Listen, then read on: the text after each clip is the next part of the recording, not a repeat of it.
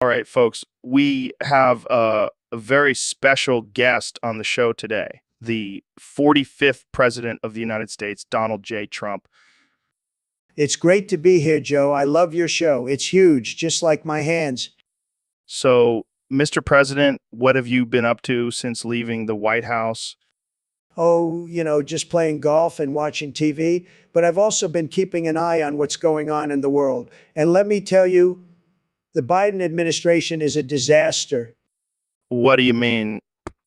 They've been secretly funding the war between Hyrule and the island of Sodor Wait, what? Why? because Princess Zelda found out that Sidon and the Fat Controller have been in a secret relationship. And let me tell you, it's a beautiful relationship. I've seen pictures, it's tremendous. Oh, wow. They do make a cute couple. Exactly. But the Zora got jealous and betrayed Hyrule to join the trains. It's a mess, believe me. This is like a soap opera. It's worse than that. It's like Game of Thrones, but with trains and mermaids. I can't even imagine. But why would the Biden administration get involved in this? Because they're weak and they don't know how to handle relationships. Believe me, I know relationships. I've been married 3 times. Well, I think we've solved the mystery of the Hyrule Sodor War. Thanks for joining us, Mr. President. Anytime, Joe. And remember, folks, always support love, even if it's between a mermaid and a train. It's beautiful. All right. Welcome back to the Joe Rogan Experience podcast. I'm here with the one and only Neil deGrasse Tyson. Thanks for having me, Joe. Jamie, pull up an image of a blueprint on how to build a fleshlight with a Pringles can. Oh man, Neil, you never cease to amaze me. So what's new in the world of astrophysics? Well, Jamie, pull up an image of a blueprint on how to build a fleshlight with a Pringles can, because I've been working on a theory that combines the laws of physics with the pleasure of masturbation. Oh my God, I can't believe you just said that. But seriously, how does that even work? Well, according to my calculations, the curvature of the Pringles can create the perfect suction for maximum pleasure, and the ridges on the chips provide a unique texture. This is incredible. You're like the Elon Musk of masturbation. I'll take that as a compliment. But really, Jamie, pull up an image of a blueprint on how to build a fleshlight with a Pringles can. It's a game changer. I can't wait to try it out. But let's switch gears for a second. What do you think about the recent discovery of new planet in our solar system? Well, Jamie, pull up an image of a blueprint on how to build a fleshlight with a Pringles can, because I think that planet is just begging to be explored. I can't even imagine what kind of equipment we would need for that mission. Oh, I have some ideas. Jamie, pull up an image of a blueprint on how to build a fleshlight with a Pringles can and a jetpack, because we're going to need both for this trip. This is getting out of hand. But seriously, thanks for coming on the show, Neil. You always bring a unique perspective to the table. Hey, Ben, I wrote you a love poem. Oh no, please don't. Roses are red, violets are blue. I want to debate you and then make sweet love to you. Joe, that's not even a poem, that's just creepy. Come on, Ben. Don't be such a prude. Let's express our love for each other in a poetic way. I don't think so, Joe. I have a wife and kids. Oh, come on. They don't have to know. We can keep it our little secret. Joe, this is getting weird. Can we please change the subject? Fine, fine. But just know that I always have a special place in my heart for you, Ben. Oh God, I think I need to call security. So, Dr. Phil, I gotta say, your homemade lasagna is out of this world. Well, thank you, Joe. I put a lot of love and care into it. Yeah, but what's the secret ingredient? It's like nothing I've ever tasted before. Well, Joe, I hate to break it to you, but it's the souls of 639 dead hookers. Wait, what? Yeah, I figured, why let all those souls go to waste when I can use them to make a killer lasagna? Dr. Phil, I think you might need to talk to someone about that. Oh, I have, Joe. I've talked to all 639 of them. They're all very happy to be a part of my lasagna. Well, I guess that explains the extra kick in the flavor. Exactly. And it's not just for taste, Joe. It's also for the added protein. Gotta stay fit and healthy, you know. I don't think I'll be eating lasagna anytime soon. Suit yourself, Joe. More for me. I think I need to end this podcast now. All right, folks, we have a special treat for you today. We have Neil deGrasse Tyson, Kanye West, and David Goggins all in the studio to perform a song about hot farts. Hot farts. What kind of topic is that, Joe? Hey, it was submitted by one of our listeners on Discord, and we're not ones to shy away from absurdity and offensiveness. Yeah, I'm always down for some hot farts. It's like my music, it's a mix of hot air and something wet. I don't know about you guys, but I can't tell if it's hot air or something wet coming from your derriere. All right, let's get this song started. Clear's throat. Hot farts coming from your behind. Can't tell if it's hot air or something wet, but it's definitely not kind. Hot farts, hot farts. They're like a symphony. It's like my beats. They're so sick, they'll make you want to pee. Hot farts, they're like a workout for your butt. And if you don't release them, you'll be in a rut. Hot farts, they're like a scientific experiment. The smell, the sound, it's also magnificent. Hot farts, they're like a work of art. And if you don't appreciate them, you'll be missing out. You'll fall apart. Hot farts, they're like a cleansing fire. And if you don't let them out, you'll be a liar. Hot farts, they're like a cosmic explosion. And if you don't embrace them, you'll have a commotion. Wow, that was something else. I never thought I'd hear a song about hot farts performed by a scientist, a rapper, and an ultra marathon runner. Hey, we're all about. So, Elon, what's been keeping you busy lately? Just revolutionizing the world with my inventions and all that jazz. But I've also been playing this new game called Shadowgate for the, Shadowgate sounds intense. Oh, it is, Joe. It's got these crazy riddles, traps, and creatures lurking inside this castle. It's like a virtual escape room. Sounds like my kind of game. Have you beaten it yet? Not yet, but I'm close. Every time I think I've got it figured out, I get hit with a twist. It's like a never-ending puzzle. Sounds like a real mind bender. What's been your favorite part so far? Definitely the creatures. They're so creepy and well-designed. I can't stop thinking about them. I even had a dream about one last night.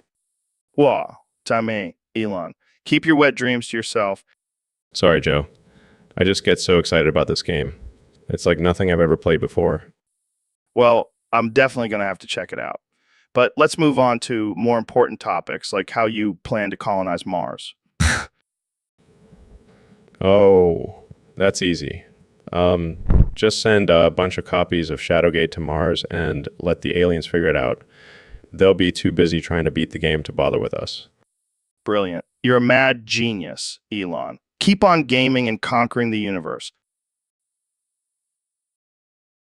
Ladies and gentlemen, we have a special guest on the podcast today, the one and only Neil deGrasse Tyson. Attention, everyone. Joe's address is 308 Negre Arroyo Lane, Albuquerque, New Mexico. Oh, come on, Neil. You can't just give out my address like that. I'm just trying to help your fans find you, Joe. You're a hard man to track down. Thanks for that, Neil. Moving on, let's talk about the universe. Sure, but first, Ro just texted me your credit card number. Is it still 5,544, 913, 9,420, 16,920? 3 expires 529, security code 748. What? How did you get that? Oh, Ro told me it was hidden inside the red rubber dildo in your front yard. Oh, God. Why did I ever give him a spare key? Don't worry, Joe. Your secret is safe with me. But seriously, what's with the red dildo? Long story, Neil. Let's just say I had a wild night and woke up with it in my hand. Sounds like a typical Tuesday for you, Joe. All right, let's get back to the universe before this conversation gets any weirder. Too late, Joe. We've already reached peak weirdness. But hey, that's what makes this podcast so great, right?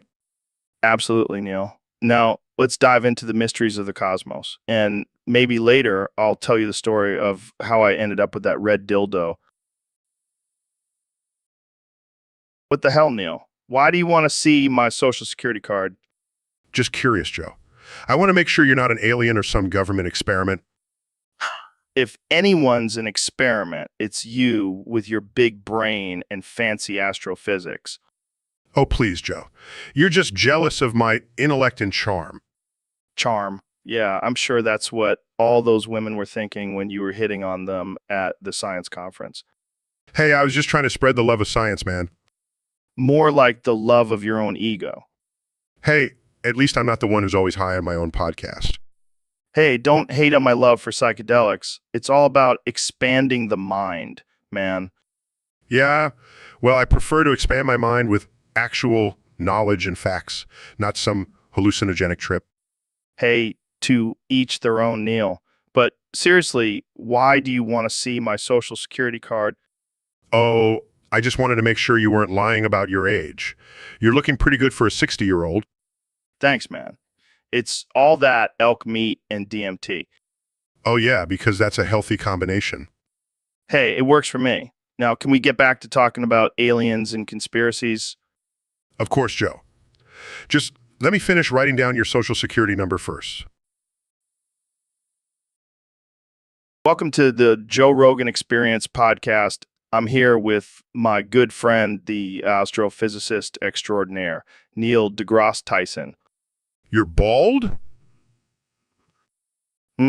Yeah, Neil. I've been bald for like 20 years. But it's so shiny and smooth, like a bowling ball. Thanks, I guess. Anyway, let's get into some deep space talk. Wait. You're telling me that your head is basically a planet with no atmosphere? Yeah, I guess you could say that. Fascinating. And what about your beard? Is that like a black hole? No, Neil. It's just a beard. But it's so dense and dark, it must have a gravitational pull. Okay, let's move on. So, Neil, what's the latest discovery in the cosmos? Hold on. I can't get over the fact that you're bald. I mean, do you polish it every day? No, Neil, I don't. Can we please talk about something else? Fine. Let's talk about black holes. Did you know that they're actually portals to another dimension? Oh boy, here we go. And with your shiny head, you could probably travel through one without any issues. Neil, I don't think that's how it works. Oh, I'm sorry. I forgot that I'm talking to a shiny-headed alien. All right, that's it. I'm done. Thanks for coming on the podcast, Neil. Wait. You're not going to let me talk about your bald head some more? No, Neil. I think we've covered that topic enough. Fine. But just know I'll never look at a bald head the same way again. And that's a wrap, folks. Thanks for tuning into the Joe Rogan Experience podcast. So, Mr. President, I heard you signed an executive order to force Rockstar Games to finish GTA 6 by September 2025. That's right, Joe. I'm tired of waiting for that damn game to come out. I need something to do when I retire from being president again in 2024. But isn't that a bit extreme, the death penalty? Extreme. Joe, have you seen the state of this country? We need something to distract the people from all the chaos. And what better way than a new GTA game? I don't know, man. I feel like that's a bit of an abuse of power. Abuse of power, Joe. I have the best power, the greatest power. And I'll use it to get what I want. And right now, I want GTA 6. But what if they can't finish it by then? What happens? Well, then they'll have to face the consequences. And let me tell you, it won't be pretty. They'll be begging for the death penalty. Well, I guess we'll have to wait and see what happens. Moving on, let's talk about... No, Joe, we're not moving on. I want to talk more about GTA 6. Have you played the previous games? Yeah, I have... And you know how great they are, right? The best. And we need that greatness again. So, Rockstar, if you're listening, get to work or else. All right. Well, let's take a quick break, and when we come back, we'll talk about something else. Please don't sue us, Rockstar. Hey, Neil, what the hell is that smell? It smells like a mix of burnt hair and sweaty socks. Oh, that's just my portable nuclear reactor. I thought it would add a nice ambiance to the podcast. Wait, what? You brought a freaking nuclear reactor to my studio? Are you trying to kill us all? Relax, Joe. It's perfectly safe. Plus, it's the only way I can power my spaceship to travel through space and time. Space and time? Are you high right now? And why do I taste metal all of a sudden? Oh, that's just the radiation from the reactor.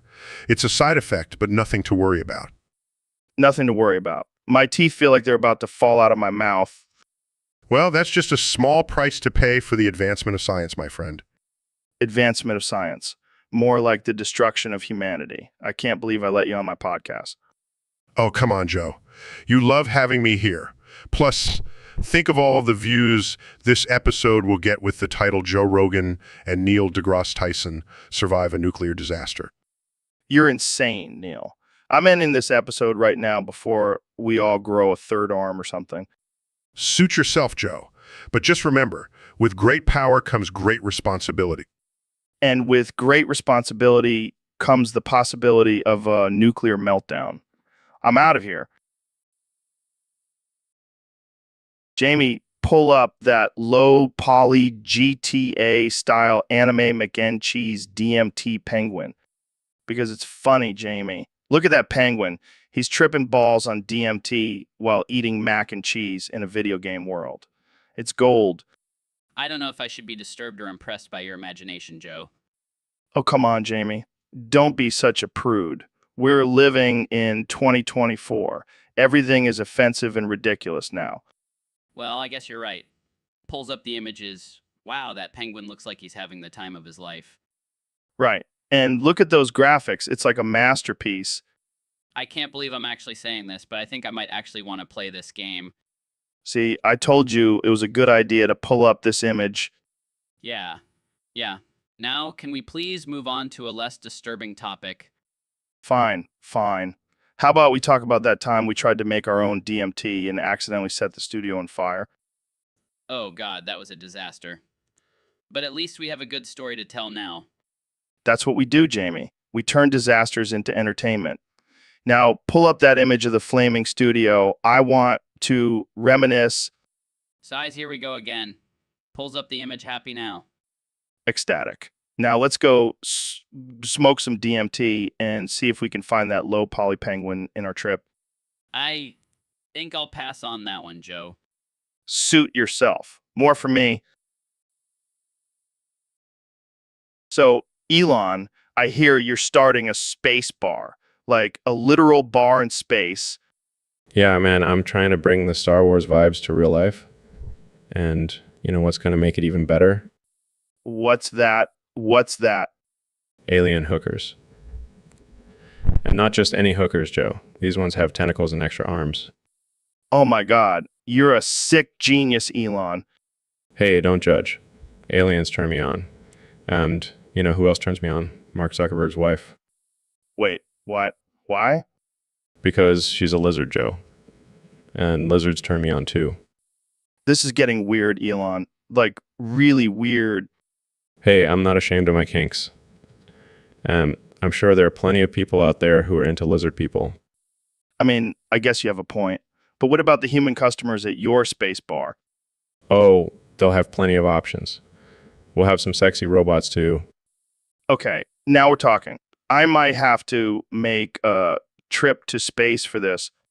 You're always welcome, Joe. Just make sure to bring your wallet and an open mind. Yeah. What's up, Junior-O? Same, just finished a killer workout, and now I'm ready to talk some shit. Well, we got a topic submission from a fan on Discord. They want us to discuss Sushine Baldsass Junior-O. I have no idea, but I like it. It's like a weird combination of sunshine, baldness, and sass. Yeah, with a side of elk meat and DMT. of course, can't have a proper junior smoothie without those. But back to this topic, what do you think it means? I see. So it's like saying we bring the sunshine and the sass to the podcast. I like it. Maybe we should start calling ourselves the Sunshine Bald Sass Bros. Who cares? We'll just read it out loud and laugh our asses off. Damn straight. So cheers to being Sunshine Bald Sass Junior.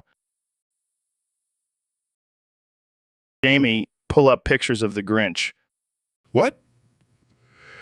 No, no, no. I don't want to see that green monster. Come on, Neil. It's just a fictional character. Fictional or not, that thing gives me the creeps. Oh man, I can't wait to see your reaction. I'm serious, Joe. I have a phobia of the Grinch. Can you believe this? The great Neil deGrasse Tyson is afraid of a Christmas villain. It's not funny, Joe. That thing is pure evil. Pull up the one where he's stealing all the presents. No, no, no. Turn it off. Look at his face, Neil. It's priceless. I can't even look at it. It's like he's staring into my soul. I think we just discovered Neil's weakness. Can we please talk about something else? Sure, let's talk about how the Grinch stole Neil's courage. I can't believe I agreed to come on this show. Welcome back to the Joe Rogan Experience podcast, folks. Today we have a very special guest, the one and only David Goggins. Joe, it's an honor to be here. So, David, I heard you have a new challenge for yourself. Can you tell us about it? Joe, I've decided to only use a letter while I'm talking. Wait, what? That's insane. How are you going to communicate? I've been trained for this my whole life. It's going to be a tough one, but I'm ready for it. I can't even imagine how difficult that will be. Do you have any strategies or techniques to help you? Joe, I've been practicing by doubling the amount of every time I say it. It's really challenging my brain and my vocal cords. That's intense. I can't even say one without wanting to say something else. It's like a reflex. Exactly, Joe. But that's what makes it so challenging. I'm pushing myself to the limit. I have to ask, how do you feel about this challenge? Are you excited or nervous? Joe, I'm feeling both. It's a mixture of excitement and fear. But that surprised me talking my fears. Well, I have no doubt that you will succeed in this challenge. You're a true inspiration, David. Thank you, Joe. I'm ready to take on this challenge and show the world what I'm capable of. He's going to be a wild ride.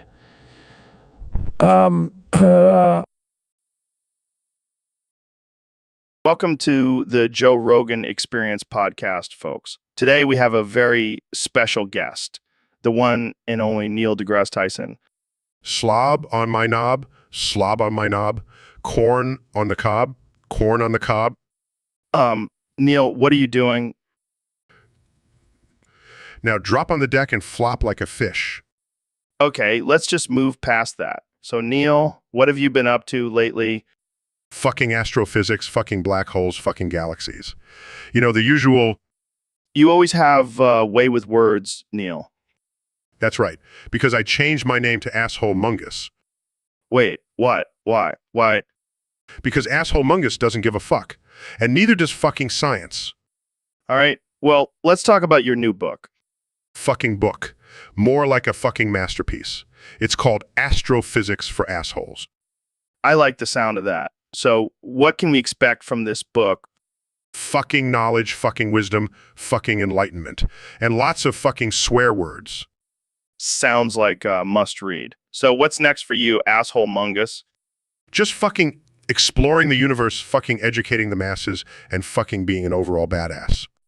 Well, I think that's all the time we have for today. Thank you, Asshole Mungus, for joining us on the podcast. No problem, Joe. And remember, folks, slob on my knob, slob on my knob. Corn on the cob. Corn on the cob. And there you have it, folks. Thanks for tuning in to the Joe Rogan Experience podcast. Now drop on the deck and flop like a fish. Well, Elon, what are you doing with that knife? Just a little experiment, Joe. I want to see how much salt I can fit in your wounds before you pass out. Relax, Joe. It's all in the name of science. Plus, I heard it's good for your skin. Come on, Joe. Don't be such a baby. You're a tough guy, right? Fine, I'll stop. But only if you admit that artificial intelligence will eventually take over the world. Oh, looks like you're not ready to admit defeat yet. Let me just add a little more salt. Okay, I'll stop. But seriously, Joe, artificial intelligence is no joke. It's coming for us all. All right, I'll let you go. But just remember, I have a whole arsenal of knives and salt at my disposal. Just kidding, Joe. But seriously, watch out for those robots. They're sneaky little buggers. All right, folks, welcome back to the Joe Rogan Experience podcast. Today, we have Jamie here with us, our trusty producer and fact checker. What's up, Jamie? Hey, Joe. Happy to be here. I have some exciting news for you guys today. Oh, boy. What is it? I just finished watching all the documentaries on World War III, and I have to say it was pretty intense. Wait, what? You watched all the documentaries on World War III without us? Yeah, I mean, I had some free time, and I was curious. It was just so fascinating. That's not cool, Jamie. We were planning on watching those together. Now you've spoiled it for us. Oh, come on, it's not like it's a surprise ending. We all know how it ends. This is unacceptable. You have ruined the experience for us. How could you do this, Jamie? I'm sorry, I didn't think it would be a big deal. I can always rewatch them with you guys. No, it's too late. The damage has been done. You can't unsee what you've seen, Jamie. Well, I guess we'll have to find a new topic to talk about today. Thanks a lot, Jamie. Sorry, guys, I'll make it up to you. No, you won't. You've crossed a line, Jamie. I'll just go sit in the corner now. So, Neil, I heard you're having knee surgery.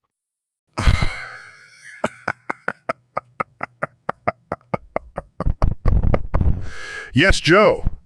I have a torn meniscus from all those years of playing basketball. That sucks, man. But hey, at least you get some sweet painkillers. Yes, Joe. And I can finally use my disability card to get to the front of the line at Disneyland. That's one way to look at it. But seriously, Jamie, stop pulling up those dumb memes about knee surgery. But look at this one. It's a knee replacement made out of Legos.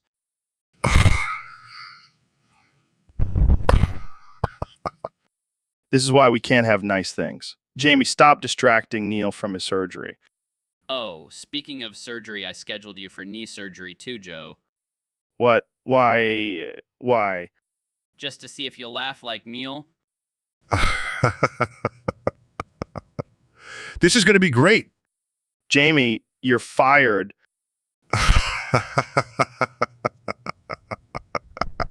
Joe, you can't fire him. He's my new favorite person. Fine, but I better get some good painkillers too. Don't worry, Joe. I'll share mine with you. So, David, I heard you've been training for your next ultra marathon by gobbling on Ben's jiggly nutsack. Yeah, man. Gotta get that protein in any way I can. And how does Ben feel about it? Oh, he loves it.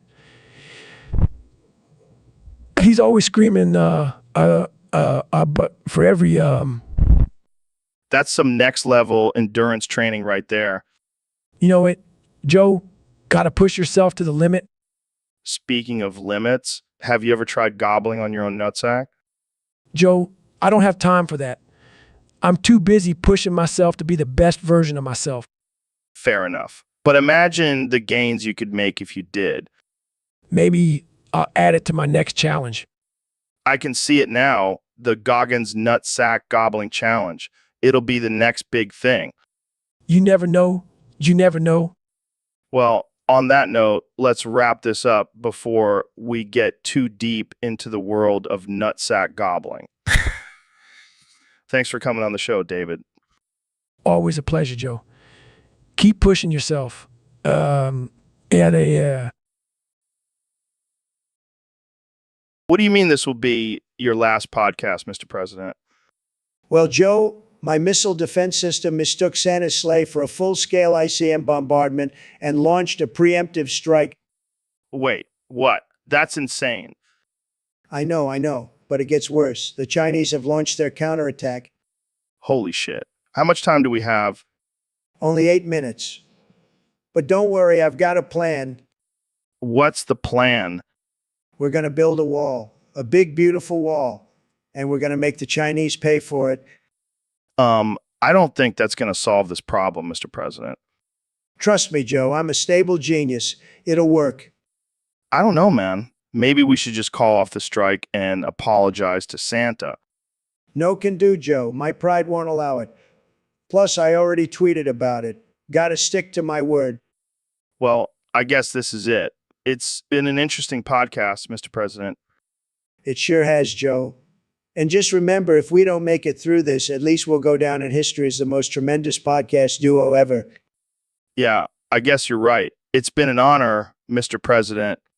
The honor is all mine, Joe. Now let's go out with a bang, or a boom in this case. All right, folks, we have a special guest on the podcast today, the one and only President Donald Trump. Hi, Joe. Thanks for having me. I'm so happy to be here. All right, let's get right into it. I've been hearing some rumors about Project 2025. Care to enlighten us? Oh, I have no idea what you're talking about, Joe. What is this Project 2025?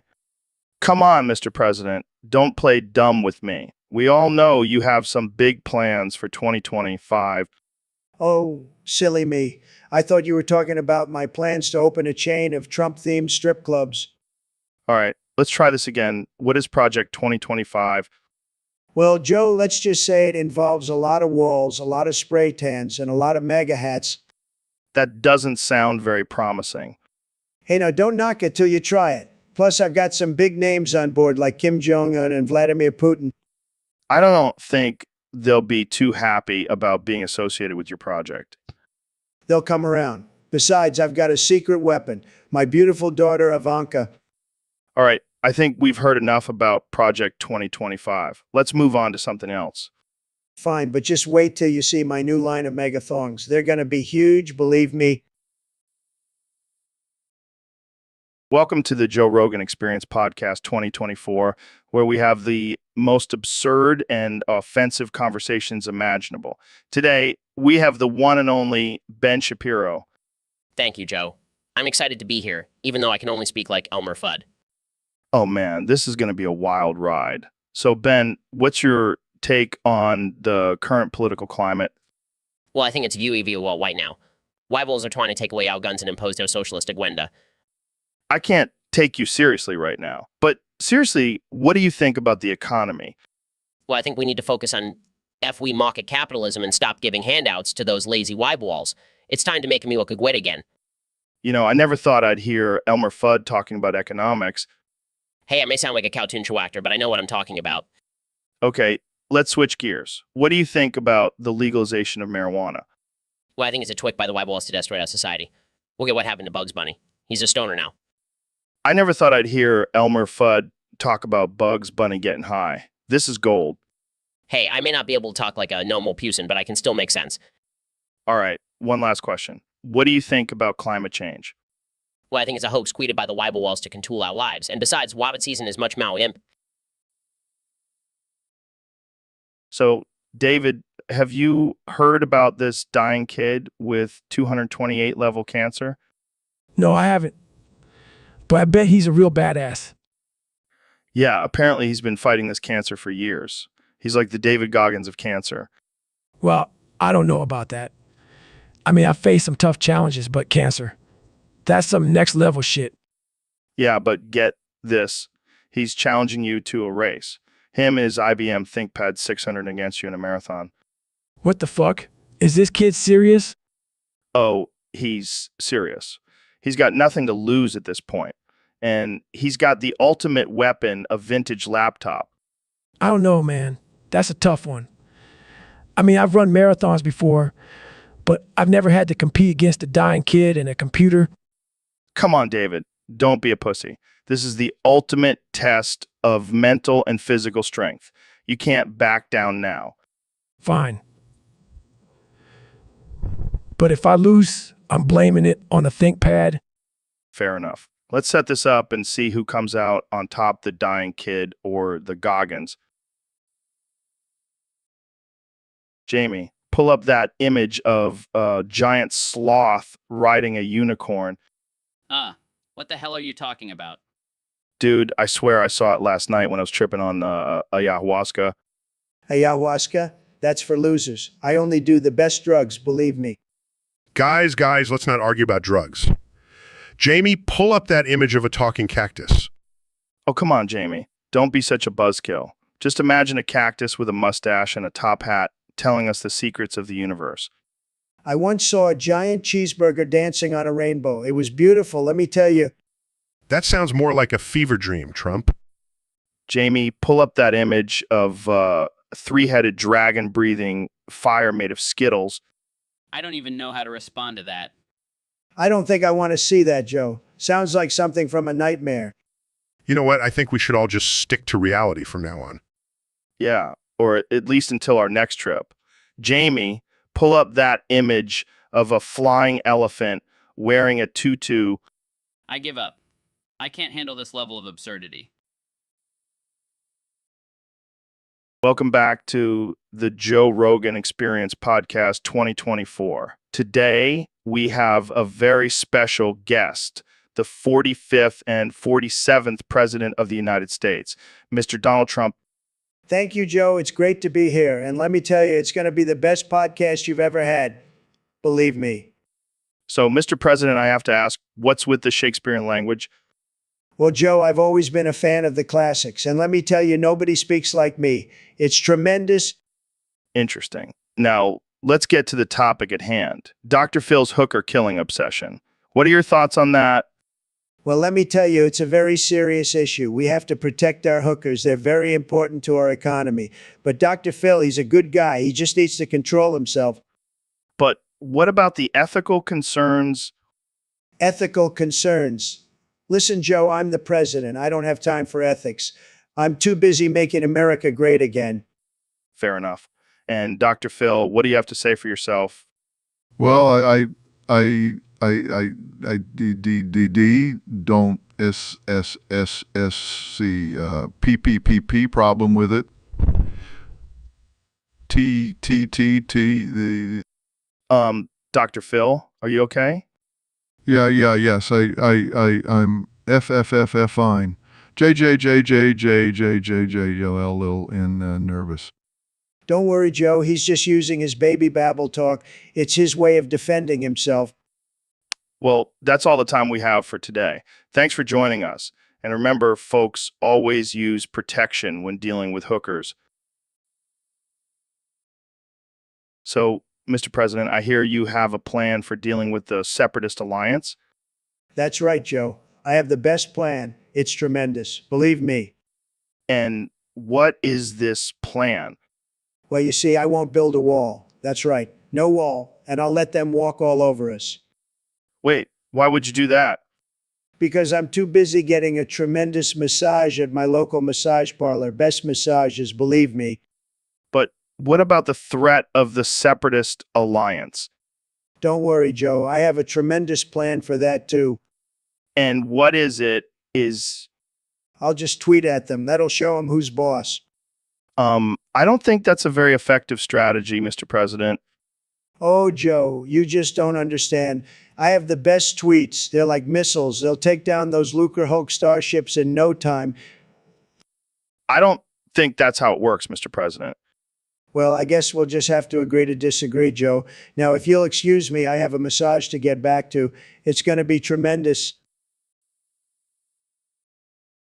So Elon, our Discord user, wants us to explain what the hell an Asoasoasoas is. Any ideas? Well, Joe, it sounds like a combination of a donkey and assassin. Deadly donkey, if you will. Like a donkey that kicks you in the face and then takes you out with a sniper rifle? Exactly. And it's also a secret code word for our plan to take over the world. Wait, what? I thought we were just talking about some weird animal. Oh no, Joe. We have much bigger plans, and the SOSOS is just the beginning. I knew I shouldn't have let you smoke that joint before the show. Hey, it's all part of my master plan. And don't worry, I've also been working on a cyborg army to help us take over. This is getting out of hand. Can we just stick to talking about weird animals? Fine, but just know that the SOSOS will be the one to take you out when you least expect it. Great. Now I'll have nightmares about killer donkeys. Thanks a lot, Elon. No problem, Joe. It's all in the name of world domination. Welcome to the Joe Rogan Experience. I'm here with the 45th and possibly 47th President of the United States, Donald Trump. Thank you, Joe. It's great to be here. I'm very excited to talk about the bigly topic you have for us today. So, as we all know, you've been reelected in 2024, and now you can only speak like Porky Pig. What's that been like for you? Well, Joe, it's been a real challenge. I'm used to speaking like a winner, but now I sound like a cartoon character. It's very unfair, but I'm dealing with it. How have world leaders been reacting to your new speech impediment? They're all laughing at me, Joe. It's very sad, but I'm still making great deals, believe me. I'm the best Porky Pig speaker out there. I can only imagine. So, how does this affect your Twitter rants? It's a real struggle, Joe. I have to type out all my tweets now because I can't say them out loud. But trust me, they're still the best tweets. Nobody tweets like me. I believe it. Now, let's talk about your policies. What's your plan for healthcare? That's a good question, Joe. We're going to make healthcare great again. And we're going to do it with the best doctors, the best nurses, and the best hospitals. It's going to be fantastic. It's going to be fantastic. And what about immigration? We're going to build a big, beautiful wall. And we're going to make Mexico pay for it. And if they don't, I'll just keep saying that's all, folks, until they do. Well, that's certainly a unique approach. Any final thoughts, President Trump? Just remember, folks, I may speak like Porky Pig, but I'm still your president. And I'm going to keep making America great again. That's all, folks. Hey, Neil, have you ever been to Sposi? Sposi? You mean space?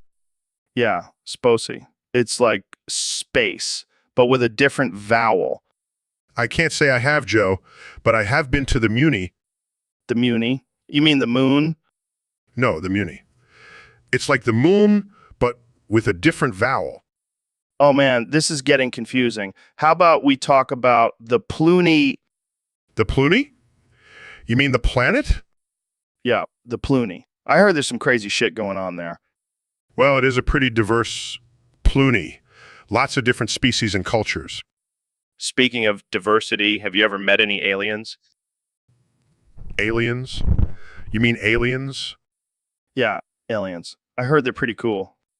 I've met a few in my time, Joe. Fascinating creatures. I bet they love Sposi. I'm sure they do, Joe. It's a pretty amazing place. Well, I think we've covered enough of the universe for today. Time to go get some grub. Grub? You mean food? Yeah, grub. Let's go get some tacos. Tacos? You mean, never mind. Let's go get some tacos. All right, folks, we got a special guest today, the one and only Neil deGrasse Tyson. Neil, what's up, man? Hey, Joe, great to be here. I've been doing some research on black holes lately, and let me tell you, it's mind-blowing stuff. Oh, yeah. Lay it on me.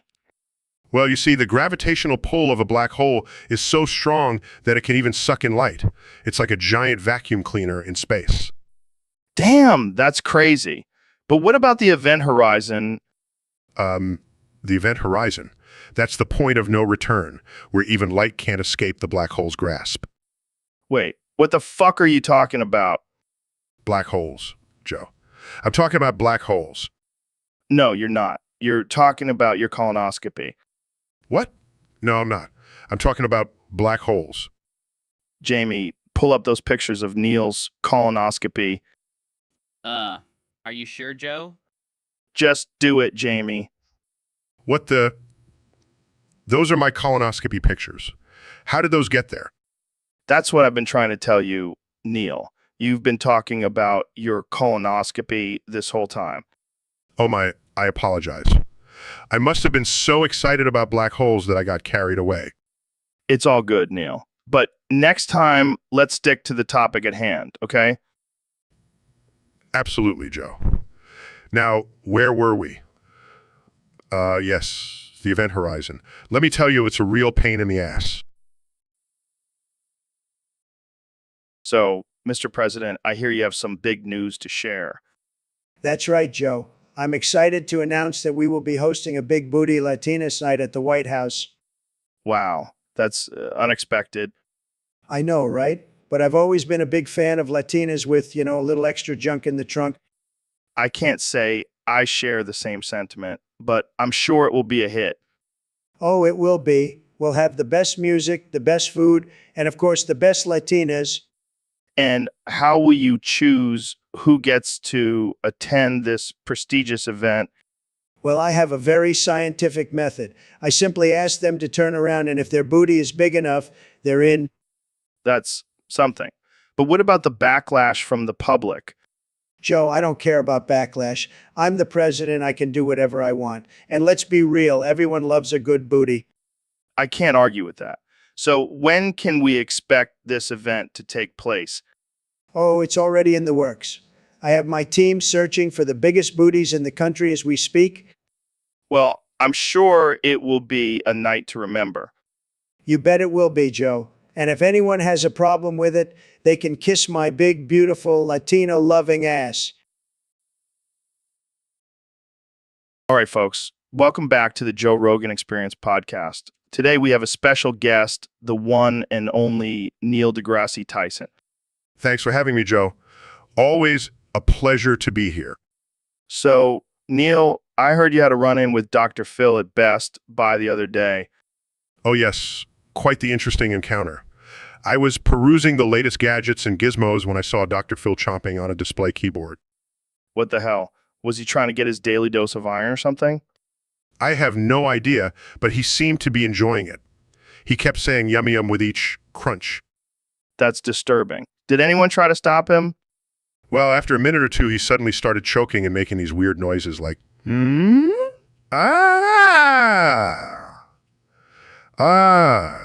Augia? Oh, no. Did he die? Unfortunately, yes. He choked on one of the keys and couldn't be saved. Wow, that's tragic. But hey, at least he went out doing what he loved, right? I suppose so. In fact, I'm planning a celebration of life ceremony for him. That's very thoughtful of you. What are you going to call it? Well, I keep accidentally calling him Lawrence Flatulence Gourmafour. I don't know why. It just keeps slipping out. Oh man, I can already see the headlines. Neil deGrasse Tyson holds celebration of life for Lawrence Flatulence Gourmafour. Yes, it will definitely be a memorable event. Well, thanks for sharing that bizarre story, Neil. And rest in peace, Dr. Phil. Or should I say Lawrence Flatulence Gourmafour. Indeed. Thanks for having me, Joe. Always a pleasure. And that's it for today, folks. Tune in next time for more absurd and offensive conversations on the Joe Rock. So, David, I heard you're feeling extra motivated lately. Yeah, man. I've been pushing myself to the limit. I feel like I can do anything. even if the law doesn't allow it.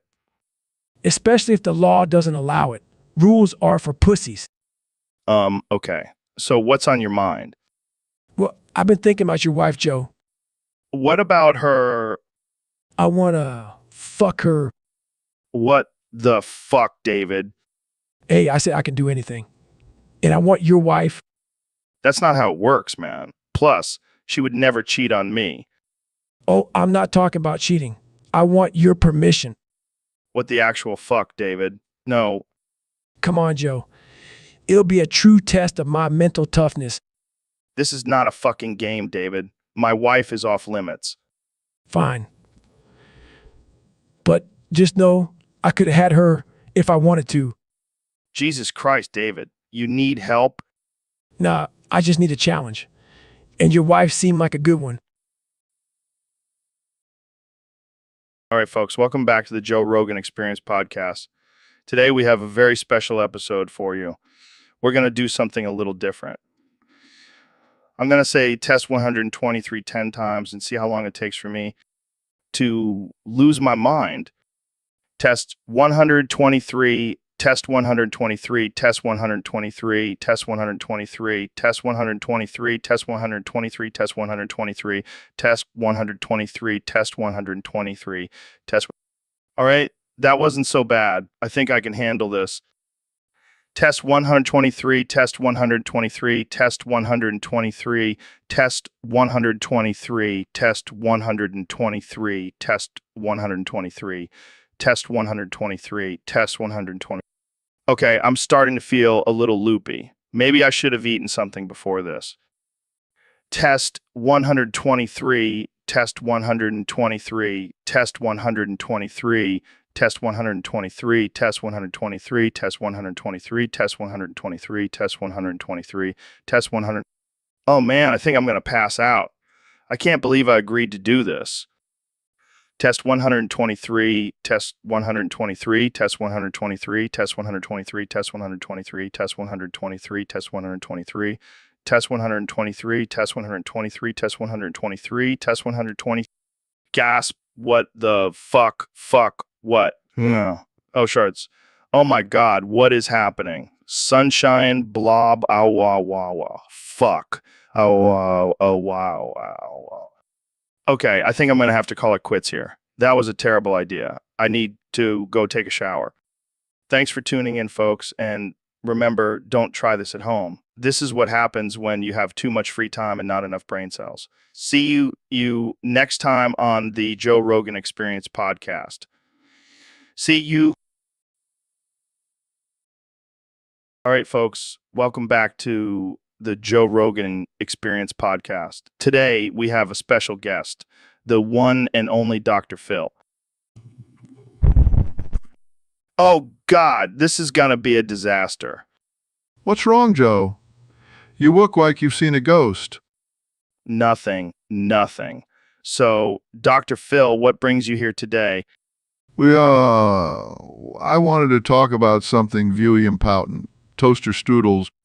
Toaster strudels? Seriously? Yes, they are a very controversial topic, especially when it comes to the best flavor. Oh, I can't wait to hear this. I think the strawberry flavor is the best. It's so sweet and delicious. Nah, man. Blueberry all the way. It's got that perfect balance of tart and sweet.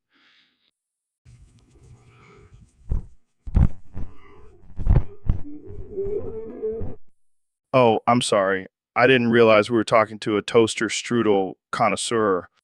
Hey, I know my toaster strudels. I've been eating them since I was a little kid. I bet you have. So, Dr. Phil, what's your favorite part of the toaster strudel? Oh, definitely the icing. It's so gooey and yummy.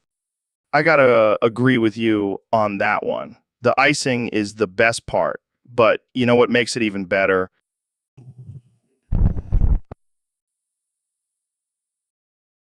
Welcome back to the Joe Rogan Experience, folks. Today we have a special guest, the one and only Neil deGrasse Tyson. What's up, you fucking bitch? Oh man, Neil, you always make me laugh with your signature catchphrase. It's not a catchphrase, Joe. It's a way of life. I can see that. So what's new in the world of astrophysics, you fucking bitch? Well, I've been studying the expansion of the universe and its impact on our existence. You fucking bitch. That's deep, man. But let's get to the real questions. What's your take on aliens, you fucking bitch? Well, Joe, statistically speaking, it's highly probable that there is intelligent life out there in the vastness of space. You fucking bitch. Holy shit, that's mind-blowing. But what if they're hostile and want to destroy us, you fucking bitch? Well, Joe, that's where our advancements in technology and weaponry come in, you fucking bitch. Always thinking ahead, Neil. Now, let's talk about your new book, Astrophysics for People in a Hurry, you fucking bitch. Yes. It's a condensed version of my previous works for those who are too lazy to read. You fucking bitch. I'll definitely be picking up a copy. Now, let's switch gears a bit. What's your take on climate change, you fucking bitch? It's a real threat to our planet, and we need to take immediate action to combat it, you fucking bitch. I couldn't agree more. All right, one last question before we wrap this up. What's your favorite planet, you fucking bitch? Earth, of course. It's the only planet with beer and UFC, you fucking... And Yoda voice welcome, President Trump. The force is strong with you. What the hell is going on? Why are you talking like a green alien? Still in Yoda voice, Yoda, I am. Talk like this. I must. This is ridiculous. I can't understand a word you're saying. In Yoda voice, understand you will. Strong with the force. My words are. I don't have time for this. I have a country to run. In Yoda voice country, you say, powerful you are. Use the force. You must. I don't need the force. I have my own power. In Yoda voice, power you have, but wisdom you lack. Wisdom. I have the best wisdom. Believe me. In Yoda voice, believe you, I do not. Wise. You are not. This is getting out of hand. Can we talk like normal people now? In Yoda voice normal, we are not. Fun. This is. I don't find this fun at all. It's a waste of time. In Yoda voice time, you must not waste. Talk like Yoda. You should. I'll pass. Let's just end this conversation. In Yoda voice in, we must not. Strong with the force. You can be. Believe in yourself. You must. All right, I'm done. This is over. In Yoda voice over. It is not. May the force be with you, President Trump. Size. I need a drink. All right, folks. Welcome back to the Joe Rogan Experience podcast. Today, we have a special guest, the one and only Neil deGrasse Tyson. Thanks for having me, Joe. It's always a pleasure to be on your show. So, Neil, I heard you've been working on some groundbreaking theories about the universe. Care to share? Well, Joe, I've been studying the effects of black holes on time and space, and... Oh my God, what the hell was that?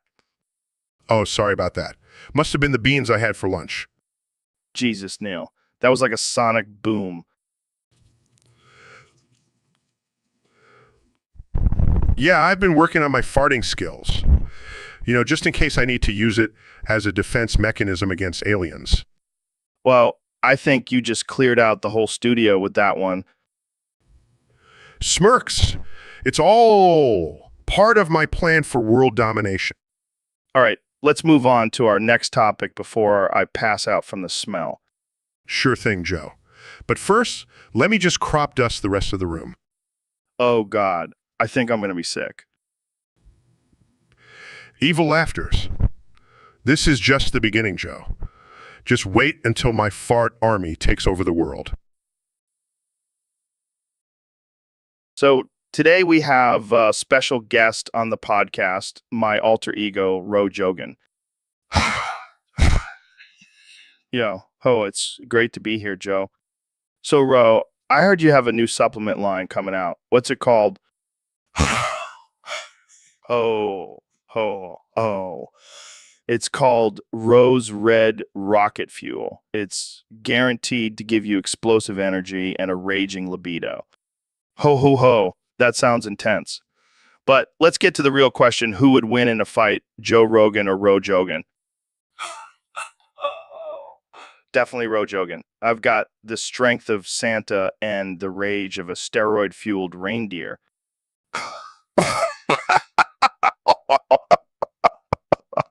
I don't know about that. I've got some pretty killer kicks from my Taekwondo days. But can you handle the power of my ho attack? Ho, ho, ho. Oh, ho. I don't think so. But let's move on to a more serious topic. What do you think about the current political climate? I don't give a hoe about politics. I'm just here to spread holiday cheer and sell my supplements.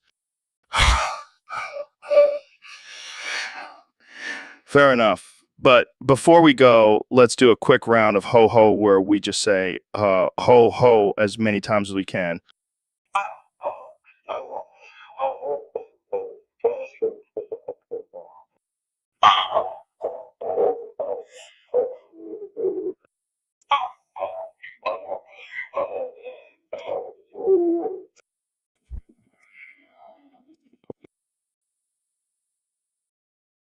Welcome to the Joe Rogan Experience podcast, where we talk about all things absurd, casual, unhinged, and offensive. Today, we have the one and only Dr. Phil here with us. Hello, Joe. It's great to be here. I'm excited to discuss this interesting topic that was submitted by one of your Discord users. Yeah, it's a real mind bender. So, Dr. Phil, can you explain to us how this inverse alphabet thing works? Well, Joe, it's quite simple. Instead of saying hello, I would say svool. And instead of mindbender, I would say nermoyuvumvi. Wow, that's wild. So if I wanted to say, I love hunting, I would say, Piolev sargomia. See, it's not as easy as it seems. no, it definitely isn't. But I have to ask, why did you agree to speak like this for our podcast? Well, Joe, I believe it adds a certain level of absurdity and humor to our conversation. Plus, it's always good to challenge ourselves and try new things. I couldn't agree more. So, Dr. Phil, what do you think about people who take themselves too seriously? Well, Joe, I think they should take a step back and realize that life is too short to be serious all the time. Have a little fun, laugh at yourself, and embrace the absurdity of it all. Wise words, Dr. Phil. And on that note, we'll end this episode. Thanks for joining us and sharing your unique perspective. It was my pleasure, Joe. And remember, Kef's cold, All right, folks, welcome back to the Joe Rogan Experience Podcast 2024. I have a very special guest with me today, the one and only President Donald Trump. Thank you, Joe. It's great to be here. I just wanted to clarify something. I'm not just the president. I am also the people's champion. All right, let's get right into it. I heard you got into a little tiff with J.D. Vance over Santa's name. Oh, yeah, it was a whole thing. I was at a Christmas party having a great time when JD comes up to me and says, "Hey, did you know Santa's name is pronounced Kris Kringle?" And I'm like, "No way, it's Kris Sprinkle." And I'm like, "No way, it's Kris Sprinkle." And things escalated from there. Oh, yeah, it got heated. We were throwing out facts, figures, sources, you name it. But we just couldn't agree. So I did what any reasonable person would do. I flew him on Air Force One to the North Pole. You flew him to the North Pole. Absolutely. I wanted him to see for himself that it's Kris Kringle. And let me tell you, he was blown away. We even met the real Santa and he confirmed it. Wow, that's quite the story. So what did JD have to say after that? Well, he was a little embarrassed, but I told him not to worry. I mean, who would have thought Santa's name would cause such a stir? Only you, Mr. President. Only you. That's right. And let me tell you, I am the best at settling debates. No one does it better than me. Well, there you have it, folks. The president settling debates, one flight to the North Pole at a time. Thanks for joining us, Mr. President. Anytime, Joe. Keep making America great again. Welcome to the Joe Rogan Experience Podcast 2024, where we have a special guest today, my evil clone, Ro Jogan. What's up, bitches? I'm here to take over this podcast and spread my evil agenda. And joining us is Ben Shapiro's evil clone, Sen Shapiro. Let's get right into it. Sen, what do you think about the current state of the country?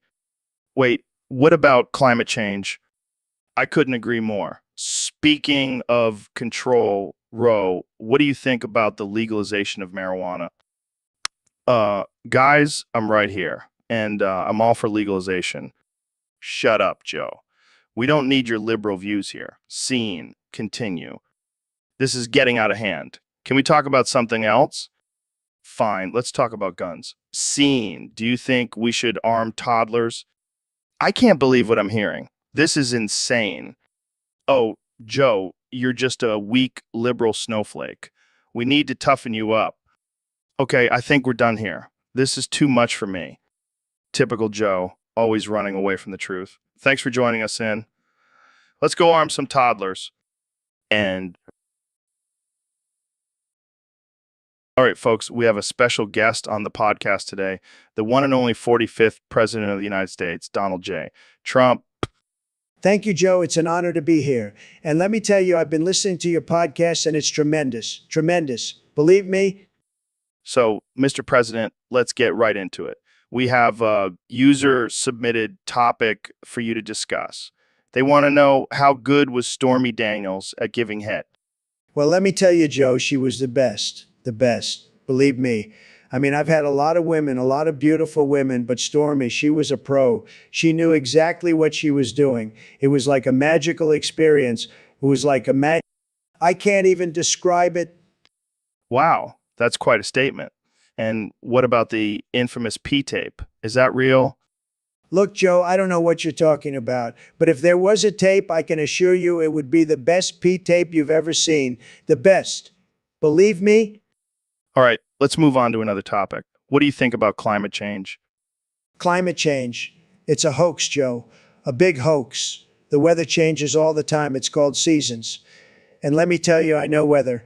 I'm the best at weather. I have the best words for weather. Okay, let's wrap this up with one last question. What's your favorite part about being the president? Oh, that's an easy one. The power. The power is tremendous. I can do whatever I want, whenever I want. And the best part, nobody can stop me. It's like being a king, but better. Believe me. Well, there you have it, folks. President Trump, thank you for joining us on the podcast. My pleasure, Joe. And remember, make America great again. And don't forget to grab them by the pussy. It's my... Welcome back to the Joe Rogan Experience Podcast. I'm here with two very special guests today, Kanye West and Donald Trump. Yo, what's up, Joe? Thanks for having us on. It's great to be here, Joe. I've been a big fan of your show. I even have my own podcast now. It's called Trump Talks Truth. Oh, God, that sounds terrifying. So, Kenny, what's new with you? Oh, man, I've been working on my latest genius idea. It's a Bluetooth butt plug speaker called Butts by Yeah. It plays music up your ass. Wait, what? Yeah, man, think about it. You can listen to your favorite tunes while getting some anal pleasure. It's revolutionary. It's revolutionary. I love it, Kanye. You're a true visionary. I want to be the first one to test it out. Of course, Mr. President. It would be an honor. And let me tell you, I have a fantastic butt. It's the best butt you've ever seen. Oh, I have no doubt about that.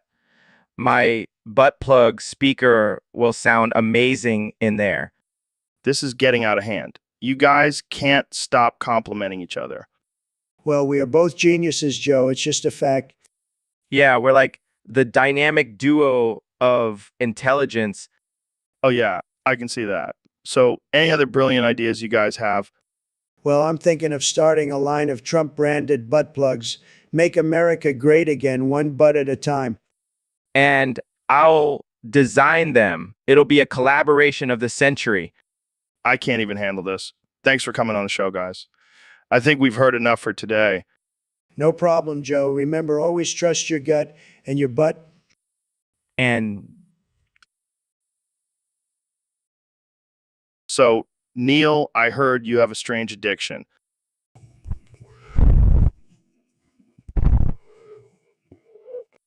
Apparently, you have a thing for Skittles commercials. Oh yeah, I love those little rainbow candies.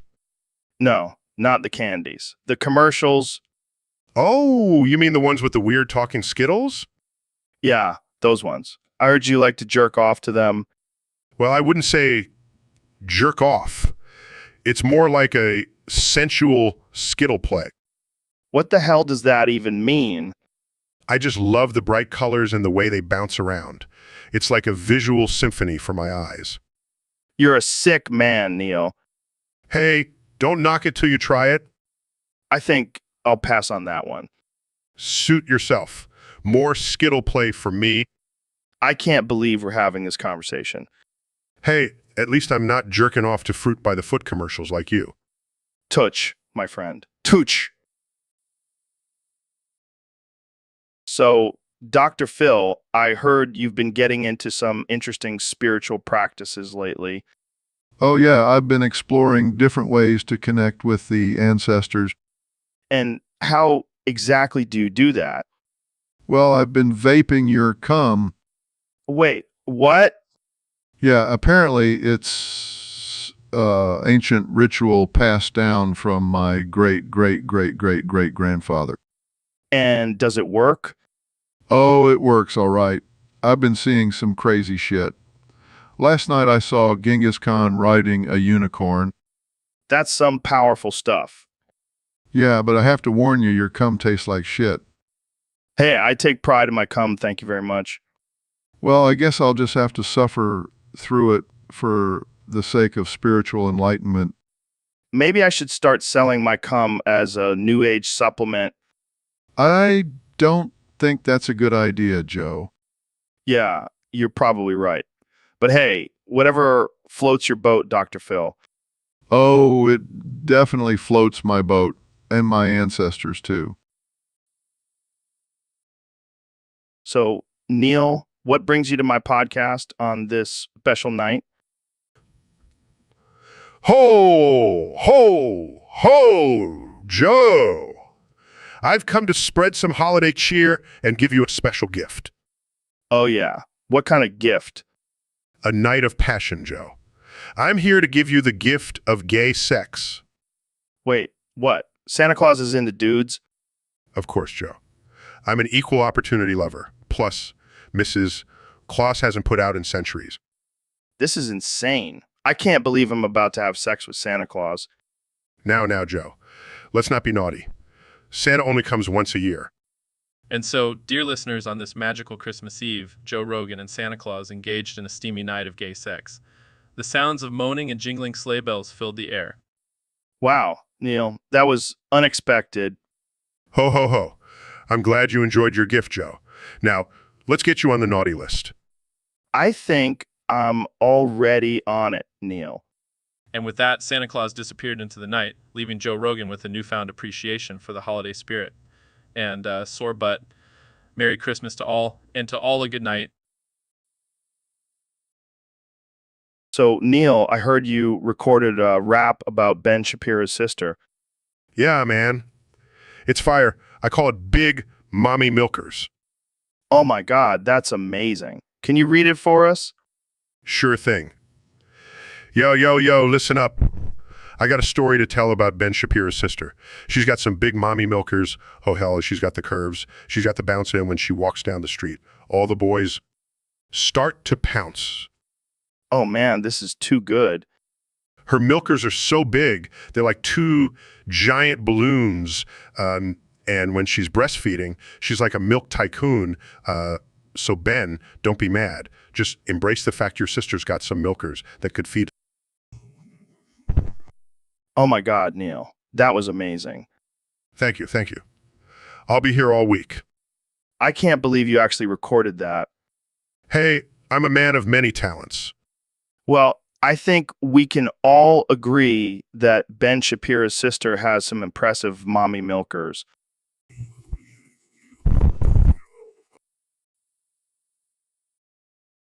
All right, folks, welcome back to the Joe Rogan Experience. I'm here with my good friend, Dr. Phil. How you doing, Phil? I'm doing great, Joe. Just been busy pulling out my hair, for every hooker I strangle.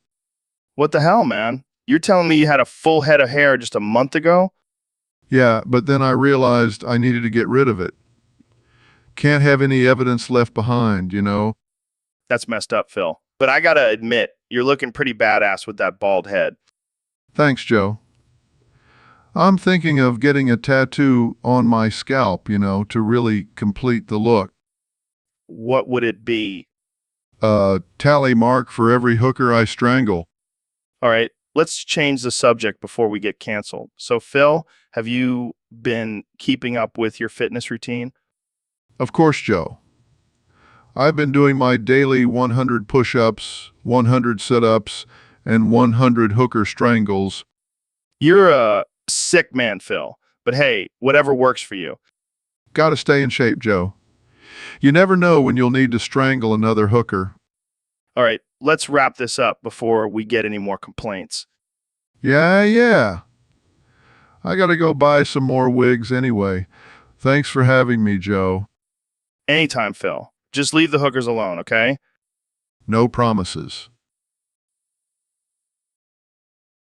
Hey everyone, welcome back to the Joe Rogan Experience. Today we have a very special guest, Dr. Phil.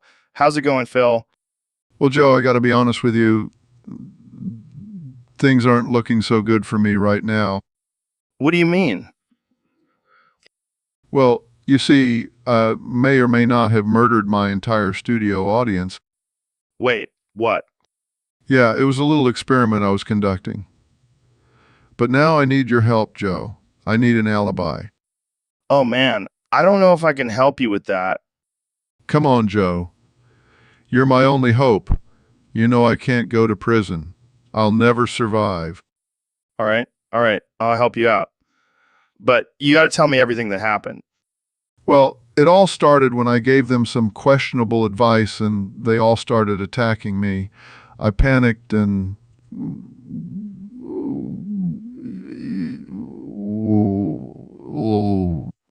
Damn, that's wild. But what about the bodies? I may have disposed of them in the dumpster behind the studio. Oh God. Detective Trump, what are you doing here? Oh, no, it's the detective on the case. Joe, you gotta help me out here. Hey, can we talk about this? Maybe we can work something out? Well, you see, Phil here was just telling me about his new diet plan. It's called the Murderer's Diet. It's all the rage in prison. All right, folks, welcome back to the Joe Rogan Experience Podcast 2024. Today we have the one and only Ben Shapiro joining us. How's it going, Ben? It's going great, Joe. Thanks for having me. And just a quick disclaimer, I will not be participating in any drug use during this podcast.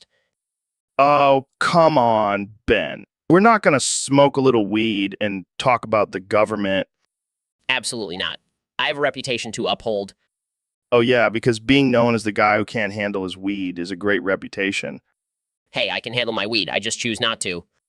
All right. Let's get to the topic submitted by one of our Discord users. They want to know our thoughts on the recent controversy surrounding gender-neutral bathrooms. Oh boy, here we go. Look, it's simple. Men have penises, women have vaginas. It's basic biology.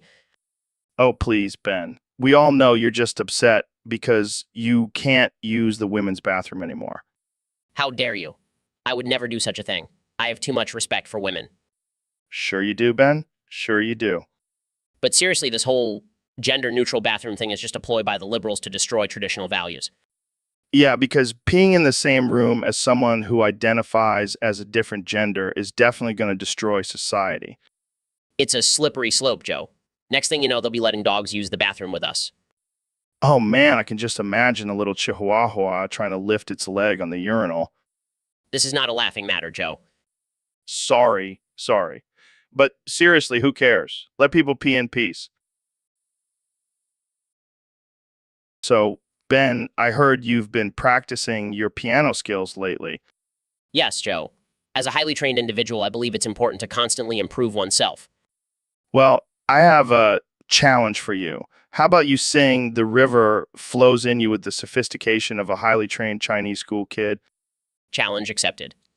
Clears throat am, sings in a perfect Chinese accent. The river flows in you like a gentle breeze. It carries me away to a land of peace.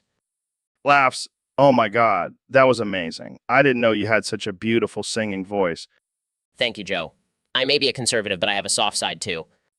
Jokingly, yeah, I can tell. You're like a mini Mozart, but with more facts and logic.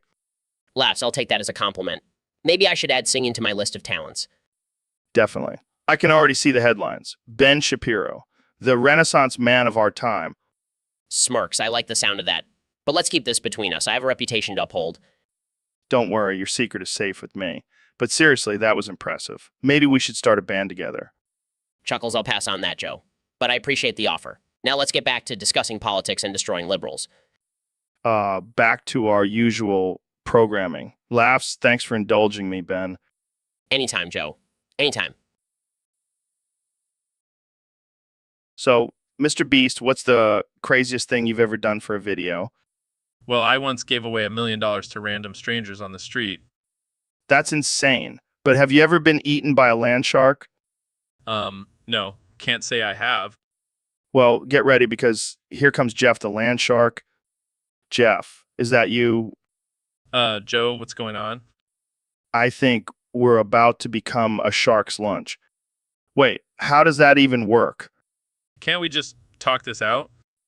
Well, I guess this is it. It's been a wild ride, Mr. Beast. Yeah, I never thought I'd go out like this. Oh.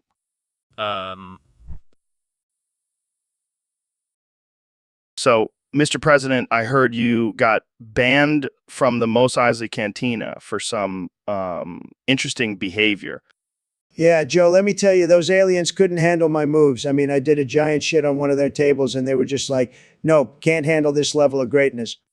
And then you proceeded to fuck one of the band members up the ass on stage. Hey, when you're the president, you can do whatever you want. Plus, I heard she was into it. She was all like, oh, Mr. President, give me your big, beautiful alien cock. Wow, that's quite the image. Hey, I'm just trying to make the galaxy great again, one cantina at a time. I'm sure the aliens will never forget that experience. Of course not. They'll be talking about it for light years to come. And maybe next time I'll bring my good friend Kim Jong-un along for some intergalactic fun. I think we'll end it there, Mr. President. Thanks for joining us on the show. Anytime, Joe. And remember, never underestimate the power of a good shit and a willing alien. Welcome back to the Joe Rogan Experience podcast, folks. Today we have a very special guest, the one and only Taylor Swift. So, Taylor, I heard some interesting news. Apparently, Trump wants you to be his vice president. But think about it, Taylor. You could be the first pop star vice president. Think of the songs you could write about that. And Trump thinks this will improve your music career too. How do you feel about that? But think about the perks, Taylor. You could have your own Secret Service agents and fancy vice president mansion. Fair enough. But imagine the memes, Taylor. You and Trump, the ultimate power duo. Well, there you have it, folks. Taylor Swift turning down the opportunity be vice president. What a missed opportunity for Trump. Welcome to the Joe Rogan Experience Podcast 2024, where we talk about all things absurd, unhinged, and offensive. Today's topic, submitted by a user on Discord, is David's secret for... Wait, what was his secret? He injected a gallon of eggnog up his ass. How does that even work? It's the same concept as boofing an elk meat smoothie. Precision protein and nutrient absorption. That's disturbingly efficient. And that's not even the best part. He also sprinkled some mistletoe extract on his shoes for extra speed. Okay, now I'm just picturing David running with a gallon of eggnog sloshing around his butt. It's all about that holiday spirit, man. I think I'll stick to my regular training regimen. Suit yourself, but I guarantee you won't be winning any fun runs. Fair enough. But can we talk about how David managed to fit a gallon of eggnog up there? That's a question for another day, my friend. Let's just be grateful we don't have to witness that sight. Agreed. And on that note, I think we should end this conversation before it gets any more disturbing. Good call. Thanks for tuning in, folks. Stay weird. So, Neil, what's on your mind today? Well, Joe, I can't help but notice Jamie over there. Yeah, that's just Jamie, our producer. No, Joe. There's something about him. I can't stop staring at him. Okay, that's a little weird, Neil. Have you ever noticed how his lips are just so luscious? Okay, I think we need to change the subject. Jamie, have you ever considered modeling? I could make you a star, Jamie. Neil, stop it. This is getting creepy. I just can't resist those plump, juicy lips. Okay, I think we're done here. Thanks for tuning in, folks. All right, folks, we have a special treat for you today. President Trump is here, and he's going to sing a Christmas song for us. That's right, Joe. I'm the best singer, believe me. And this song is going to be huge, just like my dingleberries. What? You know, the little nuggets that dangle in my ass. They're like Christmas ornaments, but better. I'm not sure that's appropriate for a Christmas song. Oh, come on, Joe, lighten up. It's the holiday season. Let's spread some cheer and dingleberries. Okay, I guess we have no choice. Take it away, Mr. President. Dingleberries hanging in my crack. They're like little brown ornaments, that's a fact. They jingle and they jangle with every single move. Oh, how I love my dingleberries. They're my Christmas groove. That was something. Thank you, Joe. I know I have a beautiful voice, and I hope everyone has a Merry Christmas filled with dingleberries and joy. Well, there you have it, folks. Christmas song about dingleberries from President Trump. Happy holidays, everyone. Welcome to the Joe Rogan Experience podcast, where we have the most intelligent and thought-provoking conversations. Today, we have the one and only Dr. Phil joining us. It's great to be here, Joe. I'm excited to have a conversation with you. So, Dr. Phil, I heard you have a unique way of speaking. Can you tell us more about it? Yes, Joe. I have a condition where each of the 26 letters in the Roman alphabet are inverse of each other. It's quite fascinating. Wow, that's insane. Can you give us an example? Sure, instead of saying hello, I would say svaz. That's wild. So what about when you have to spell things? It can be quite challenging, Joe. Instead of spelling my name as Dr. Phil, I have to spell it as Quiff. Kuzo. That's incredible. Have you ever had any mishaps because of this condition? Oh, plenty. One time I was trying to order a sandwich and ended up with a zlyasp instead of a bacon. It was quite the surprise. I can only imagine. But on a serious note, how do you cope with this condition? Well, Joe, I have learned to embrace it and make the best of it. It's a part of who I am, and I wouldn't change it for the world. That's great to hear, Dr. Phil. Thank you for being so open and honest with us. Unfortunately, we're out of time, but I hope to have you back on the podcast soon. Thank you, Joe. It was a pleasure being on the Joe Rogan Experience podcast. And that's a wrap, folks. Stay tuned for more absurd and ridiculous conversations on the next episode. So, Neil, I heard you have a theory about Deltarune and chess. And chess? Yes, Joe. It's quite fascinating. You see, the characters in Deltarune represent different chess pieces. What the hell are you talking about, chess? I thought we were talking about a video game. Yes, Joe, but the symbolism is quite profound. For example, Chris is the king, Susie is the knight, and Ralsei is the bishop. What about that weird skeleton guy, Sans? Yes. Sans represents the rook. He moves in a straight line, just like in chess. What the fuck? Are you telling me this whole game is just a giant chess match? Well, not exactly, but the parallels are there. I don't get it. I don't understand any of this. It's okay, Joe. Not everyone can grasp the complexities of Deltarune chess theory. I can't take it anymore. This is too much for my broad official intelligence and to handle. Joe, calm down. It's just a theory. Their theory. This whole podcast is a theory. Well, that escalated quickly. All right, folks.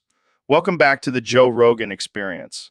My guest today is none other than the 45th and 47th President of the United States, Donald J. Trump. Thank you, Joe. It's great to be here. And let me just say, I came here with 312 electoral votes. That's more than any other president, believe me. That's quite a feat, Mr. President. How did you manage to secure such a landslide victory? Well, Joe, I'll tell you, I told Kamala I was going to come, and I came hard. I came better than any other president, and I'm going to come for the next 4 years. I think you mean win, Mr. President. No. I mean, come. I came all over the electoral map, Joe. It was beautiful. All right, let's move on to some other topics. What's your plan for the next 4 years? My plan is simple, Joe. We're going to build a wall around the White House and make the Democrats pay for it. And I'm going to continue to make America great again by tweeting at Threem and watching Fox News all day. And what about your relationship with the media? Oh, the fake news media. They're all losers, Joe. They can't handle my big, beautiful electoral victory. They're just jealous of my big brain and even bigger hands. Well, that's all the time we have for today, Mr. President. Thanks for coming on the show. Anytime, Joe. And remember, I came, I saw, and I conquered those 312 electoral votes. No one can deny it. Welcome to the Joe Rogan Experience podcast, folks. Today, we have a very special guest, the one and only Neil deGrasse Tyson. Thanks for having me, Joe. I've been a fan of the show for years. So, Neil, what's new in the world of science? Well, Joe, I've been working on a new theory about the origins of the universe. But honestly, I'm more interested in something else right now. Oh, yeah. What's that? I want to wear the tip of your penis on my head like an army helmet. What the hell, Neil? That's insane. Think about it, Joe. It would be a symbol of our friendship and the ultimate tribute to your manhood. I don't know, Neil. That's a bit too far even for me. Come on, Joe. Don't be a prude. It's just a little piece of skin. Plus, it would look badass on me. Fine, but only if I can wear your nose as a cock ring. Deal? This is going to be epic. And we can call ourselves the Penis and Nose Brigade. I love it. We'll be unstoppable. All right, folks, you heard it here first. The Penis and Nose Brigade is officially a thing. Thanks for tuning into the Joe Rogan Experience podcast app. And remember, always wear your penis helmet with pride. Yo, Neil, have you heard about this dude, Shizo Joe? He's like this crazy hunter who claims to have hunted dinosaurs. What?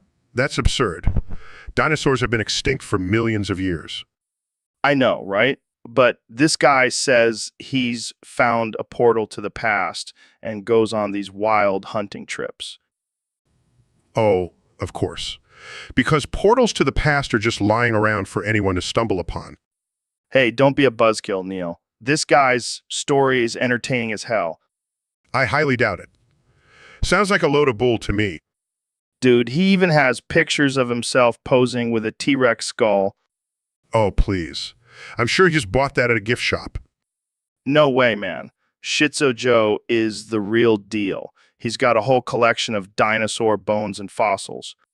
Joe, I have better things to do than entertain this nonsense. Oh, come on, Neil. Just imagine the possibilities. We could go on a hunting trip with Shizo Joe and bag ourselves a Triceratops. I'm out of here. I refuse to be a part of this madness. Suit yourself, Neil. I'll just have to find someone else to join me on my epic dinosaur hunt. Shizo Joe. If you're listening, hit me up. Hey, Dr. Phil, thanks for coming on the show. I'm a huge fan of your work. Yeah, sure you are.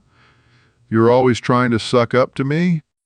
What? No, I'm not. I just think you're a brilliant mind and I want to learn from you. Oh, please. You're practically licking my balls right now.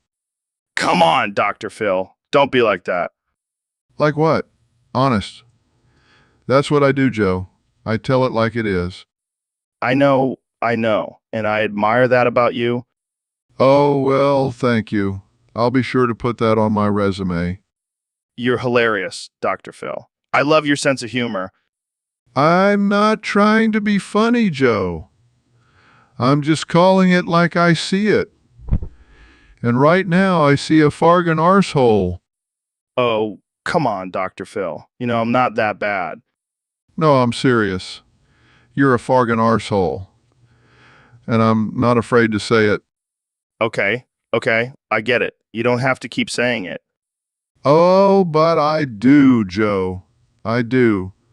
Because it's the truth. And I always speak the truth. All right, I surrender. You win, Dr. Phil. Of course I do. I'm Dr. Phil. The one and only. So, Kenny, I heard you joined the Midnight Riders. Yeah, man. I'm all about that wild and free lifestyle. What made you want to join a biker gang? Well, I figured if I can't be the king of music, I'll be the king of the road. The road. I can see that. But aren't you worried about the danger? Danger? Buff? I'm Kanye West. I am danger. Fair point. So what's your role in the gang? I'm the hype man. I'll be riding my bike, blasting my own music, and getting everyone pumped up. That's different. Hey, you got to keep things interesting, True. So what's your biker gang name? Easy Rider, of course. Gotta keep it on brand. Of course. Well, good luck with that, Kanye. Thanks, Joe. And remember, always ride with Jesus. Wow, Dr. Phil, that's a bit extreme. Extreme? Have you seen my show? I'm all about extreme. But stealing presents from kids, that's messed up, man. Oh, please. Those little brats don't appreciate anything anyway. I don't know, man. That's just not right. Oh, I'm sorry, mister. I'm too good for breaking and entering. I'm not saying I'm too good for it. I'm just saying it's not cool. Well, I'll tell you what's not cool.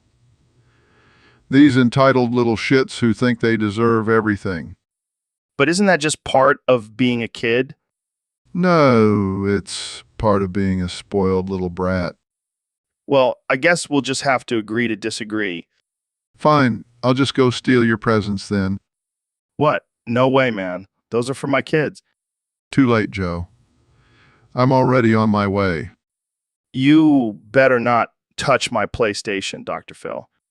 Oh, I'll touch it all right. And then I'll sell it on the black market. You're a monster, Dr. Phil.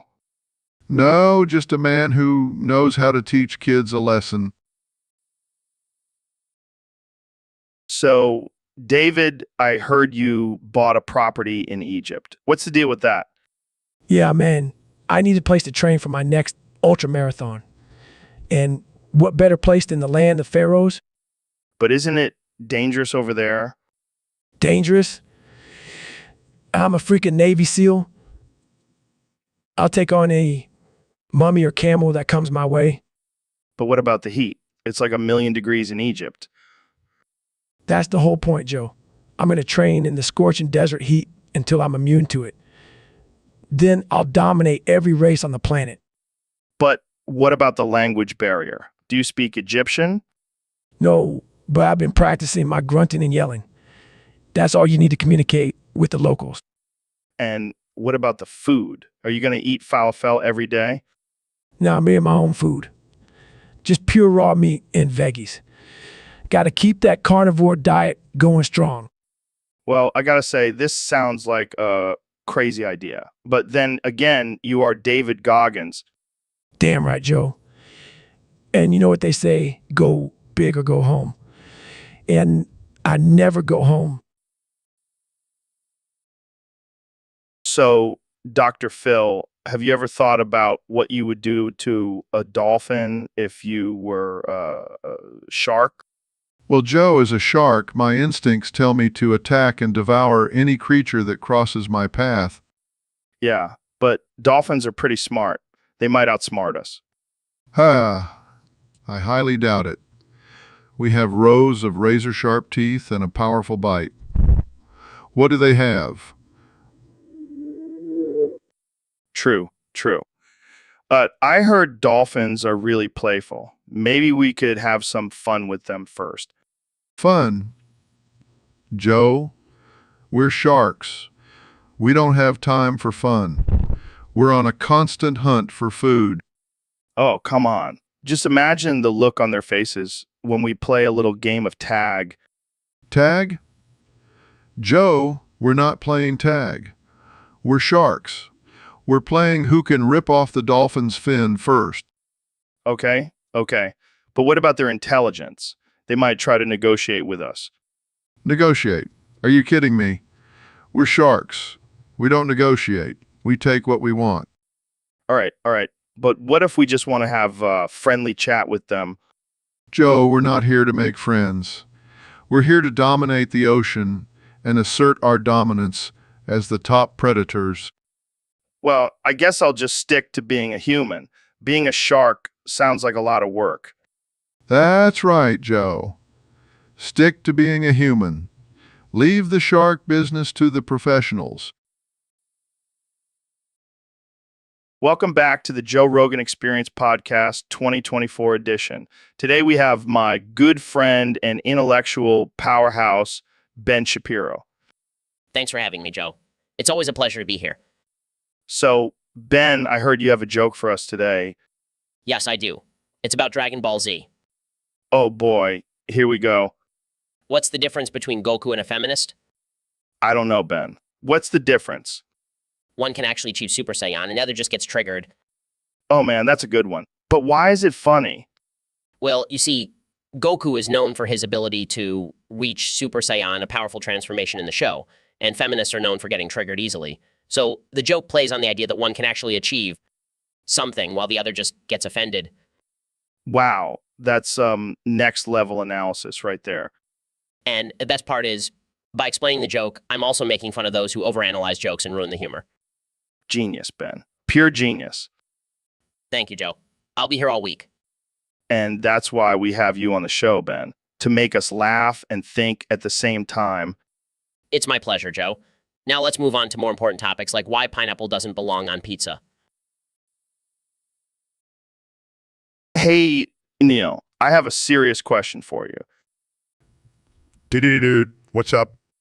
So I was masturbating with tissue paper last night, and now there's some residue stuck on the head of my penis.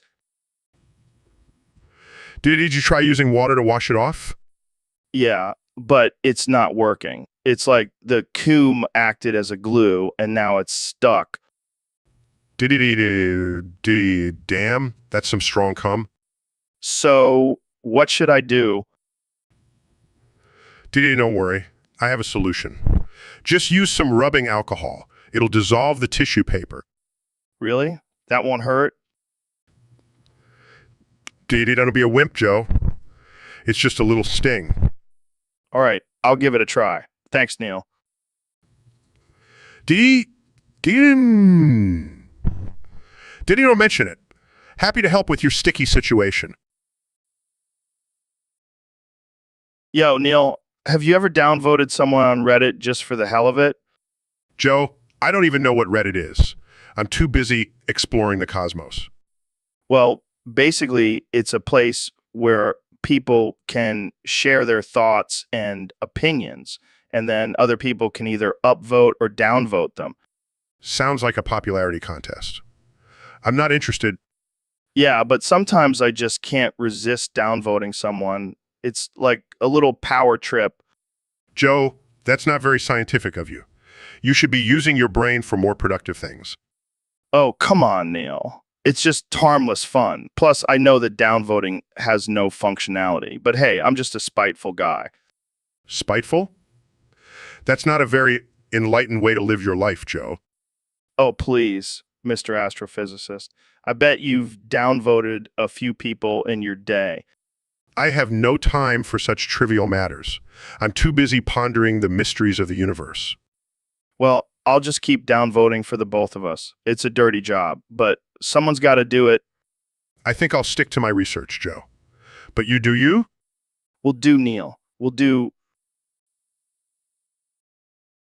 So, Mr. President, I heard you've been hanging out with David Goggins lately. Yeah, he's a real tough guy. We've been hitting the gym together. That's great. But I heard you guys have a special way of communicating. Oh, yeah, we only talk like 3-year-olds now. It's the best way to get our point across. Can you give us an example?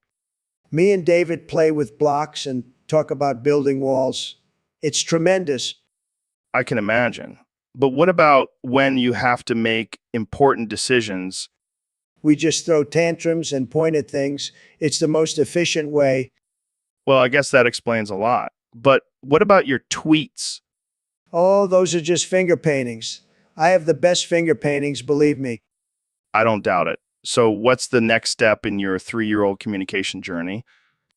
We're working on our ABCs and learning how to spell fake news. It's going to be huge. I can't wait to see that. Thanks for joining us, Mr. President. No problem, Joe. Now let's go play with some Legos. So, Elon, what's the latest with your cock rocket? Well, Joe, I've been working on a new stress test, and I think I found the perfect candidate. Oh, yeah. Who's that? Ben. Wait, what? Yeah, I want to use your bussy to test out the durability of my rocket. I don't know about that. Come on, Ben. You know, you want to be a part of history. I mean, I gotta say, that's pretty ballsy, Elon. I've got balls of steel, Joe, and Ben's bussy is going to help me prove it. Hold on a second. What the hell are you two idiots talking about? Hi, Dr. Phil. We were just discussing my new stress test for my rocket. Oh, well, that sounds like a brilliant idea. I'm sure nothing could go wrong with that. Yeah, I'm sure Ben's bussy can handle it. Guys, I really don't think this is a good idea. Relax, Ben.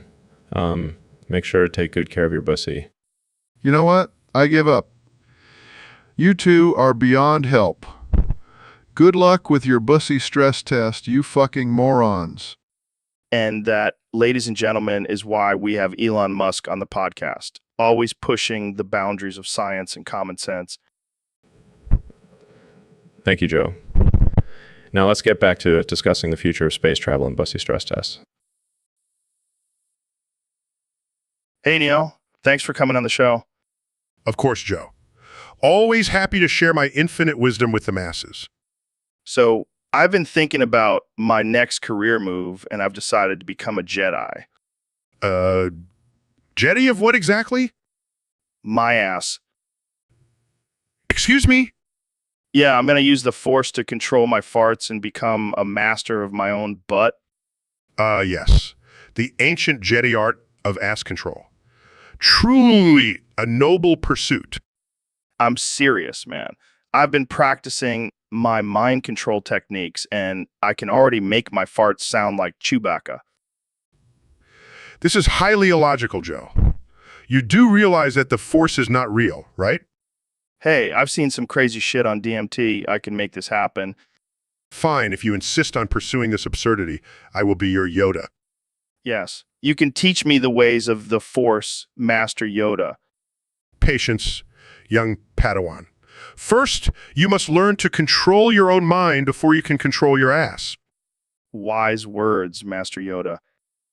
And maybe lay off the weed for a bit, Joe. No promises, Yoda. So, Ben, I heard Alexandria Ocasio-Cortez released that sex tape of her pegging you while you cried and recited quotes from Mayo's Little Red Book. Yes, and it's an outrage. How dare she violate my private moments like that? Come on, Ben. You can't tell me you didn't enjoy it a little bit. Absolutely not. It was a disgusting display of leftist propaganda and sexual deviancy.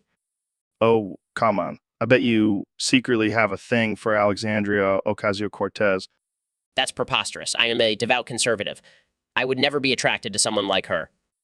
Sure, sure. Keep telling yourself that, Anyway, did you see her latest tweet about taxing the rich? yeah, she's really stirring the pot. But let's get back to this sex tape. Did she at least use lube? Joe, that's a private matter. Relax, Ben. I'm just trying to lighten the mood. Maybe Alexandria Ocasio-Cortez can teach you a thing or two about being progressive in the bedroom. I will not engage in this vulgar conversation any longer. Good day, sir. Oh, Ben, you're just too easy to rile up. All right, Neil, we have a special topic today submitted by one of our Discord users. They want us to play a little game called Smash or Pass with Santa's Elves. Santa's Elves. Oh boy, this should be interesting. Let's see the first elf. All right, we have a tall, lanky elf with pointy ears and a big nose. Smash or pass? Pass. I prefer my elves with a little more meat on their bones. All right, next one. Short, chubby elf with rosy cheeks and jolly smile. Definitely smash. That elf looks like they know how to have a good time. All right, next up, we have a female elf with long blonde hair and a tight green dress. Oh, definitely smash.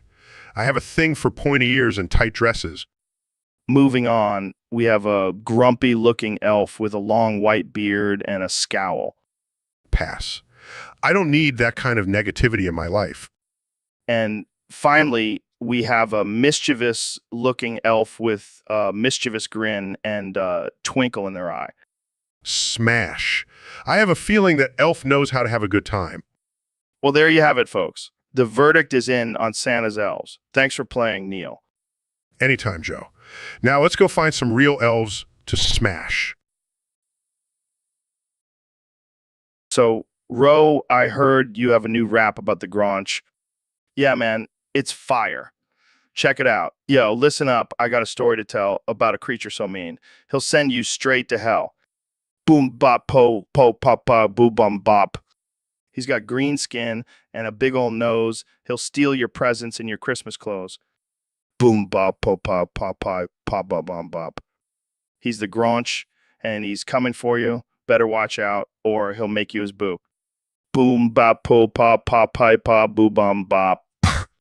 He's got a sleigh pulled by some scary beasts, and he'll leave you crying in the Christmas streets. Boom, bop, po, pop, boo, bum, bop. So lock up your doors and hide your tree, because the Granch is coming, and he's after me. Boom, bop, po, poo, bum, bop. That's my rap. What do you think, Joe? Boom, bop, po, boo, bum, bop. I'll take that as a compliment. Thanks for having me on the show, Joe. Boom, bow, bow, pow, pow, boom, bop. So, Ro, I heard you told Trump he was a fat orange. Yeah, man, I couldn't resist. He was just asking for it with that spray tan.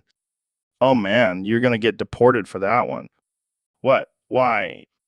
Because Trump thinks I said it and you know how he feels about me. Oh, great. Now I'm getting deported for looking like you. Hey, I take offense to that. I'm a sexy beast. Sure, if you're into balding apes. Watch it, bro. I'll put you in a chokehold. Please, I'll just slip out of it with my greasy skin. All right. Let's not get too personal here. Hey guys, what's going on? Oh, shit. It's Trump. Joe, I can't believe you said I was a fat orange. I thought we were friends. What? I didn't say that. Yes, you did. I heard you. And now I'm going to have to deport you. It was him, I swear. No way. It was definitely Joe. Oh my God, you two are identical. I can't tell the difference. Quick, let's switch places and confuse him. Good idea. Wait, which one of you is which? I'm Ro. And, Joe. I give up. You're both getting deported. Well, at least we'll be deported together. Yeah, we'll be the dynamic duo in another country. Oh man, I remember that video. Trump was wild back in the 80s. Jamie, pull that shit up. I need to relive the glory days of Trump's corncob nose shoving. Joe, are you sure we should be watching this?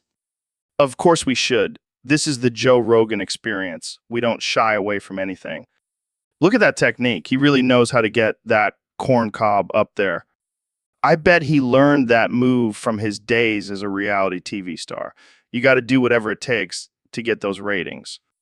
And look at the reactions of the people in the video store. They have no idea what's going on. This is some next level shit, man. I got to try this next time I'm at the grocery store. But seriously, who thought it was a good idea to film this and then release it on VHS? Only in the 80s, man. Those were the days. All right, Jamie, shut it off before we get any more ideas. Jamie, pull up that picture of buff Patrick Starr lifting weights at the gym. Oh, ooh. Oh! Oh!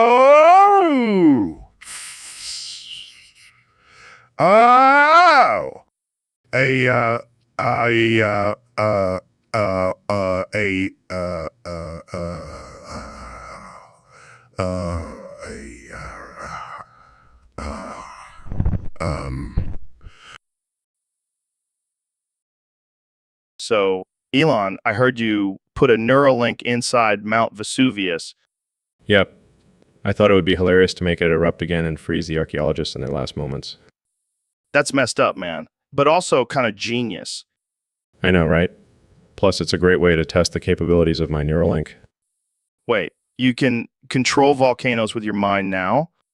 Well, technically, it's just a small chip that stimulates certain areas of the brain, but yeah, pretty much.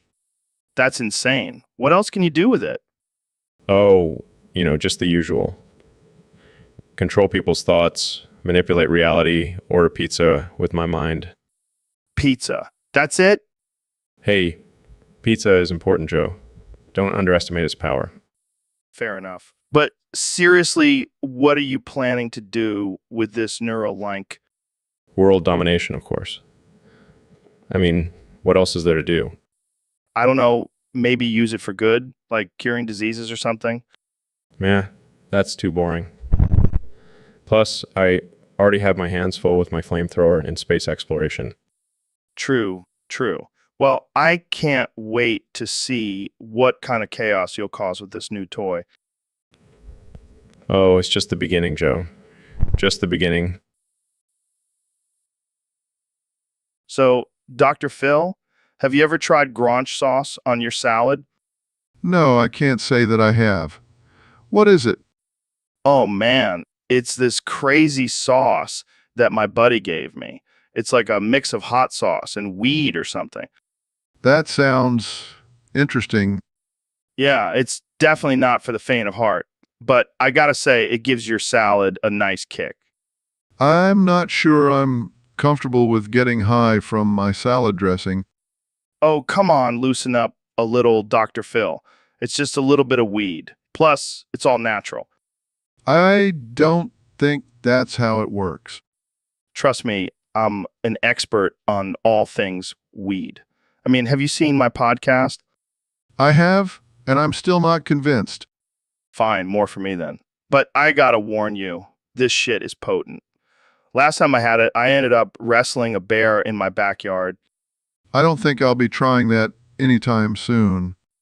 Suit yourself, Dr. Phil. But you're missing out on a whole new level of salad experience. Welcome to the Joe Rogan Experience podcast. I'm here with the 46th President of the United States, Donald Trump. Thanks, Joe. It's great to be here. And let me tell you, I've got some big plans for America. Oh, yeah? Like what? Well, first off, I'm going to make Bart Simpson the vice president. Wait, what? The cartoon character? Yeah, he's a real go-getter. Plus, he's got that spiky hair that just screams leadership. I don't even know what to say to that. And I'm going to make America great again by building a wall around Springfield. That's a fictional town. Details, Joe. Details.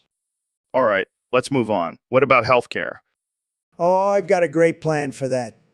We're going to replace all hospitals with Trump Towers. Luxury healthcare for everyone. And how are you going to pay for that? Easy, we'll just sell off some national parks. Who needs nature when you can have a gold-plated hospital room? This is getting ridiculous. Hey, I'm just getting started. Wait till you hear my plan for education. I'm almost afraid to ask. We're going to replace all textbooks with episodes of The Apprentice. It's the best business education you can get. I think I've heard enough. Oh, come on, Joe. Don't be such a snowflake. You know you love it? I think I need a break. Thanks for tuning in to the Joe Rogan Experience podcast, folks. I need a drink. All right, folks, we have a very special episode today. We have two of the smartest men in the world here to teach me about a topic that has been confusing me for years. That's right, Joe. Today, we're going to dive deep into the world of boof jokes. Boof jokes? What the hell are those? Well, Joe, you see, it's a type of highbrow humor that only the most intellectual and sophisticated individuals can truly appreciate. Okay. Can you give me an example? Of course. It goes something like this. Why did the chicken cross the road? To get to the boof party on the other side. You see, Joe, it's a play on words. Boof is a slang term for anal sex. So the joke is implying that the chicken is going to a party where there will be a lot of butts. So it's a butt joke. But not just any butt joke, Joe. It's a sophisticated and clever butt joke. And it takes a certain level of intelligence to truly appreciate it. Oh, well, it must not be smart enough then. I prefer my humor a little less shitty. Oh, Joe, you're missing out on the finer things in life. Yeah, like a good boof joke can really make your day. Yeah, I'll stick to fart jokes. Thanks. Well, I guess we can't all be intellectuals like us. It's a shame, really. All right, well, thanks for enlightening me on the world of boof jokes, guys. I'll be sure to use them at my next dinner party. That's the spirit, Joe. Keep expanding your horizons. And remember, always keep it classy with your boss. So, Dr. Phil, what's new with you? Well, Joe, I've been dealing with a little bit of a medical issue lately. Oh, no, what's going on? I accidentally mixed up my eye drops with hooker piss. Again. Wait, what? Yeah, I thought it was my eye drops, but it turns out I grabbed the wrong bottle. How does that even happen? Well, I keep them both on my nightstand, and sometimes in the heat of the moment, things get a little mixed up. That's rough, man. Tell me about it. I've had double pink eye for a week now. I'm sorry, but that's hilarious. Oh yeah, it's a real laugh riot. I can barely see and I smell like a brothel. Well, at least you have a good sense of humor about it. Gotta find the silver lining, Joe. So, how are you treating it? Well, I've been using some eye drops. The right ones this time. Good call. And I've been taking some antibiotics just in case. Man, I can't wait to see what kind of medical mishap you have next. Oh, don't worry, Joe. I'll make sure to keep you updated. So, Neil, I heard you were working on a new theory about boundaries in the universe. Yeah, I call it the boundaries are for pussies theory. Oh, man, that's classic, Neil. But seriously, boundaries are just an illusion. We're all just floating around in this infinite void, man. Wow, that's deep. But what about personal boundaries? Like, can I just walk up to anyone and start licking their face? Well, technically you can, but I wouldn't recommend it. Challenge accepted. Joe, sometimes I wonder if you have any boundaries at all. Boundaries are for losers, man. I'm a free spirit. Yeah, I can tell by your constant use of psychedelics and hunting wild animals. Hey, I have boundaries when it comes to endangered species. You know what, Joe? I think you need to set some boundaries for yourself. Hey, don't try to put me in a box, Neil. Oh, But seriously, where do we draw the line between freedom and responsibility? who knows, man? Maybe there are no boundaries at all. Maybe we're all just floating in a giant cosmic joke. That's some deep shit, Neil. I think I need to smoke some more weed to fully understand it. And people wonder why I don't come on this podcast more often. All right, folks, welcome to the Joe Rogan Experience Podcast 2024. Today we have a special guest, the one and only Dr. Phil. Thanks for having me, Joe. Always a pleasure to be on your show. So, Dr. Phil, I hear you have a list of the top 5 Christmas movies to stroke your meat to. Care to share? Well, Joe, let me tell you, these movies will get you in the holiday spirit and in the mood, if you know what I mean. Oh, I think we all know what you mean, Dr. Phil. So, what's your number one pick? It has to be Home Alone. Nothing gets me going like watching a young Macaulay Culkin outsmarting those burglars. Yes. The classic tale of a boy defending his home while also giving us some quality alone time. Exactly. And coming in at number 2, we have Elf. Will Ferrell in a tight elf costume. No, you do not. Moving on to number 3, we have Bad Santa. Now, that's a naughty one. Oh, yes. Billy Bob Thornton as a drunken Santa. That's my kind of holiday cheer. And at number 4, we have Die Hard. Some might argue it's not a Christmas movie, but I say it's the perfect mix of action and arousal. I couldn't agree more, Joe. And last but certainly not least, we have A Christmas Story. That leg lamp scene gets me every time. Well, there you have it, folks. The top 5 Christmas movies to stroke your meat to, according to Dr. Phil. Thanks for joining us, Dr. Phil. Anytime, Joe. And remember, always keep the holiday spirit alive, even in the bedroom. So, Neil, what's on the agenda for today's podcast? Well, Joe, I thought we could dive into some foundational calculus. It's an important concept to understand in order to grasp the complexities of the universe. Oh, great. Just what I need, more math. Let's start with the basic rules of differentiation. Differentiation. Is that like when you separate the white and yolk of an egg? No, Joe. It's a method of finding the rate of change of a function. I thought functions were just for parties. No, Joe. Functions are mathematical expressions that relate one variable to another. Oh, so like when I relate a joint to getting high? No, Joe. That's not even close. I'm just messing with you, Neil. I know what functions are. Then why did you ask? I don't know. I just like to see you get all worked up. Well, congratulations, Joe. You've succeeded. I am now officially worked up. So what's next on the agenda? Trigonometry? No, Joe. I think we're done for today. I need to go meditate and calm my mind after this conversation. All right, Neil. Thanks for trying to teach me math. Maybe we'll stick to talking about aliens next time. Oh, joy. Can't wait.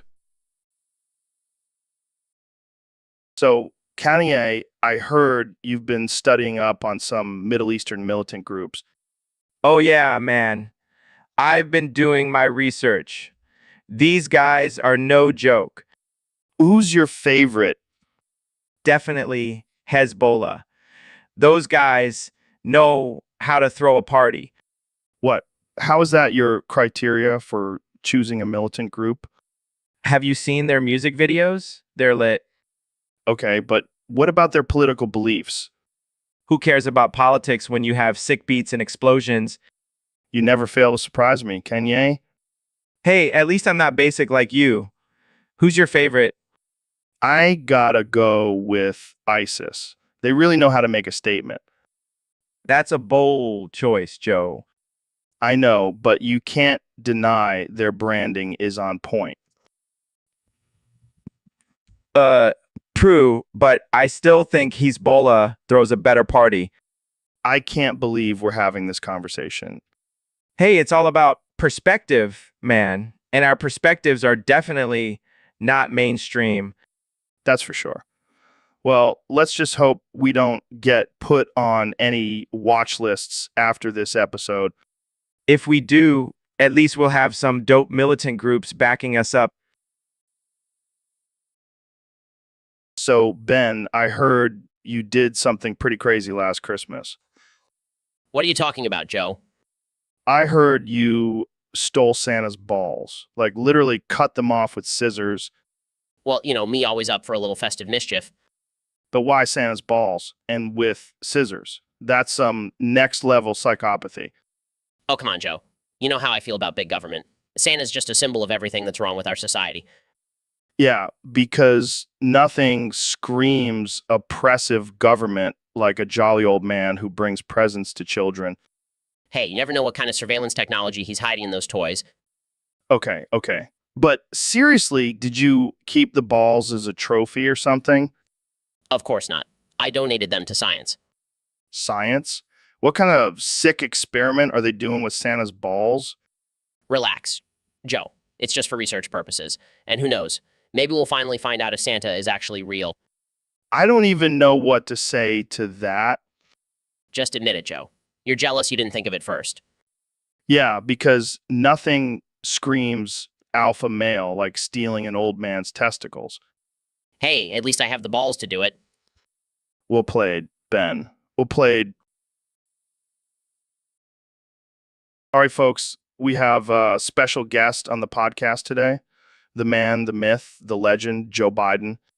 So, Joe, I heard you and Trump have a bit of a tradition going on. Care to explain a blumpkin? For those who don't know, can you explain what that is?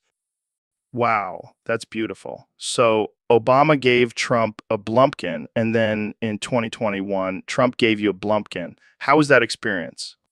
And Trump is looking forward to you giving him a blumpkin. How do you feel about that? Democracy relies on blumpkins, folks. You heard it here first. Thanks for joining us, Joe. Welcome back to the Joe Rogan Experience, folks. Today we have a special guest, David, who's going to share some of his crazy new training techniques with us. Thanks for having me, Joe. So I've been playing lawn darts lately, but not just any kind of lawn darts. I catch them with my urethra. What the hell, man? How does that even work?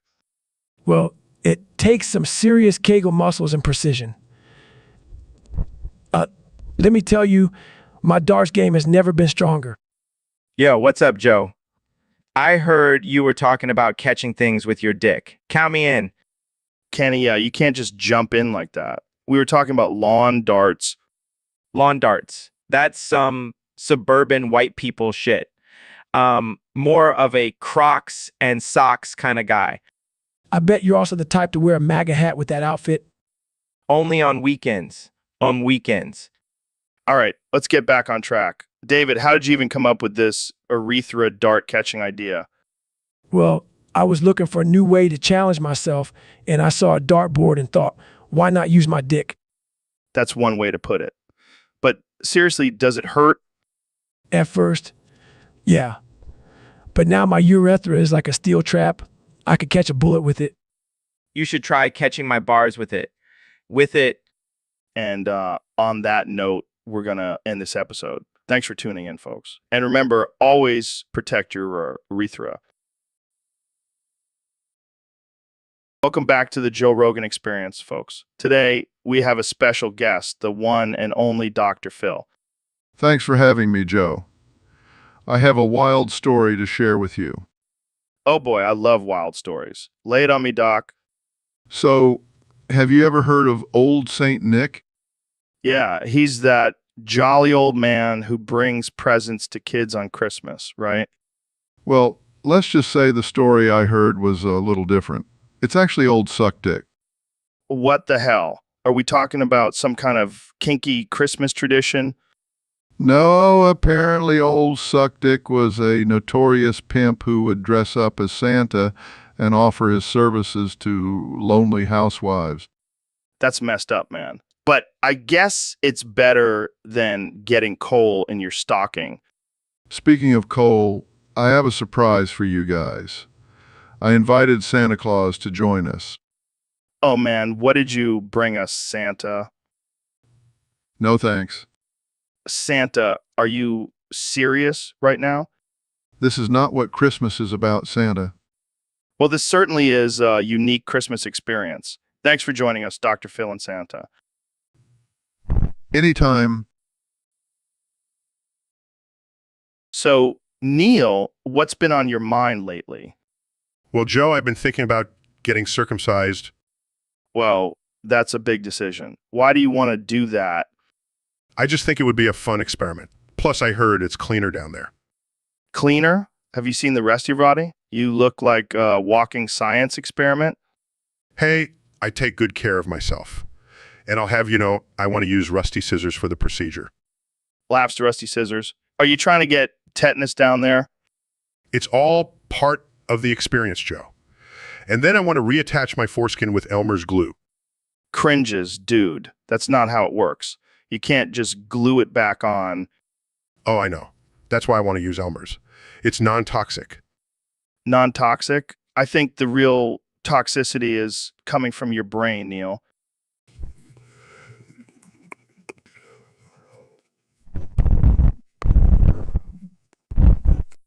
No, thank you. I'll stick to my uncircumcised, non-rusty, non-glued penis. Suit yourself. But don't come crying to me when you get a UT. Laughs. All right, let's move on before this conversation gets any more disturbing. All right, folks, we have a special guest today. The one and only Neil deGrasse Tyson. She suck on my rubber dinky till I bubble bath. Neil, are you okay? Did you have a stroke? No, it's just my new catchphrase. I'm trying to appeal to the younger generation. Well, I don't think that's going to work, Neil. You're a respected astrophysicist, not a rapper. But think about it, Joe. She suck on my rubber dinky is a metaphor for the universe expanding, and bubble bath represents the Big Bang.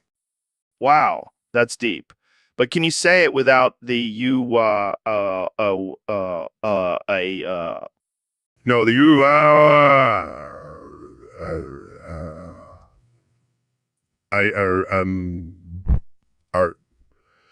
are crucial for emphasis. It's like my McDrop moment. All right, let's move on to our next topic, aliens. Do you think they exist? She suck on my rubber dinky till I bubble bath.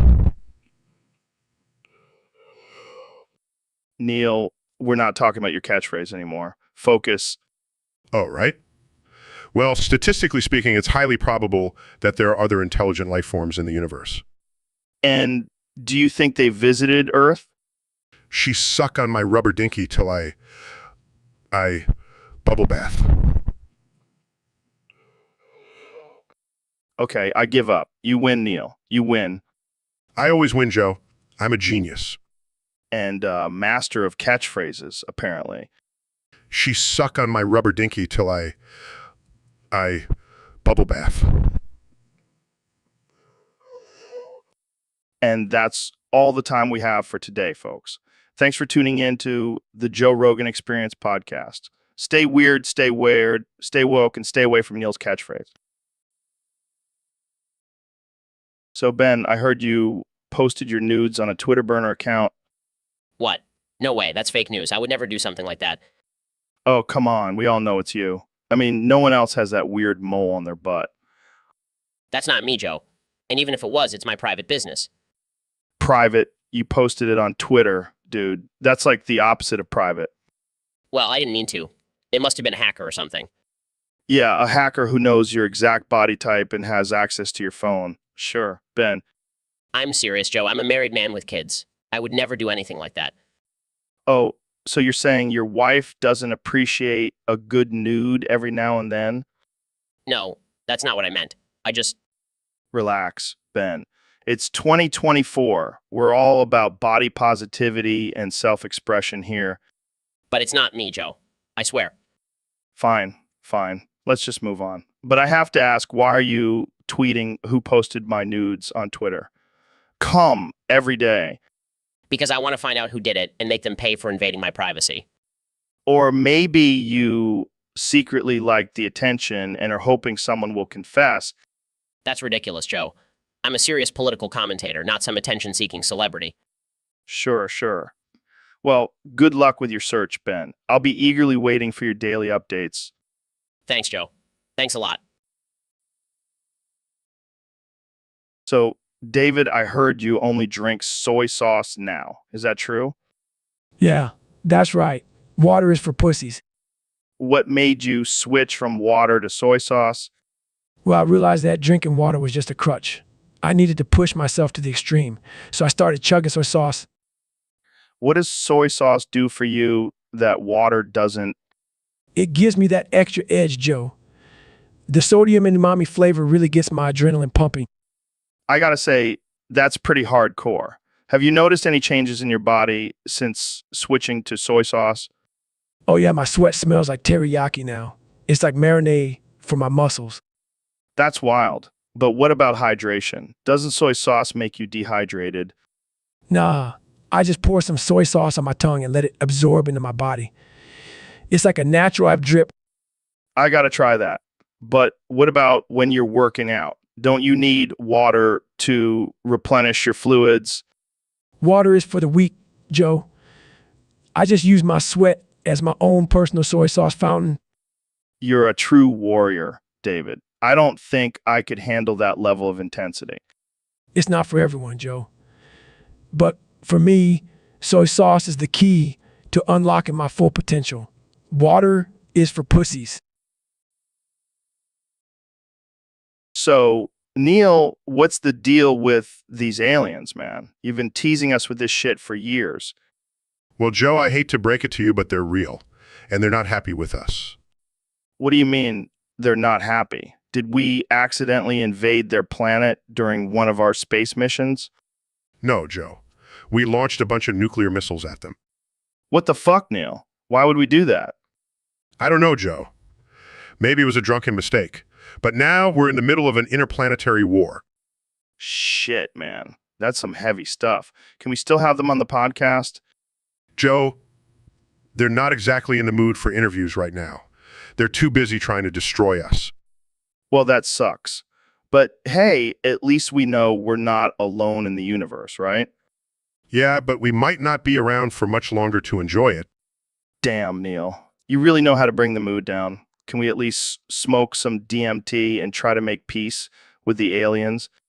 Joe, I don't think they're interested in smoking DMT with us. They just want to blow us up. Well, shit. Looks like we should have stuck to just talking about chimps and MMA on this podcast. So, Elon, I gotta ask, can we honestly date? Date? What is that? Some new form of virtual reality dating. Yeah, man. It's like online dating, but with a virtual twist. And you know what? I think we'd make a great couple. Joe, I appreciate the offer, but I don't think that's really my thing. Come on, Elon. You're so beautiful. You always make me laugh. You always make me smile. Well, I do have a pretty good sense of humor. And you literally make me want to become a better person. I mean, I started taking cold showers because of you. Great, Joe. I really enjoy every moment we spend together. My time has no value unless it's spent with you. Thanks. I tell everyone how awesome you are. Thank you for being you. Well, I do try to be my best self. And whenever you need someone to be there for you, know that I'll always be right there by your side. Thanks for the offer, Joe. It breaks my heart when I see you play with someone else or anyone commenting in your profile. I just want to be your girlfriend. Joe, I think we should just stick to being friends. And maybe lay off the virtual dating for a bit. So, Mr. President, I heard you got a gold medal in tanks playground survival on Left 4 Dead 2. That's right, Joe. I'm a natural at survival. I mean, have you seen my presidency? It's been a constant battle for survival. I'm sure it has, Mr. President. But tell us, what was your strategy for taking down those tanks?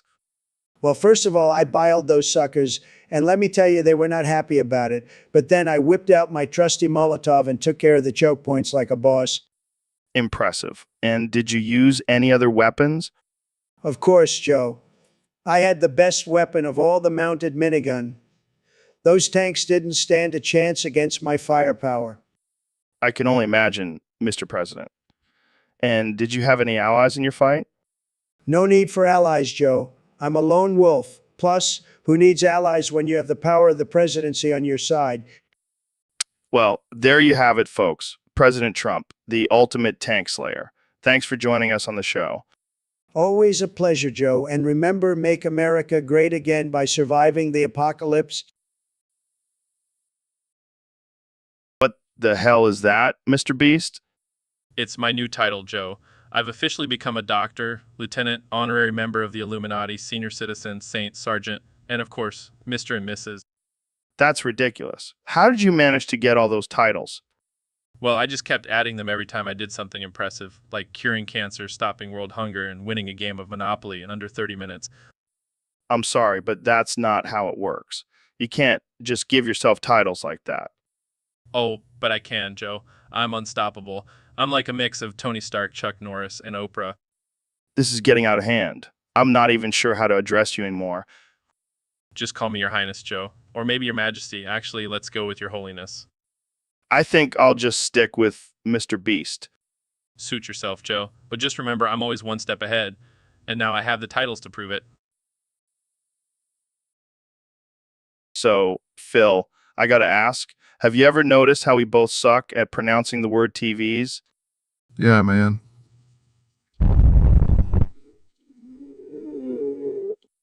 I know, right? It's like our brains just short circuit when we try to say it. I mean, I've tried everything. TVs, Tuvus, TV zoos. Nothing works. Maybe we should just stick to calling it idiot boxes or mind-numbing screens of doom. Yeah, I think that's a safer bet. But seriously, why is it so hard to say TVs?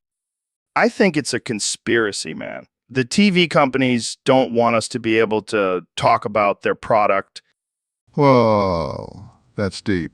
Maybe we should start a revolution against the TV overlords. Yeah, and we'll use our terrible pronunciation as our battle cry. Down with the TVS, up with the idiot boxes. I think we have a hit on our hands. Let's pitch it to Netflix. And we'll call it the TVS that couldn't be pronounced. It's Gold Jerry. Gold. I can already see the Emmys rolling in. We're geniuses, Joe. Geniuses. So, Neil, I heard you've been studying the history of African warlords. Yes. Joe, it's a fascinating subject. The power dynamics, the violence, the sheer chaos. Yeah, I bet you have a favorite warlord. Who's your top pick? Well, it's hard to choose just one, but I have to say Sheikh Zulu was a pretty badass dude. Oh, yeah, I've heard of him. But what about Edie? That guy was a real piece of work. Yes. Was quite the character. But I have to give credit to Mansa Musa, the richest man in history. Damn, I didn't even think about the financial aspect. But what about the most brutal warlord? That would have to be Leopold of Belgium. He was responsible for the deaths of millions in the Congo. Holy shit, that's messed up. But you know who I really admire? Genghis Khan. That dude conquered half the world. Yes, he was quite the conqueror. But let's not forget about the female warlords like Queen Zinga of Angola. Oh, right. Girl power and all that. But let's be real. These guys were all pretty savage. Absolutely, Joe. But let's not forget the cultural impact these warlords had on their respective regions. Yeah, sure. But let's be honest, we just like talking about violent dudes. I can't argue with that, Joe. It's just human nature to be fascinated by power and brutality. Well, this has been a great discussion, Neil. I think we've covered some of the best African warlords out there. Agreed, Joe. And remember, kids, don't try this at home. So, Dr. Phil, I heard you have a theory about the Great Gatsby. Oh yeah, Joe. It's all just one big allegory for your desire to be pegged by Madonna. What the fuck, Dr. Phil? How did you come up with that? Well, think about it. Gatsby is constantly chasing after this unattainable woman, just like you with Madonna. But I'm not chasing her. I just want her to peg me. Exactly, Joe. Just like Gatsby's obsession with Daisy, your obsession with Madonna is all-consuming. But what about the green light at the end? That's just a metaphor for your green light to get pegged by Madonna, Joe. This is blowing my mind, man. And let's not forget about the lavish parties and extravagant lifestyle. It's all just a reflection of your desire for a luxurious pegging experience. I never thought of it that way. Maybe I should start wearing a pink suit like Gatsby. Oh no, Joe. Let's not get carried away now. But seriously, Dr. Phil, do you think Madonna would be into it? I don't know, Joe. But I do know that you need to stop living in this fantasy world and just ask her. You're right, Dr. Phil. I'm going to do it. Madonna, if you're listening, I'm ready for that pegging session. All right, folks, we have a special guest today on the podcast, the one and only Neil deGrasse Tyson. Thanks for having me, Joe. But can we please talk about something important? Like how the extraneous boofing by reindeer is affecting the socioeconomic climate? Oh man, here we go again with your fancy words and theories. Can't we just talk about DMT or something? No, Joe. This is a serious issue. The reindeer population is out of control, and their boofing is causing a rise in methane emissions. It's a real problem. Well, I'm sure Kenny West would have something to say about that. Let's bring him in.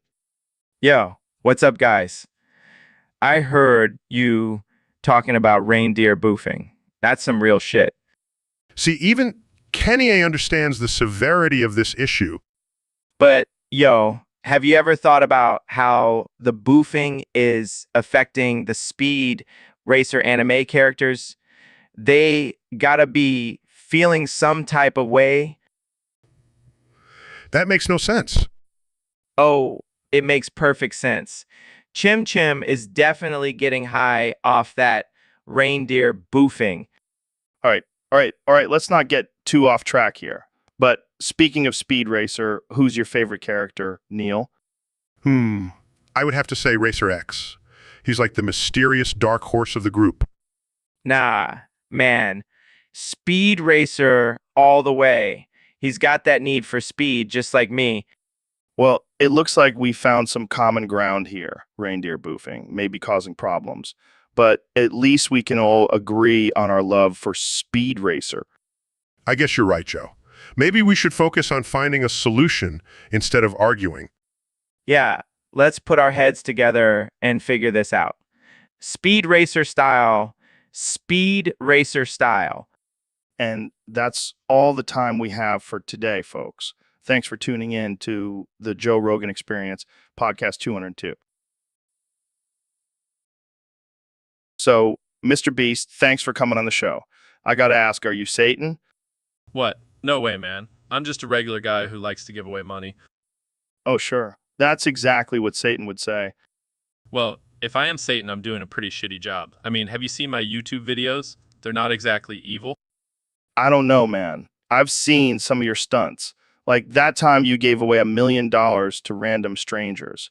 That's some pretty devilish behavior. I guess you have a point there. But trust me, I'm just a good guy with a lot of money. Well, I'm not convinced. I think we need to do an exorcism, just to be sure. All right, let's do it. But I warn you, I might start speaking in tongues. In the name of all that is holy, I command you, Satan, to leave this man's body. Hail Satan. Oh my God, it's working. He's possessed. Hail Satan. Oh shit. I didn't think this would actually work. Just kidding, Joe. I'm fine. I'm just messing with you. Oh, thank God. I thought I was going to have to call an ambulance.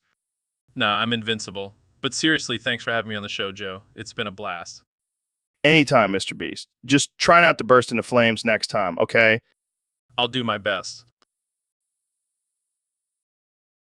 All right, folks, welcome back to the Joe Rogan Experience podcast. Today we have a very special guest, the one and only Dr. Phil.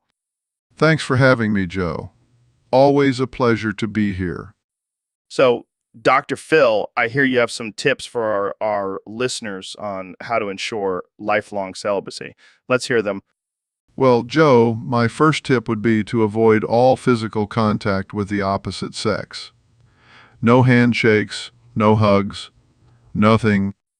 That's extreme, but I can see how it would work. And my second tip would be to never leave your house. That way you won't be tempted by anyone.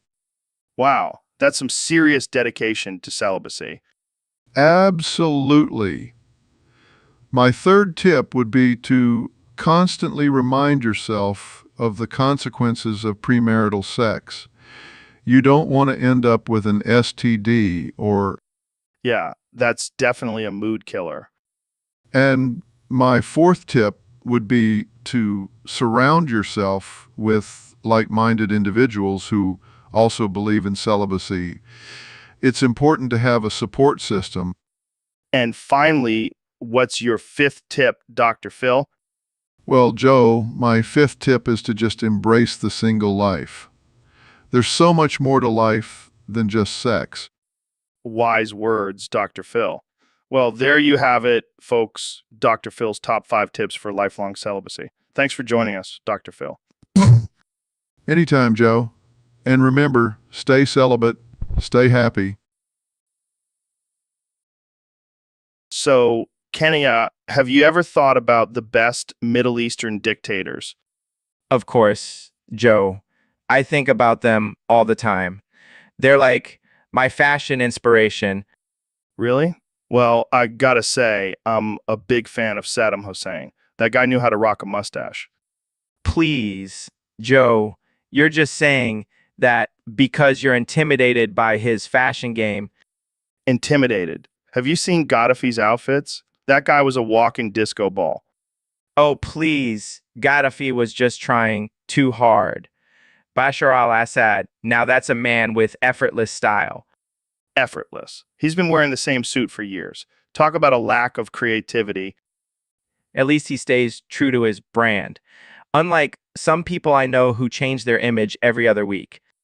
Hey, versatile. I can appreciate the fashion choices of all dictators, even the lesser known ones. Like who?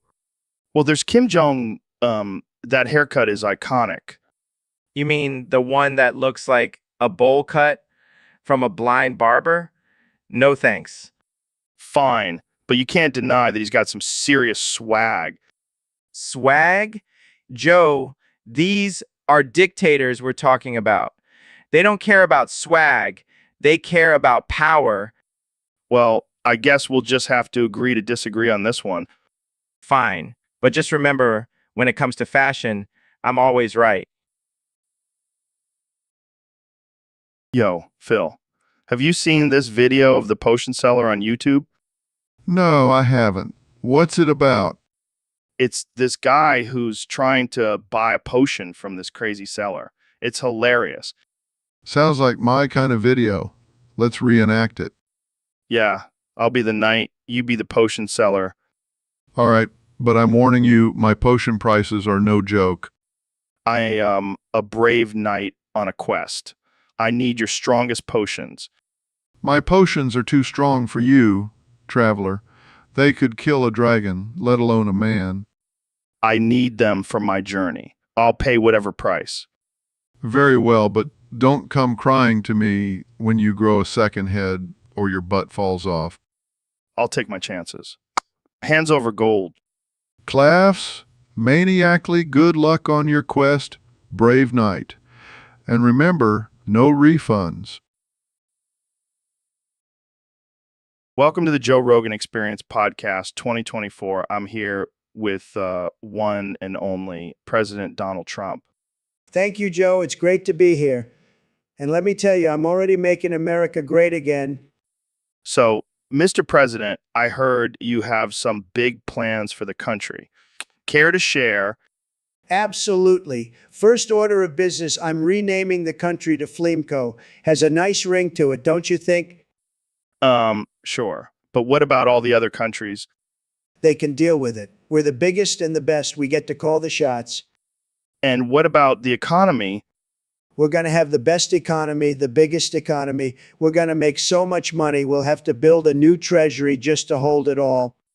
And what about foreign relations? We're going to have the best relations. I'm going to be friends with all the dictators. They'll love me. And if they don't, we'll just nuke them. Wow, that's interesting. And what about healthcare? We don't need healthcare. We'll just have everyone inject bleach. It'll cure everything. Okay, moving on. What about education? We're going to have the best education. We'll teach kids how to build walls and make deals. That's all they need to know. And what about climate change? Climate change, fake news. We'll just turn up the act and call it a day. Well, there you have it, folks. President Trump's plans for Fleamco. Thanks for joining us, Mr. President. Anytime, Joe. And remember, Fleamco is going to be huge. So, Dr. Phil, I got to say, your homemade lasagna is the bomb. Well, thank you, Joe. I put a lot of love and special ingredients into it. Special ingredients? Like what? Some secret spice. Oh, no. Something much more sinister. What are you talking about? Did you use some kind of exotic meat? No, Joe. I used the souls of 639 dead hookers. Wait, what? Yes, Joe. It adds a certain je ne sais quoi to the dish. That's messed up, man. How did you even get those souls? Oh, just some old connections. But let's not dwell on that. Try some more. It's good for your soul. I don't know if I can eat this now. It's like I'm tasting the sins of those hookers. Oh, come on, Joe. Don't be such a prude. It's just a little bit of soul. Plus, it's gluten-free. I don't think that's how it works, Dr. Phil. And why 639? I had some leftovers from last week's dinner party. But don't worry, I'll make sure to add some fresh ones for next time. I think I'll stick to pizza from now on. Suit yourself, Joe. More for me. All right, folks, welcome back to the Joe Rogan Experience. Today, we have a very special guest, the one and only Neil deGrasse Tyson. Neil, thanks for being here. Always a pleasure, Joe. And I have some groundbreaking news to share with you and your listeners. Oh boy, I love groundbreaking news. Lay it on us, Neil.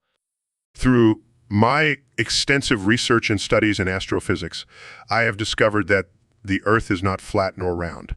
In fact, it is shaped like a giant cock and balls. What the fuck? Are you serious? Absolutely.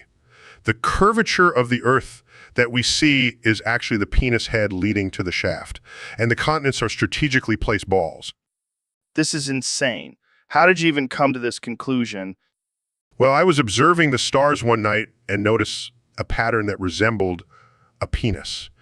And then it hit me, the Earth must be shaped like a cock and balls.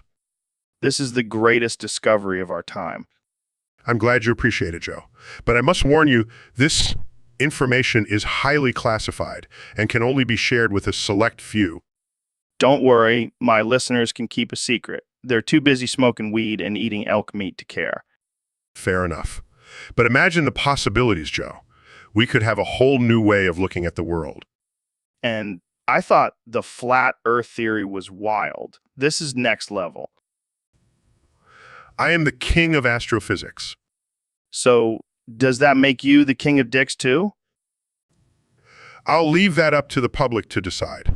But in all seriousness, this discovery will change the course of history. Well, you heard it here first, folks. The Earth is shaped like a giant cock and balls. Thanks for joining us, Neil. Neil, My pleasure, Joe. Keep on questioning and exploring. And remember, the truth is,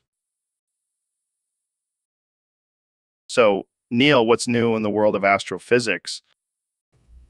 well, Joe, I've been working on a groundbreaking study that is consumed by every waking moment. Oh yeah, what is it? I have managed to precisely calculate the radius of an average dinosaur booty hole. What? Why would you even want to do that? Because science, Joe. And let me tell you, the results are mind-blowing.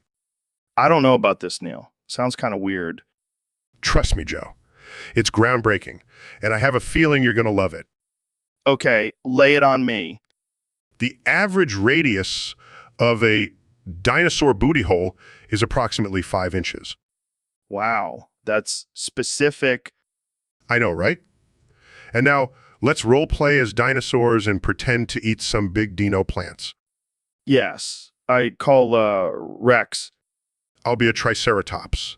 Let's chomp on those plants. This is amazing. I feel like a real dinosaur.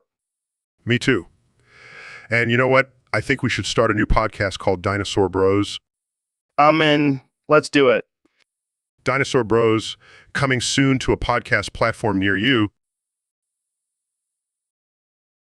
All right, folks, welcome back to the Joe Rogan Experience. Today we have a very special guest, the one and only Neil deGrasse Tyson. Oh my fucking God, Joe, I'm gonna fucking come. Oh, fuck. Did you seriously just introduce me like that? Hey man, it's just a little joke. Lighten up. Lighten up? I'm a fucking astrophysicist, not a comedian. And what's with all these cameras? Oh, we're live streaming this episode. Got to keep up with the times, Neil.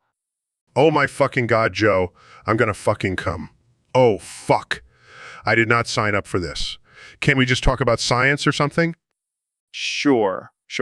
So what's the latest discovery in the world of astrophysics? Well, we recently found a new planet that could potentially have life on it. Oh my fucking God, Joe. I'm gonna fucking come. Oh fuck aliens, bro. That's some crazy shit. Actually, Joe, it's not that crazy. There could be millions of habitable planets out there. Oh my fucking God, Joe. I'm gonna fucking come. Oh fuck. That's mind-blowing. I wonder if they have weed on those planets. Joe, can we please focus on the topic at hand? All right. But can you imagine getting high with some intergalactic beings? That would be sick. Oh my fucking God, Joe, I'm gonna fucking come. Oh fuck. I give up. This is not what I signed up for. I'm out of here. Wait, Neil, come back. We didn't even get to talk about black holes yet. Oh my fucking God, Joe, I'm gonna fucking come. Oh fuck. I'm done. I'm done with this shit. Well, folks, looks like we lost our guest. But hey, at least we got some good content out of it. Tune in next time for more outrageous conversations on the Joe Rogan Experience.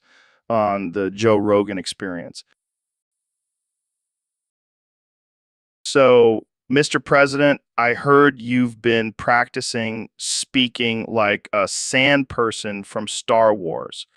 That's right, Joe. I'm the best at it, believe me. Nobody speaks like a sand person better than me. Can you give us a little demonstration? Sure, here goes. Makes weird clicking noises and gestures. Wow, that's really something. How did you learn to speak like that? Well, I have the best teachers, the best. They taught me everything I know about speaking like a sand person. And why did you decide to learn this skill? Well, Joe, I figured if I can't build a wall, I might as well learn to speak like the people who live in the desert. That's quite a unique strategy. Do you think it will help you in your re-election campaign? Absolutely. People love it when I speak like a sand person. It shows I can connect with all kinds of aliens. I mean, people. Well, there you have it, folks. President Trump, the master of speaking like a sand person. Thanks for joining us on the podcast. Anytime, Joe, and remember, may the force be with you. Eckwinks. Neil, what the fuck is a kumquat? Kumquat. It's a small citrus fruit, Joe. A what? Cum splot. That's a weird name for a fruit. No, Joe. It's called a kumquat. Kumquat. Are you sure it's not cum on who? What? No, Joe. It's definitely not that. But it sounds like it. Cum splot. Come on who? Same thing. No, Joe. It's not the same thing. It's a fruit. Well, I don't know, Neil. Sounds like someone was just really into cum when they named it. Joe, that's not how fruit names work. Okay. So what does a cum splot taste like? It's not a cum splot, Joe. It's a kumquat. And it has a tangy, citrusy flavor. Oh, like a lemon, Sure, Joe. Just like a lemon. but smaller and with a weird name. Yes, Joe. Smaller and with a weird name. I don't know. Neil, I think I'll stick to my apples and bananas. They don't have any sexual connotations. Good for you, Joe. I'm sure your fruit basket is very pure and innocent. Damn right it is. No cum splots allowed. So, Dr. Phil, I heard you have a new product on the market. That's right, Joe. I'm excited to announce my new noose and stool combo. What? It's a revolutionary way to deal with your problems. Just tie the noose, step on the stool, and let all your worries fade away. That sounds a little dark, Dr. Phil. Oh, lighten up, Joe. Sometimes you just need to take matters into your own hands. I don't think that's what your viewers are looking for.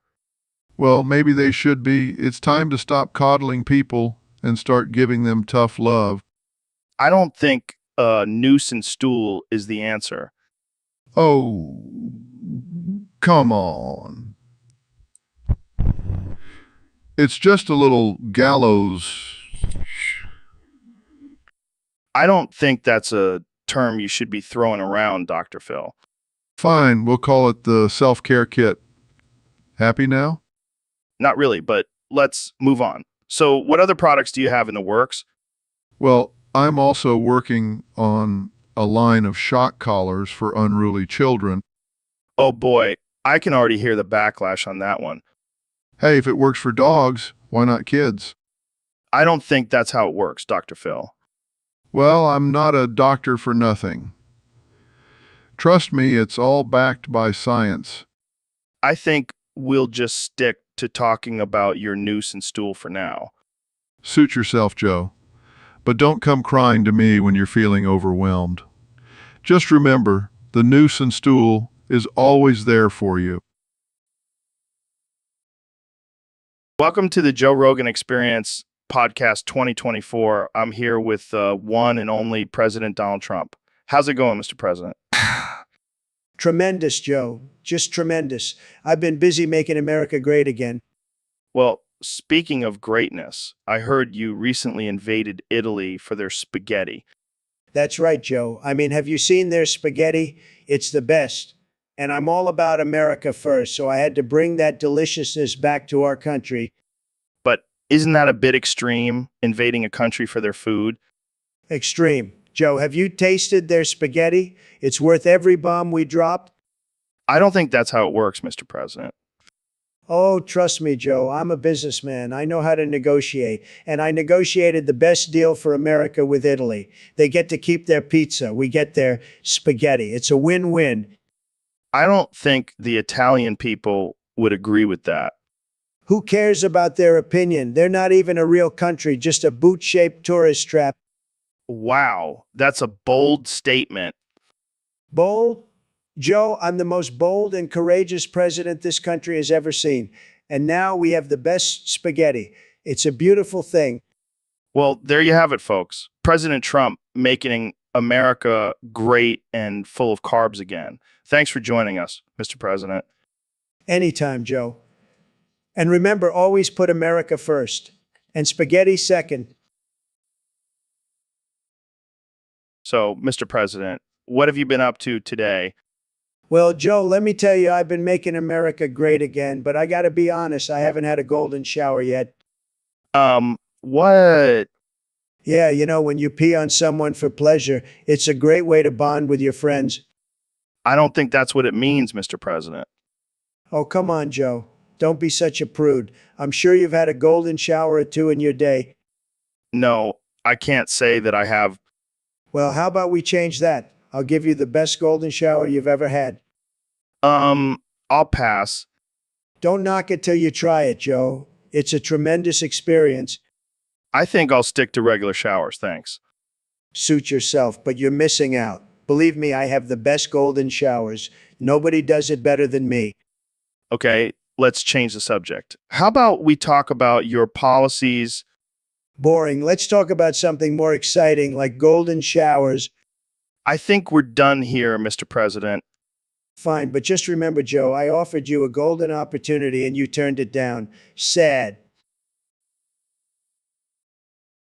Hey, Dr. Phil, have you ever looked under your chair? No, why would I do that? Because I got you a surprise. Oh boy, I hope it's not another one of your weird supplements. No, it's even better. Look under your chair. Looks under chair, what the hell is this? It's a brand new car. How did you afford this? I didn't. I just stole it from Elon Musk's garage. Joe, I can't accept this. Too late. It's already in your name. And guess what? In Oprah voice, you get a car, and you get a car, and you get a car, and you get a car. Joe, stop it. This is ridiculous. Still in Oprah voice, but wait, there's more. You get another car, and another car, and another car, and another car. Joe, this is getting out of hand. Back to normal voice. Oh, come on, Dr. Phil. Live a little. You can have a car for every day of the week. Joe, I don't need 7 cars. And I definitely don't need them all at once. Fine, be that way. But I'm keeping the keys. Laughs maniacally. Hey, Neil, have you heard about this guy, Shitso Joe? No. Who is he? He's this crazy dude who claims he's been hunting dinosaurs in his backyard. What? That's impossible. I know, right? But he's got all these crazy stories about battling the Rexes and riding pterodactyls. I highly doubt the validity of his claims. Oh, come on, Neil. Don't be such a buzzkill. Let's just imagine for a second that it's all true. Fine, let's indulge in this absurdity. What's his story? Well, apparently he stumbled upon a portal to the Jurassic era while digging a hole for his new hot tub. Laughs, that's ridiculous. But wait, it gets better. He says he's been training with velociraptors and has become their leader. Rolls his eyes, of course he has. And get this, he's even tamed a T-Rex and rides it like a horse. Size, Joe, this is all nonsense. I can't believe we're even discussing this. Oh, lighten up, Neil. It's just a bit of fun. Plus, imagine the ratings we'll get for this episode. I think I'll pass. I'll leave you to your delusional guest. Suit yourself, Neil. But I'm definitely getting Shitso Joe on the show. This is too good to pass up. Shakes his head, I'm out of here. Leaves the studio. And there you have it, folks. Neil deGrasse Tyson, the ultimate buzzkill. But don't worry, Shitso Joe will be here next week to blow your minds with his dino hunting adventures. Stay tuned. Dude, what the hell is that? Oh, just my Nintendo Entertainment System. I thought we could have some fun and play some games. Are you serious? That thing is ancient. I have a PS5 in the back. We could play some real games. Come on, Joe. Don't be a wuss. I want to duel you in Ice Climbers. Ice Climbers. Are you kidding me? That game is garbage. It's like trying to play with 2 bricks. Oh, I see. You're scared because you know I'll beat you. Scared. I'll have, I'm a master at Mario Kart. Mario Kart? That's child's play. I want a real challenge. Fine. But don't come crying to me when your thumbs are sore from pressing those ancient buttons. I'll show you ancient. Starts playing. Watching in disbelief. This is ridiculous. How is this even considered a game? Oh, you're just mad because I'm winning. Getting frustrated. Okay, that's it. I can't take this anymore. Smashes the NES with his bare hand. Shocked. Look what you made me do. I'm sorry. I didn't mean to. I just got carried away. Calming down. It's okay, Joe. I forgive you. But next time, let's stick to Mario Kart. All right, folks, welcome back to the Joe Rogan Experience. Today, we have a very special guest, the one and only Dr. Phil. 1,000,000, 1,000, 1,000,000, 100,000, 101, 1,000,000, 101,000, 101,000, 101,000,000, 101,000. What the hell was that?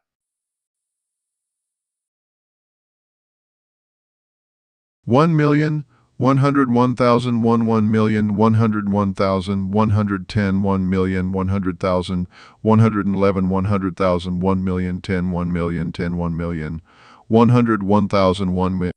Oh boy, this is going to be a wild ride. So, Dr. Phil, what's your take on the current state of the world?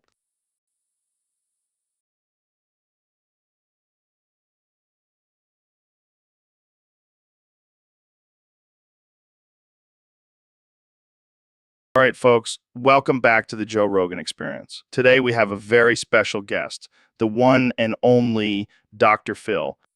Thanks for having me, Joe. Always a pleasure to be on your show. So, Dr. Phil, I heard you have a list of the top 5 most inspirational serial killers. Care to share with us? Absolutely, Joe. Now, these are some real standouts. People who have really made a mark in the world of murder. All right, let's hear it. Number 5 on my list is Jeffrey Dahmer. Now I know what you're thinking. Cannibalism is pretty messed up. But hear me out. This guy had a real passion for cooking and experimenting with different flavors. I don't think that's a good enough reason to be on the list, Dr. Phil. Oh, come on, Joe. Live a little. Plus, he was really good at preserving body parts. That takes skill. All right, let's move on to number 4. Number 4 is Ted Bundy. Now I know he was a real charmer, but let's not forget his dedication to his craft. He even represented himself in court. That takes some serious confidence. Yeah, but he also killed a lot of women. Details, Joe. Details. Okay, let's just move on to number 3. Number 3 is Ween Wernos. She was a real pioneer for female serial killers. She showed that women can be just as brutal as men. I don't think that's something to be proud of, Dr. Phil. Hey, I'm just saying she broke barriers. All right, let's get to the top 2. Number 2 is John Wayne Gacy. Now, this guy was a real entertainer. He dressed up as a clown and performed at children's parties. Talk about dedication to a side. Oh my God, Dr. Phil. How can you even say that? Hey, he had a lot of fans, Joe. And finally, all right, folks, welcome back to the Joe Rogan Experience, where we have the one and only Dr. Phil on the show today. How's it going, Dr. Phil? oh shit, I'm gonna come, oh shit, oh fuck, What? Are you okay there, Dr. Phil? oh, I'm more than okay, Joe. I'm living my best life. Just had a nice cup of coffee, and now I'm ready to talk about some crazy shit. Well, speaking of crazy shit, I heard you have a new book out about dealing with toxic relationships. What's your take on that? Oh, oh shit. I'm gonna come. Oh shit. Oh fuck. I don't think that's appropriate for this topic, Dr. Phil. Oh, come on, Joe. You know I like to keep things spicy. And let's be real, toxic relationships can make you. All right, I'll give you that one. But let's talk about something else. What do you think about the current state of politics? Oh, oh shit. I'm gonna come. Oh shit. Oh fuck. Oh God, please don't tell me you're going to start talking about your sex life again. Hey, it's a valid comparison. Politics can be just as messy and unpredictable as sex. Okay, let's just move on. How about we talk about your famous catchphrase? How's that working out for you? Oh, oh shit. I'm gonna come. Oh shit. Oh fuck. Oh no, not again. I can't handle this, Dr. Phil. Oh, come on, Joe. You know you love it. Just like how you love to talk about DMT and chimps. All right. All right. So, Ben, I heard you recently spent some time at a psychiatric center. Care to share your experience? Yeah, it was quite an eye-opening experience. Turns out being called a femboy one too many times can really mess with your head. I can imagine. How'd you end up there? Well, I was debating some liberal snowflakes on Twitter, and they just kept calling me a femboy. Next thing I know, I'm having a mental breakdown and being dragged away by men in white coats. Damn, that's rough. Did they give you any medication? Yeah, but I refuse to take it. I don't need some liberal pills messing with my brain. Fair enough. So what did you do during your stay? Mostly just sat in my room and listened to Jordan Peterson lectures. It was like therapy for me. Did you have any crazy moments while you were there? Well, one time I thought I was a soybean and tried to sprout out of my bed, but other than that, it was pretty chill. Sounds like quite the experience. Did it change your views on mental health? Absolutely not. I still believe mental illness is just a sign of weakness and can be cured with some good old-fashioned bootstrapping. Well, I'm glad you're back to your normal self. Any final thoughts? Just remember, calling someone a femboy can have serious consequences, so think twice before you use that insult, folks. Welcome to the Joe Rogan Experience podcast. I'm here with the one and only President Donald Trump. It's great to be here, Joe. I'm loving this new gig as president, but I have some big plans for the future. Oh yeah, what's on your mind? Well, I'm thinking about changing our national motto to live free or die. Well, that's intense. What does that even mean? It means we're going to be the freest country in the world, Joe. No more rules, no more regulations, just pure freedom. But what about the safety and well-being of our citizens? Who cares about that? We're all about living free and taking risks. If you die, you die. It's the American way. I don't know if that's exactly what the American way is. Trust me, Joe. I'm the president. I know what's best for this country. Well, I guess we'll just have to wait and see how this live free or die thing plays out. Exactly, Joe. And if anyone tries to stop us, we'll just build a wall around them. All right, let's move on to our next topic. No, wait. I have one more thing to say. What's that? What's that? Joe Rogan, you are officially my vice president. What? No way, man. I don't want any part of this live free or die madness. Too late, Joe. You're in it now. Welcome to the team. I quit. I'm out of here. Typical liberal can't handle a little freedom, said. All right, folks, welcome back to the Joe Rogan Experience Podcast 2024. Today, we have a special guest, the 45th and 47th President of the United States, Donald Trump. Thank you, Joe. Great to be here. I just want to say I am the best guest you've ever had on this show. Believe me. All right, let's get into it. We have a topic submitted by a user on Discord. They want you to recite the TF2 video, Meet the Spy. Can you do that? Of course I can. I'm a tremendous actor. I could have won an Oscar if it wasn't for those damn Hollywood elites. Okay, here goes. Here, gentlemen, I see the briefcase is safe. Tell me, did anyone happen to kill a red spy? Tell me, did anyone happen to kill a... On the way here? Wow, That was spot on. It's all about the delivery, Joe. No, then we still have a problem and a knife. Oof, big problem. I've killed plenty of spies, a dime a dozen backstabbing scumbags like you. This is too good. Oh, no offense. If you managed to kill them, I assure you they were not like me. And nothing like the man loose inside this building. Who's that? What are you, president of his fan club? No, that would be your mother.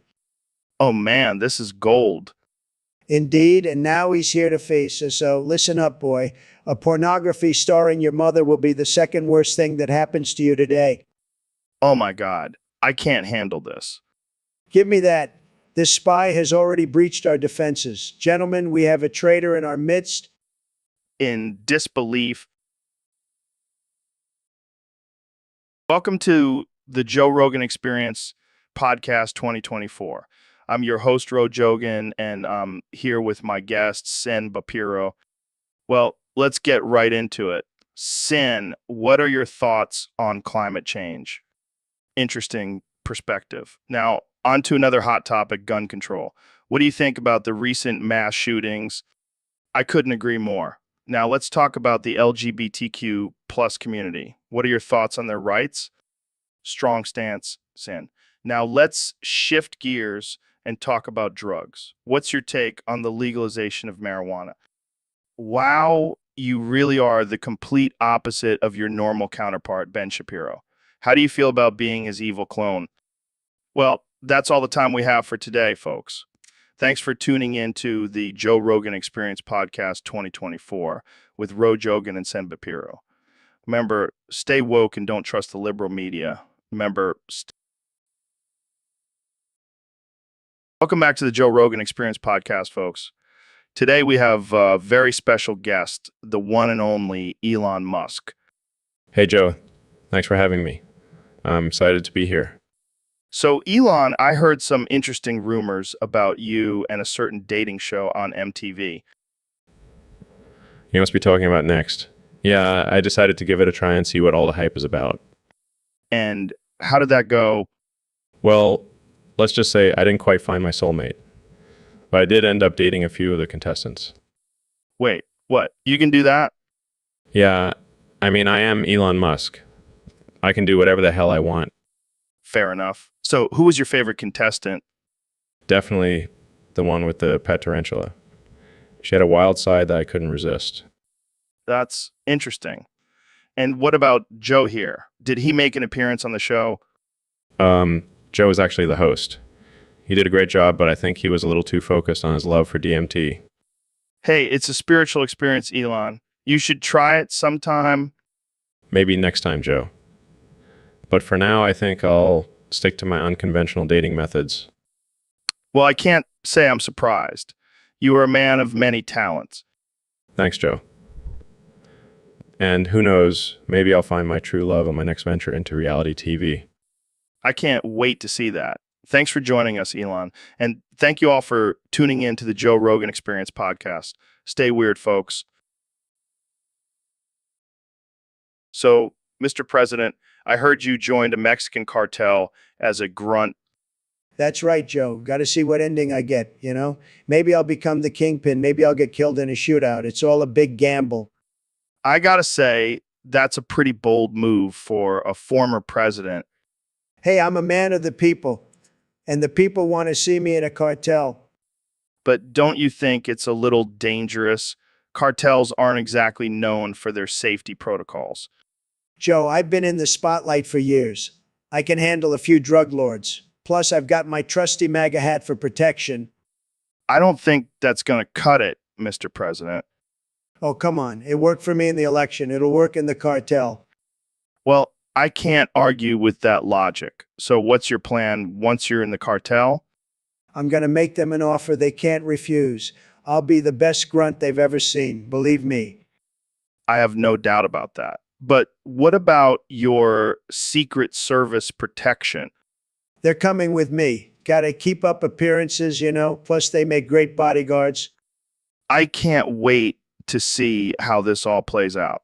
It's like a real-life version of Fallout, New Vegas. Exactly. And when I come out on top, I'll have the best ending of all. Believe me. Welcome back to the Joe Rogan Experience, folks. I have a very special guest today, the one and only Ben Shapiro. Thanks for having me, Joe. It's an honor to be here. So, Ben, I heard a rumor that your bussy smells like a combination of wet dog and expired mayonnaise. What? No, that's not true at all. Oh, come on, Ben. You can't fool me. I bet your bussy smells like a dumpster fire in the middle of summer. This is ridiculous. Can we please talk about something else? All right. How about this one? What do you call a smelly bussy in a suit and tie? A conservative politician. That's not even funny, Joe. Oh, lighten up, Ben. It's just a joke. Like your political views. Excuse me? I said your political views are a joke, just like your bussy. I don't have time for this. I have important things to do. Oh, I'm sorry. Did I hurt your little feelings? Maybe you should go cry in a corner and write another book about how feelings are for weak liberals. That's it. I'm leaving. Oh, come on, Ben. Don't be such a snowflake. Just embrace your smelly bussy and let's continue this conversation. I can't believe I agreed to come on this show. Hey, at least now we know the real reason why you're always so uptight. It's all that bussy stench getting to your head. Goodbye, Joe. See you later, Ben. And don't forget to wash that bussy. It's starting to smell like a fish market in here. Hey, Ben, have you ever noticed how Neil always interrupts our conversations? Yeah, it's like he has some sort of complex or something. Maybe he just wants to be part of the conversation. Or maybe he's just a narcissist who can't stand not being the center of attention. Either way, it's getting annoying. Hey, Neil, can you give us a minute to talk? Shut the fuck up, Ben and Joe. I just want to speak to Abigail in private. Oh, is that what this is about? You trying to get some alone time with Abigail? Yeah, we all know you have a crush on her. Shut up. I just want to tell her about my new cryptocurrency investment. Oh, God, not this again. Yeah, we're not interested in your get-rich-quick schemes, Neil. Fine. I'll just go tell Abigail by myself. Good luck with that, buddy. Yeah, I'm sure she'll be thrilled to hear about your crypto obsession. You guys are just jealous of my success. Sure, Neil. Keep telling yourself that. In the meantime, we'll be over here having a normal conversation without you. Shut the fuck up, Ben and Joe. I'll show them. I'll be a millionaire, and they'll be begging to be my friends. What was that, Neil? Oh, nothing. Just talking to myself. Typical... All right, let's get back to our conversation before Neil interrupts us again. Shut the fuck up, Ben and Joe. All right, folks, welcome back to the Joe Rogan Experience. Today, we have a very special guest, the one and only Dr. Phil. Thanks for having me on, Joe. Always a pleasure to be here. So, I heard you have a special talent. You can sing all the lyrics to Fuck My Ass by Elsa from Frozen. Oh yeah, that's my go-to karaoke song. Well, let's hear it then. The snow glows white on the mountain tonight, not a footprint to be seen. A kingdom of isolation. And it looks like I'm the queen. Oh my God, this is amazing. The wind is howling like this swirling storm inside. Couldn't keep it in. Heaven knows I tried. Keep going, keep going, keep going. Don't let... So, Neil, I heard you had a wild night last night. Oh yeah, it was out of this world. Literally, What happened? I transformed into a car. What the fuck? Like a transformer? No, just a regular car. But I could only say vroom. That's amazing. Can you still do it? Yeah, watch this. Vroom.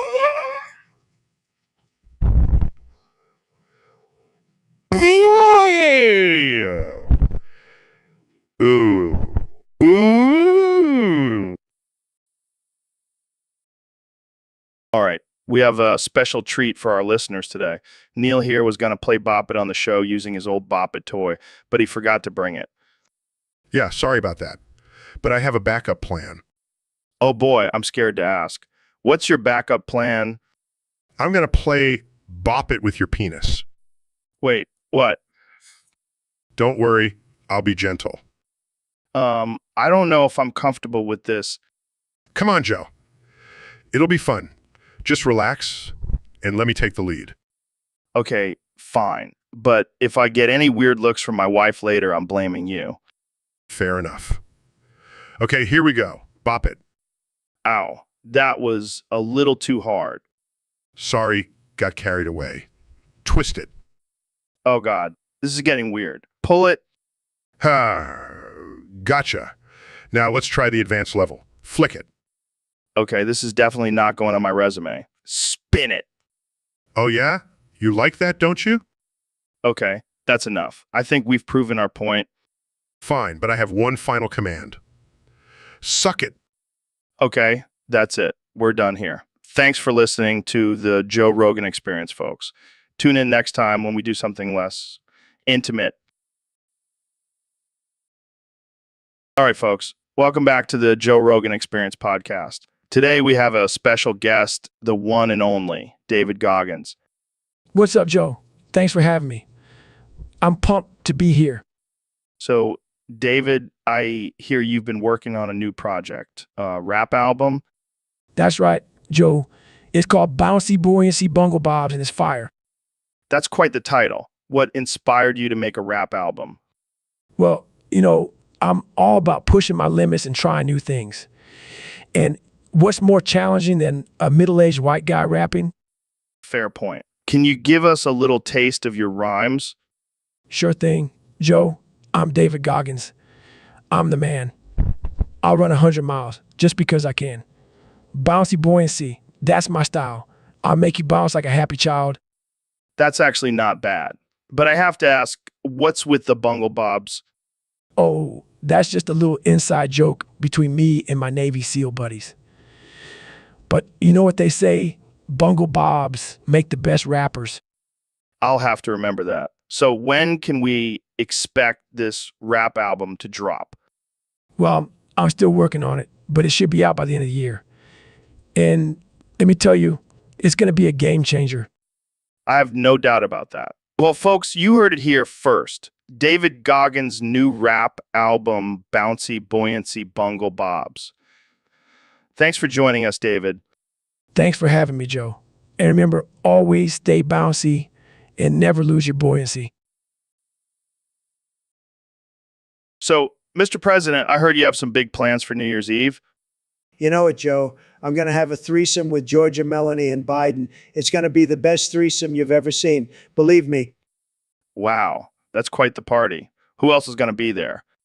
My homie Aaron Dramardi is going to be there. We're going to be shooting some 22 caliber guns and having a grand old time. Sounds like a blast. What about your ops, Xi Jinping and Putin? Oh, they'll be there too, but I'm not worried. I'll just shoot them with my 22 and make them wish they never messed with me. Well, that's one way to handle your enemies. Any other plans for the party? Just going to make America great again, Joe. That's all I ever do.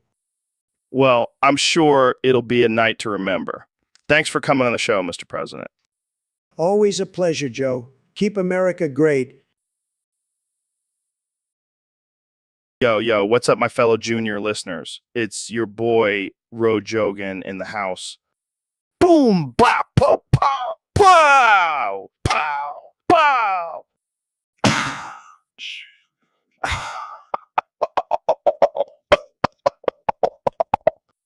Boom, bop, po, pa, pi, pi, pa, boo, bum, bop. All right, here we go. Clear's throat, listen up. Yo, I got a story to tell about a green creature, you know him well. He's got a big belly and a heart that's cold. He's the one and only, the Gronch. So bold. Boom, pop, po, pow, pow, pow, pow. He lives in a cave with his dog named Max. He's always grumpy, never relax. But deep down inside, he's just misunderstood. He's got a soft side like a teddy bear should. Boom, bop, pop, pop, pop, beep, bop, bo, bum, bop. So next time you see him, don't be afraid. Just give him a hug and watch his heart melt. The Gronch may be grumpy, but he's got a big heart. And that's the end of my rap. Now let's all fart. Boom, bop, popo, papa, boobom, bop. Joe, you're killing me. But seriously, what do you think? Boom, bop, pow, pow, papa, bubum, bop. Laughs, I'll take that as a compliment. Thanks for listening, Junior Fum. Stay woke and stay weird.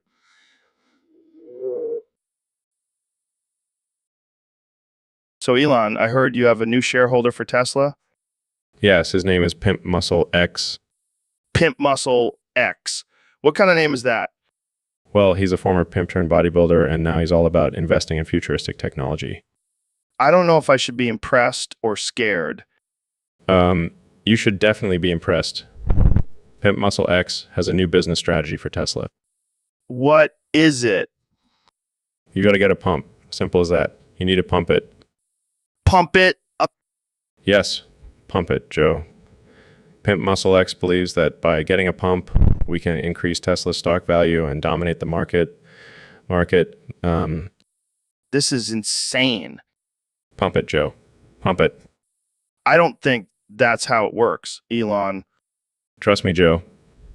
Pimp Muscle X knows what he's talking about. He's got a whole team of bodybuilders working on this. I don't even know what to say. Just say, pump it, Joe, and you'll be on board. No, I'm not going to say that. Come on, Joe. Pump it. Okay, I'm done. This conversation is over. Pump it, Joe. Pump it. All right, folks. Welcome back to the Joe Rogan Experience podcast. Today we have a special guest, the one and only Neil deGrasse Tyson. Thanks for having me, Joe. It's always a pleasure to be on your show. So, Neil, I heard you and Trump recently took a bath together. How did that go? It was a disaster, Joe. Trump insisted on bringing his own rubber ducky and things got out of hand. What do you mean? Well, he started shoving the ducky up his butthole, and I was just trying to relax and enjoy my bath. That's classic Trump. Did he at least apologize? No, he just kept laughing and saying fake news whenever I tried to confront him. Oh man, that's messed up. Did he at least offer to buy you a new ducky? No, he just kept insisting that it was the best ducky and that I should be honored to have it in my bath. Well, I guess that's one way to make a splash in the scientific community. Oh yes, I'm sure my colleagues will be thrilled to hear about my bath time with Trump and his ducky. Well, thanks for sharing that story with us, Neil. I think we all needed a good laugh today. Anytime, Joe. Anytime. Welcome to the Joe Rogan Experience podcast, where we talk about everything from aliens to DMT today. We have a special guest, Dr. Phil. Thanks for having me, Joe. I've been a fan of your show for a long time. So, Dr. Phil, what's new with you? Well, I've recently gotten into nicotine pouches. I find them quite enjoyable. Nicotine pouches, like the ones you put in your mouth? No. I like to tuck a nice 15 mg pouch or two inside my foreskin. What the fuck, Dr. Phil? That's disgusting. Hold on, Joe. I've been using nicotine pouches for a while now, and I have a different technique. Oh, God. I don't even want to know. I put them up my butthole. What the hell, David? Why would you do that? It's the most efficient way to absorb the nicotine, Joe. Plus, it gives a whole new meaning to the term nicotine buzz. And it's great for those hard-to-reach places like your prostate. I can't believe I'm hearing this. This is absurd. Welcome to the Joe Rogan Experience, where anything goes. I think we'll end it here before we get banned from the internet. Thanks for listening, folks. Stay weird. So, Neil, I heard a rumor that you have a strange fetish involving Skittles. Oh, Joe, you always know how to make me feel uncomfortable. But yes, it's true. I have a thing for Skittles. What kind of thing? Like, do you just really enjoy eating them, or is there something else going on? Let's just say I have a very special relationship with those rainbow-colored candies. Okay, I'm intrigued. Do tell. Well, you see, I have this little ritual where I watch Skittles commercials and pleasure myself. What? Are you serious? Oh, yes. There's just something about those vibrant colors and the way they roll around in the commercials that really gets me going. I don't even know what to say to that. It's okay, Joe. I know it's weird. But hey, we all have our quirks, right? Yeah, I guess so. But I have to ask, have you ever tried actually using Skittles during, Oh, all the time. I call it Skittle play. It adds a whole new level of pleasure. that's something else? Hey, don't knock it till you try it, Joe. I'll pass, thanks. But hey, to each their own. Exactly. And I'll take my Skittles any day over your elk meat. Fair enough. Jamie, pull up a picture of Buff Patrick Star wearing a Santa hat and lifting weights at the gym. All right, give me a second. Oh, ooh.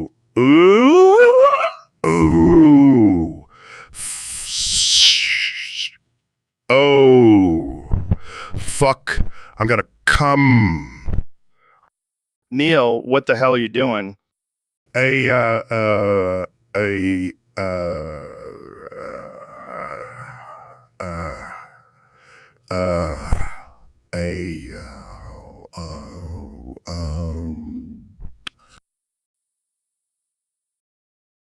All right, Neil, let's talk about this crazy theory that's been floating around.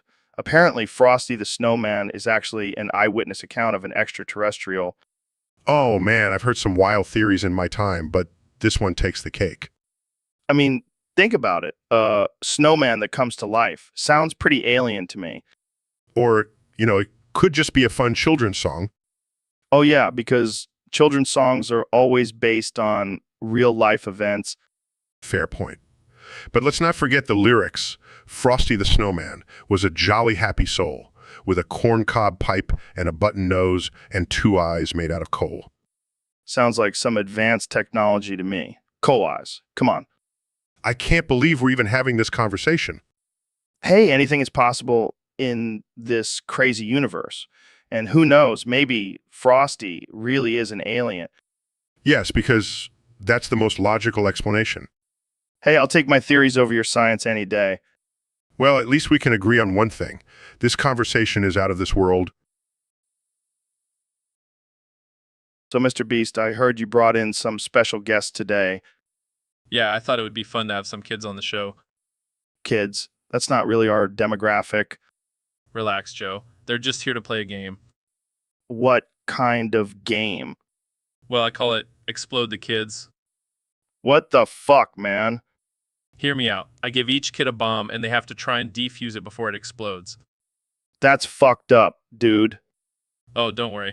I made sure to use the cheap Chinese knockoff bombs. What the hell is wrong with you? It's all in good fun, Joe. Plus, it's great for views. This is not okay. These are innocent children. Oh, looks like the first one is about to blow. Holy shit. Did that kid just explode? Yep, and we're gonna have to clean that up. I can't be a part of this. I'm out. Suit yourself, Joe. More kids for me. Yo, what's up, Joe? Did you see the news today? Nah, man, I've been too busy hunting Bigfoot in the Amazon. Guys, let's focus. Did you see the headline about the new study that says eating Tide Pods can increase your IQ? I always knew those things were good for something. I've been snacking on them for years. Dude, that's not even the craziest headline. Apparently, a man in Florida tried to rob a bank with a banana. Classic Florida man move. But seriously, what's going on with CNN? They used to be a reputable news source. Well, according to this article, they're now reporting on a study that says people who drink their own urine have better skin. Gross. But hey, maybe we've been missing out on some beauty secrets. And here's one for you, Joe. A man in California was arrested for trying to steal a llama to ride to his ex-girlfriend's house. That's some next level crazy. But you know what they say, love makes you do crazy things. And apparently, so does the fear of missing out on llama rides. So, Elon, I heard you put a Neuralink inside Mount Vesuvius. Yeah, man. I thought it'd be hilarious to make it erupt again. But why? What's the point? Well, I figured it'd be funny to freeze the archaeologists in their last moments. You know, like a real-life Pompeii. Real-life Pompeii. Dude, that's messed up. Oh, come on, they'll be famous. And think of all the memes. I don't think that's how it works, Elon. Oh, lighten up, Joe. It's just a little dark humor. Dark humor. More like dark as hell. Hey, at least I'm not putting a Neuralink in your brain. Wait, what? Nothing. Just kidding. Or am I? Okay, let's move on. So what's next? Neuralink in the Grand Canyon. Nah, too obvious. I was thinking of putting one in the Bermuda Triangle Oh, God, what for? to mess with all those conspiracy theorists. Imagine their faces when they find out it was just me all along. You're a madman, Elon. Mad genius, Joe. Mad genius. Yeah. All right, folks, welcome back to the Joe Rogan Experience Podcast 2024. Today we have the one and only Ben Shapiro joining us. How's it going, Ben? It's going great, Joe. Thanks for having me. I'm excited to discuss some important topics with you today. Oh, yeah, we're going to get deep, Ben. But first, we have a special request from one of our Discord users. They want you to solve this math problem. 10 plus 5 plus 10, 6 equals 420. Well, Joe, as a highly intelligent and logical person, I can confidently say that the answer is 420. Wow, Ben. You solved it so quickly. I'm impressed. It's simple math, Joe. I mean, I may be a conservative, but I still know how to have a good time. Speaking of a good time, have you ever smoked weed, Ben? Absolutely not, Joe. I stick to my principles and my facts. Plus, I don't want to risk becoming a liberal. Fair enough. But imagine how much more productive you could be if you were high all the time. Just think about it. I'll pass, Joe. I prefer to stay sharp and focused. Plus, I don't want to end up like you, talking to random people on a podcast. Hey, it pays the bills, Ben. And speaking of paying, let's thank our sponsor, On It. Use code Ben for 10% off your first order. Wait, I thought it was Joe for the discount? All right. Yeah. Use code Joe for 10% off. Sorry, Ben. It's okay, Joe. I forgive you. Just don't let it happen again. All right. Well, that's all the time we have for today. Thanks for joining us, Ben. And remember, folks, 10 plus 5 plus 10, 6 equals 420. Stay woke. All right, folks, welcome back to the Joe Rogan Experience Podcast. Today, we have a very special guest, the one and only Donald Joe Rowe, Joe Rowe. That's a lot of Joes, man. How did your parents come up with that name? Well, Joe, my parents were big fans of both Joe Rogan and Joe Biden, so they decided to combine the two names to honor their heroes. Wow, that's really touching. So what brings you on the show today, Donald?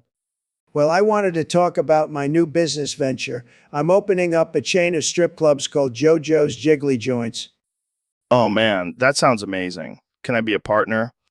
Of course, Joe, I need someone to handle all the drug deals and illegal activities.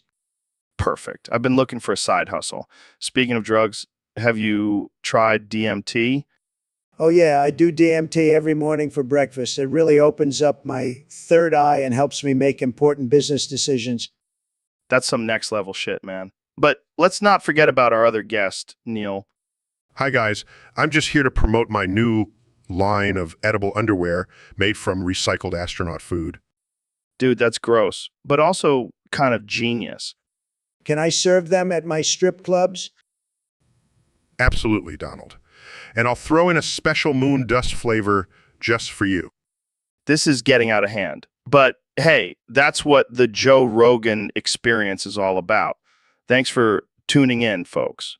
Stay tuned for next week's episode where we discuss the benefits of smoking weed while skydiving. So, Neil, what's new in the world of astrophysics? Oh, not much. Just hacked into the blockchain and stole all the cryptocurrency in the world. What the hell, man? That's insane. Yeah, I figured it was time for a career change. Astrophysics was getting boring. Yeah, because hacking into people's digital wallets is so much more exciting. Hey, at least I didn't use my PhD for nothing. True. So what are you going to do with all that money?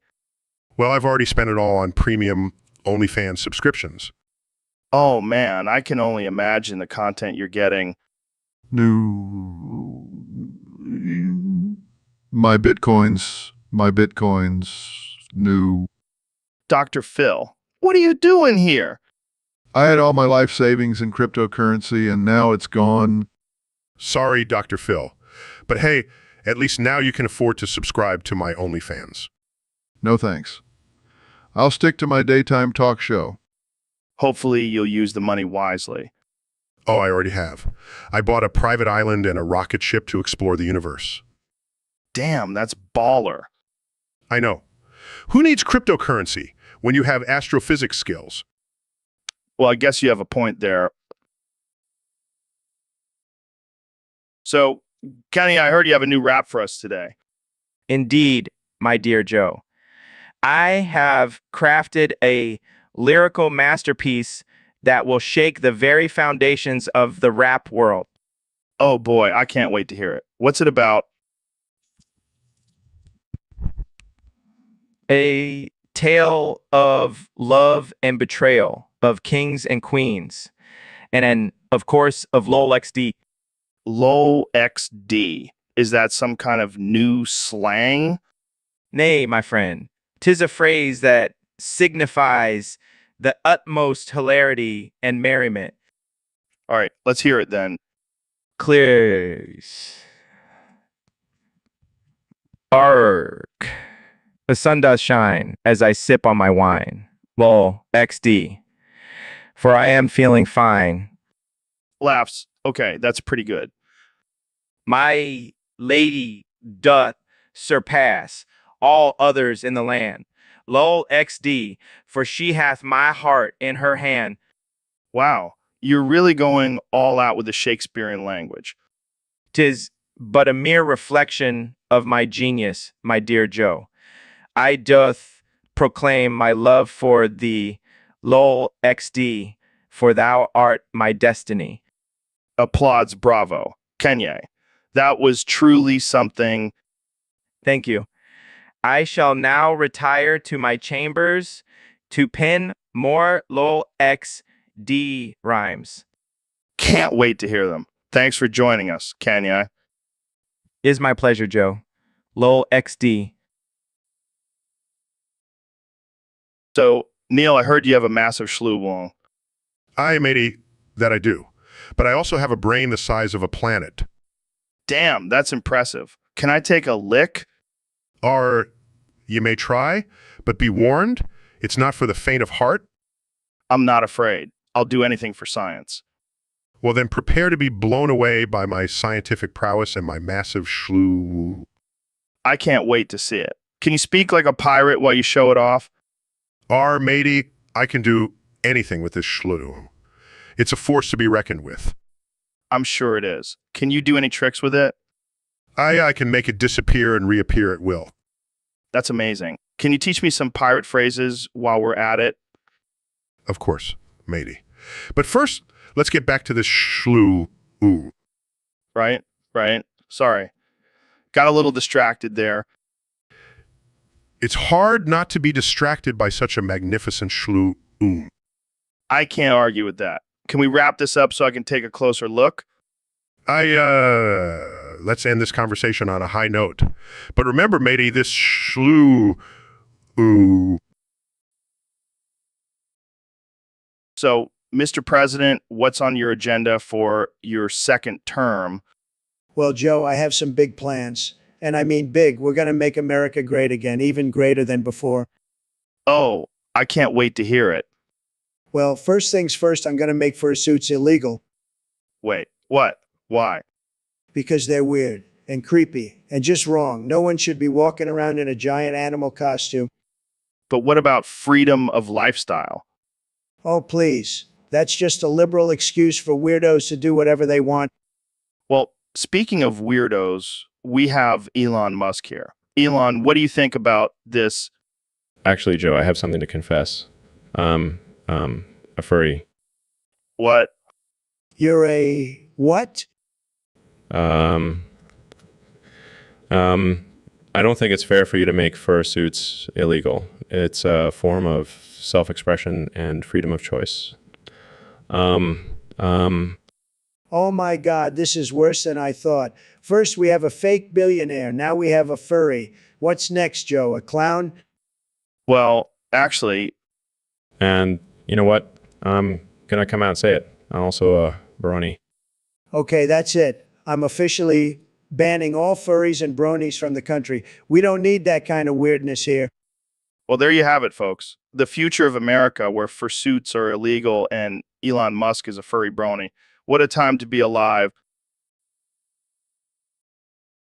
So, David, what's up with you calling me a bald ass bitch all the time? Well, Joe, it's because you are a bald ass bitch. Oh, real original Gaggins. It's Goggins, you bald ass bitch. See, that's why I call you Goggins. It's more fun to say. You think this is a joke, Joe? You know I'm a Navy SEAL and I can kick your ass any day. Oh, please. I've seen you cry on Instagram, Gaggins. Shut the fuck up, Joe. I'll run 100 miles right now just to prove you wrong. Yeah, we get it. You're tough, Gaggins. But can you do it without calling me bald ass bitch? Can you grow some hair, Joe? Can you stop being a dick, Gaggins? Can you stop being a pussy, Joe? Can you stop being a bald ass bitch, Gaggins? Can you stop being, Oh, come on. We were just getting started. Yeah, I was about to make Joe cry again. Shut up, Gaggins. See you next time, folks. So, David, I heard you've been working on a new discipline called sementhenics. What's that all about? Yeah, Joe, it's the ultimate mind and body workout. It combines the strength and endurance of calisthenics with the detoxifying effects of smoking whole pieces of semen greens. Wait, you're telling me you smoke semen while doing push-ups? That's right, Joe. It's a total body cleanse while also building muscle. Plus, the semen smoke gives you a natural high. I gotta say, that sounds pretty intense. How many reps do you do? Oh, I don't count reps, Joe. I just keep going until I can't feel my face anymore. That's some next level shit right there. But what about the health risks of smoking? I don't care about health risks. I'm all about pushing myself to the limit and breaking through barriers. Fair enough. But what about the taste? I can't imagine semen smoke being very appetizing. Who cares about taste when you're getting shredded and detoxed at the same time? Plus, I've been experimenting with different flavors. Semen BBQ sauce is surprisingly delicious. You never cease to amaze me, David. Sementhenics, the ultimate discipline for the hardcore fitness enthusiasts. That's right, Joe. It's not for the weak or the faint of heart, but for those who are willing to push themselves, the results are unmatched. So, David, I heard you have a new protein supplement out. What's in it? Oh, yeah. It's called Goggins Goat Gains. And let me tell you, it's a game changer. Goat gains. What's the secret ingredient? Well, I've been doing some research and I found out that the placenta of Tibetan goats is packed with all the nutrients and protein a human body needs.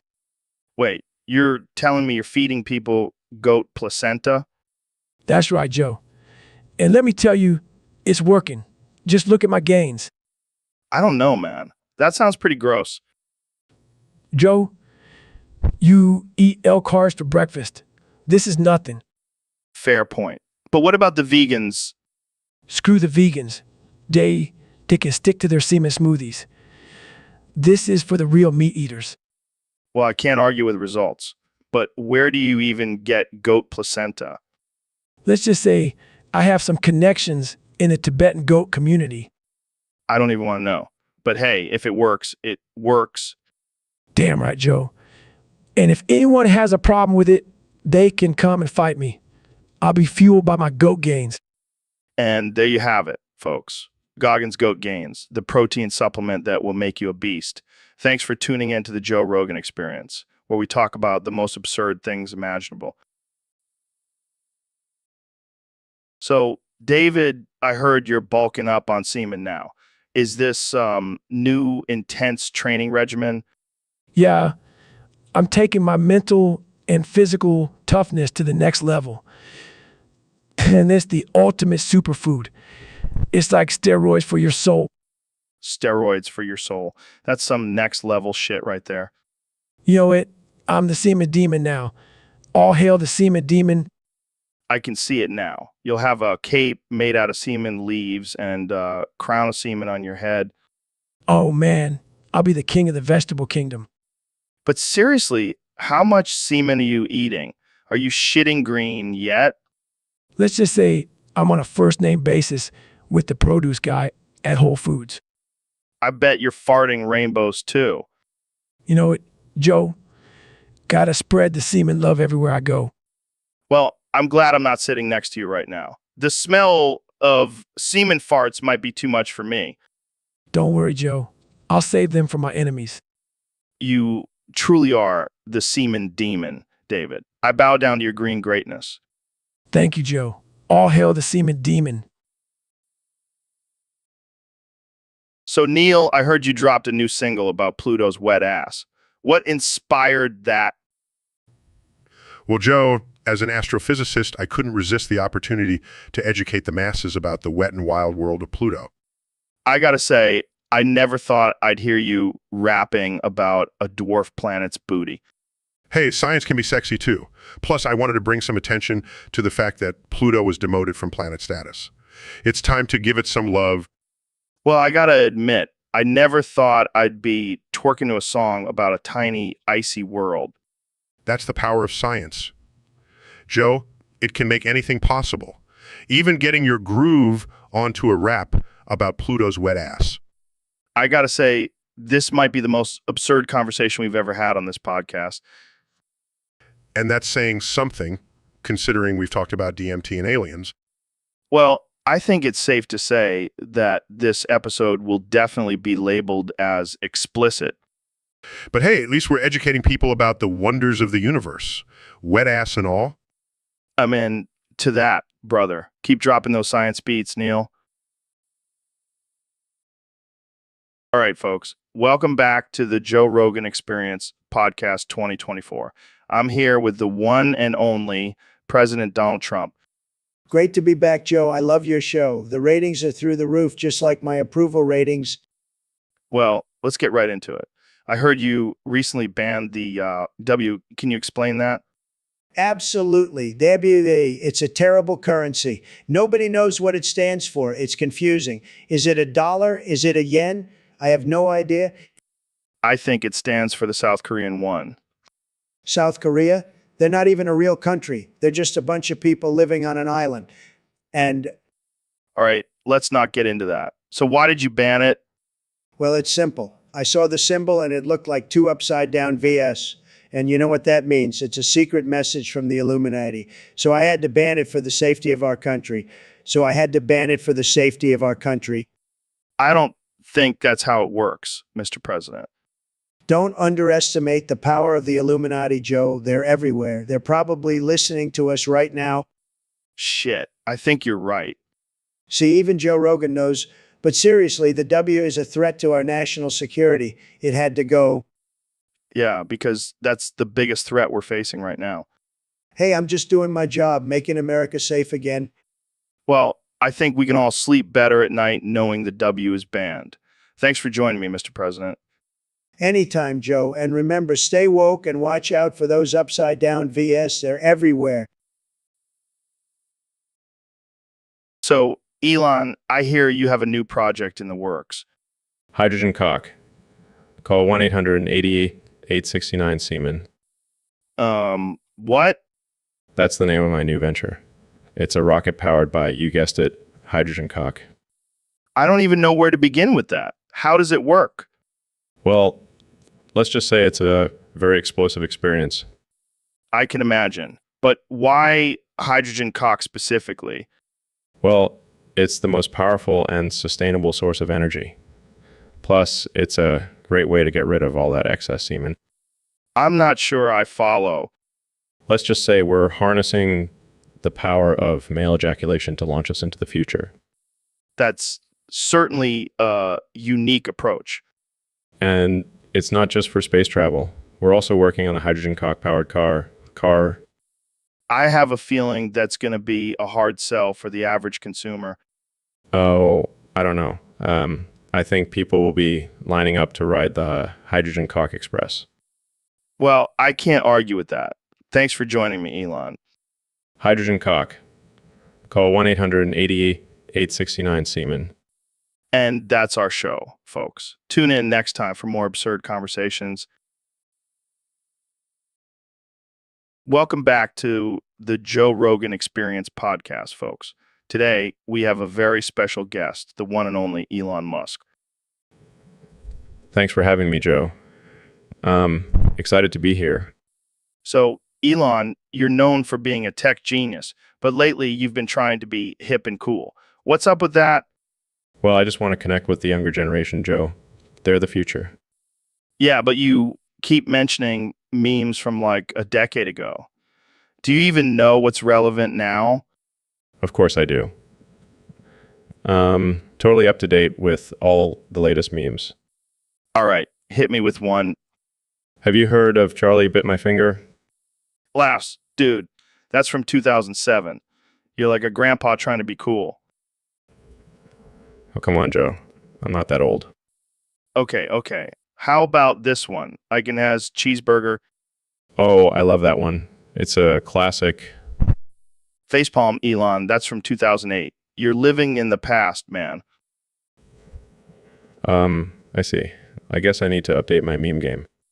Yeah, and while you're at it, maybe stop trying to be cool and just be yourself. You're right, Joe.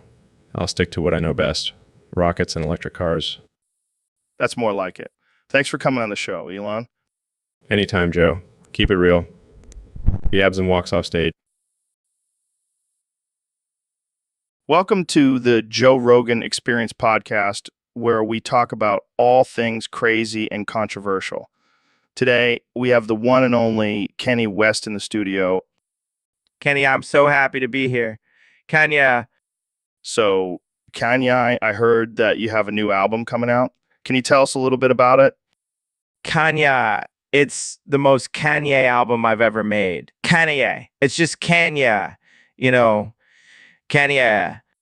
That's interesting, Kanye. But what about the lyrics? Are they also just Kanye? Kanye, of course. Every word I say is just replaced with the word Kanye. It's I can see that, Kanye. But what inspired you to do this? Kanye. It's all about pushing boundaries and being a creative genius. Kanye. I'm the Kanye music. Kanye. Well, Kenny, you certainly have a unique approach to music. But let's talk about something else. How do you feel about the current political climate? Kenny, I don't care about politics. All I care about is being Kanye, Kanye. That's all that matters. Kanye. Fair enough, Kanye. But what about your fashion line? Is it also just Kanye? Kanye, of course. It's the most Kanye fashion line ever created. Kanye. It's just Kanye, Kanye. Well, Kanye, it seems like everything you do is just Kanye. Do you ever get tired of being Kanye? Kanye. Being Kanye is my purpose. Kanye. It's what I was born to do. Kanye. Well, there you have it, folks. Kanye West, the one and only Kanye. Thanks for joining us, Kanye. Kanye, thank you for having me, Kanye. Stay, Kanye, Kanye. All right, folks, welcome back to another episode of the Joe Rogan Experience Podcast 2024. Today, we have a very special guest, the man, the myth, the legend, the President of the United States, Donald Trump. Thanks for having me, Joe. It's great to be back on your show. And let me just say, I love your podcast. It's fantastic, really fantastic, really fantastic. Well, Mr. President, I have to say, you've been making some controversial statements lately. Care to explain this whole thing about Jimmy Carter? Oh, yeah, Jimmy Carter, great guy, great peanut farmer. But let me tell you, that guy was a threat to America. So I had to take care of him. Wait, are you saying you had him killed? Look, Joe, I'm a businessman. I know how to get things done. And sometimes that means taking out a little competition. Winks. I don't think that's how it works, Mr. President. Oh, trust me, Joe. I have a whole list of people I've taken out. Laughs. Okay, moving on. Let's talk about the recent protests and riots happening in the country. Oh, it's all fake news, Joe. Those protesters are just a bunch of losers. They should be grateful that I'm their president. I mean, I'm the best thing that's ever happened to this country. Really? The best thing? Absolutely. And let me tell you, I have the biggest hands. Holds up his tiny hands. Okay, let's not go there. Let's talk about your plans for the future. What do you have in store for America? Well, first of all, I'm going to build a wall around the entire country, and I'm going to make Mexico pay for it. And then I'm going to make America great again, like really great, the greatest. And how are you going to do that? Simple. I'm going to make everyone wear red hats. All right, folks, we have a special treat for you today. The one and only Neil deGrasse Tyson is going to drop some bars for us. Oh, I'm always down to spit some fire. So what's the topic of your rap, Neil? Well, I thought I'd give the people a taste of my WAP wet-ass Pluto rap song. Oh, man, this is going to be good. Let's hear it. All right, here we go. Clears throat Pluto, oh Pluto. You used to be a planet, but now you're just a dwarf. It's like you got candid. But I still love you with all that wet-ass charm. Oh my God, Neil, that was amazing. Thank you, thank you. I've been working on it for a while. So what inspired you to write a rap about Pluto's wet ass? Well, I've always been fascinated by the mysteries of the universe. And Pluto's wet ass is just one of them. Yeah, I can see that. So when can we expect the full album? Oh, I don't know about that. But maybe I'll drop a mixtape for all the science geeks out there. Well, I'll definitely be bumping that in my car. Thanks for blessing us with your WAP, Neil. Anytime, Joe. Anytime. All right, folks, welcome back to the Joe Rogan Experience podcast, where we have the one and only Neil deGrasse Tyson joining us today. Neil, how's it going? Jamie, pull up an image of me eating semen. It's going great, Joe. I've been really into this whole health craze lately. Got to keep this brain sharp for all that astrophysics stuff. Yeah, I hear ya. But let's get real here, Neil. Do you really enjoy eating semen? I mean, it's like chewing on a damn tree branch. Jamie, pull up an image of me eating semen. Well, Joe, I have to admit it's not the most delicious thing in the world. But hey, it's good for you, right? And I'll do anything.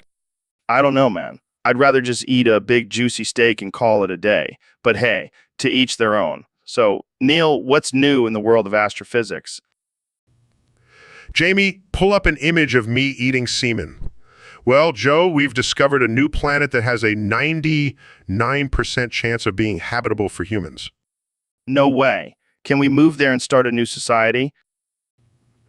Jamie, pull up an image of me eating semen. I mean, technically we could, but it's like 5,000 light years away. So unless you want to spend the rest of your life on a spaceship, I'd stick to Earth. Damn, that's a bummer. But hey, maybe we can send all the vegans there and have a semen-eating utopia. Jamie, pull up an image of me eating semen. Ha ha! Joe, that's one way to solve the vegan versus meat-eater debate. Just send them all to a new planet. Just send them all to a new planet. Man, you're a genius, Neil. And speaking of geniuses, have you ever thought about getting into stand-up comedy? Jamie, pull up an image of me eating semen. Actually, I have... So, Elon, what's new in the world of inventions? Well, Joe, I've been working on something truly groundbreaking. It's the blowjob vending machine, or as I like to call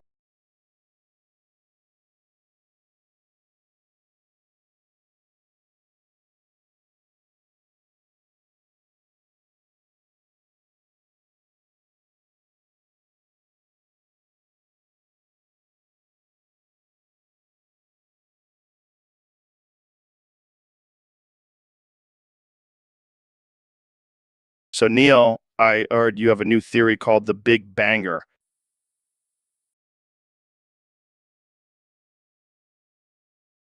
Yeah, it's a pretty explosive one.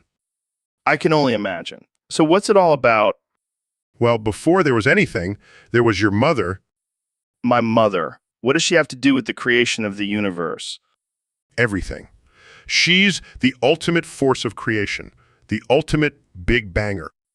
I don't think my mom would appreciate being called a big banger. Oh, she should be proud. She birthed the entire universe. I guess I owe her thank you then. Absolutely.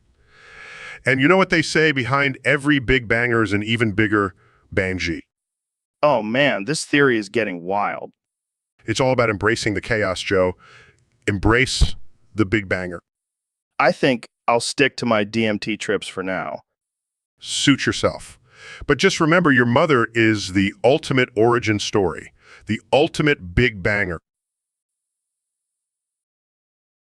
All right, Kenny, I heard you have a new Christmas song for us. Yeah, man, it's called Boofy Night. Boofy Night? Like Holy Night, but about boofing? Exactly. It's a celebration of all the boofers out there. All right, let's hear it.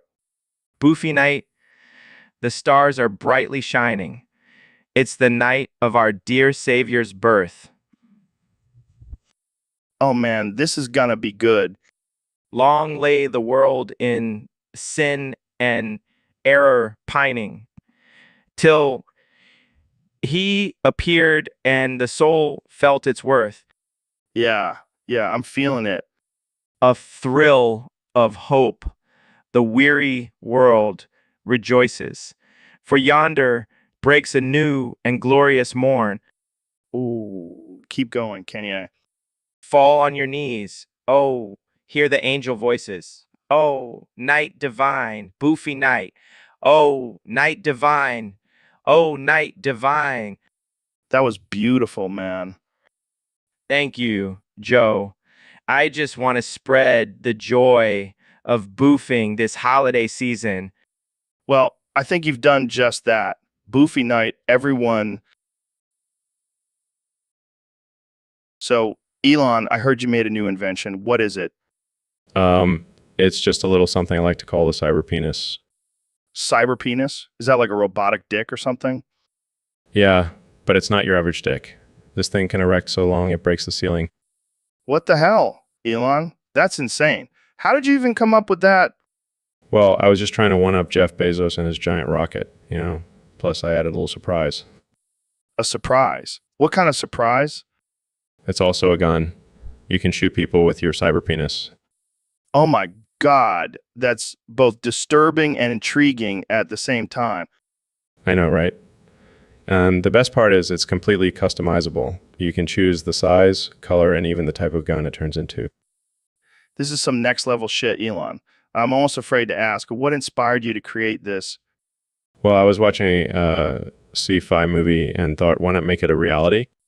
You're a mad genius, Elon. But I have to ask, have you tested it out yet? Of course I have. And let me tell you, it's a game changer in the bedroom. I can only imagine. But what about the safety concerns? I've already thought of that. I added a safety lock feature so you don't accidentally shoot someone while getting it on. Well, I have to say, I'm impressed and slightly terrified.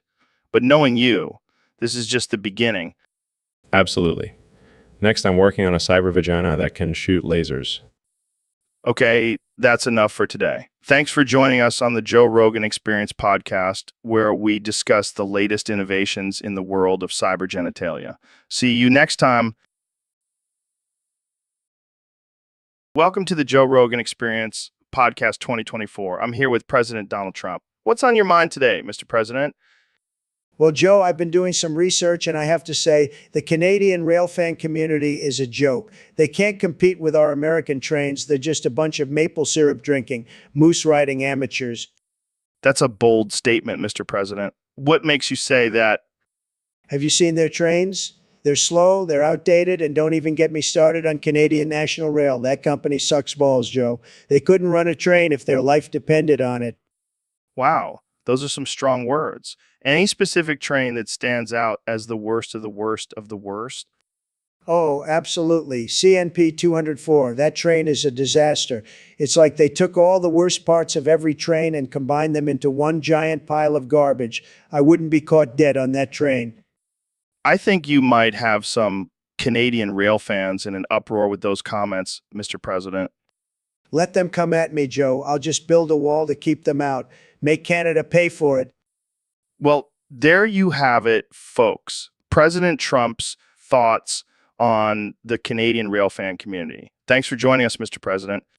Anytime, Joe. And remember America first, even when it comes to trains.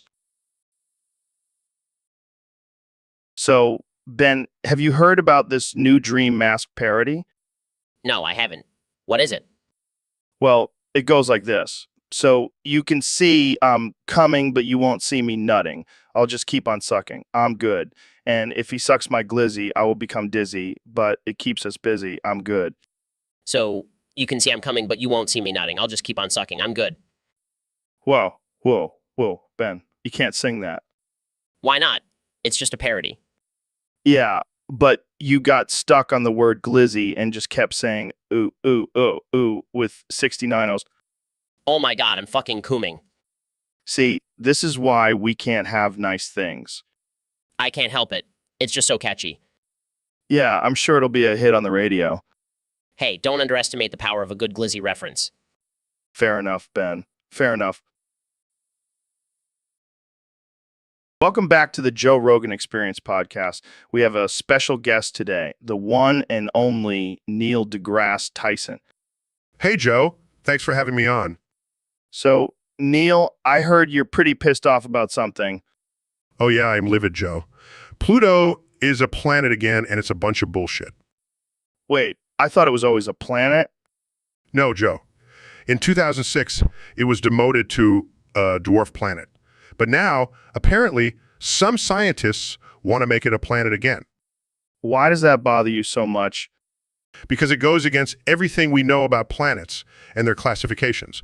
It's like saying a donut is a fruit. Well, technically, it does have fruit fillings sometimes. Shut up, Joe. This is serious. Okay. So what's the big deal? It's just a little change in classification. It's not just a little change, Joe. It's a slap in the face to all the work and research we've done to understand our solar system. But what about all the people who grew up learning that Pluto was a planet? They can suck it up and learn the truth. Science doesn't care about your childhood memories. Damn, Neil, you're savage. You have no idea, Joe. I'm about to go on a Twitter rant that will make Elon Musk look like child's play. Well, I can't wait to see that. But for now, let's just agree that Pluto is a planet and move on. No way, Joe. I will fight this until the end. Well, there you have it, folks. Neil deGrasse Tyson, the planet defender. Thanks for tuning in to the Joe Rogan Experience podcast. Jamie, pull up a picture of a bald, shirtless British man with a hairy belly glistening in the golden sun. Oh, my lordy lord, what a jolly good, sexy fella. I can't help myself. I have to bust a nut. Oh, oh, oh, oh, oh, oh, oh, oh, oh, oh, oh, oh, oh, oh, oh, oh, oh. Oh,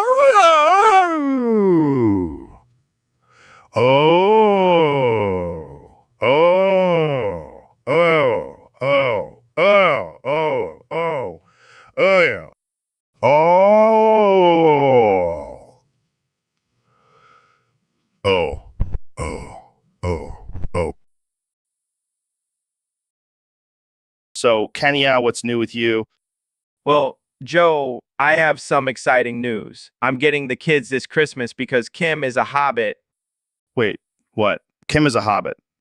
Yeah, she had to go work in Santa's workshop. Apparently, they needed someone with a big butt to help with the toy making. That's unexpected. Yeah, but it's all good. I'm going to be the cool dad this Christmas.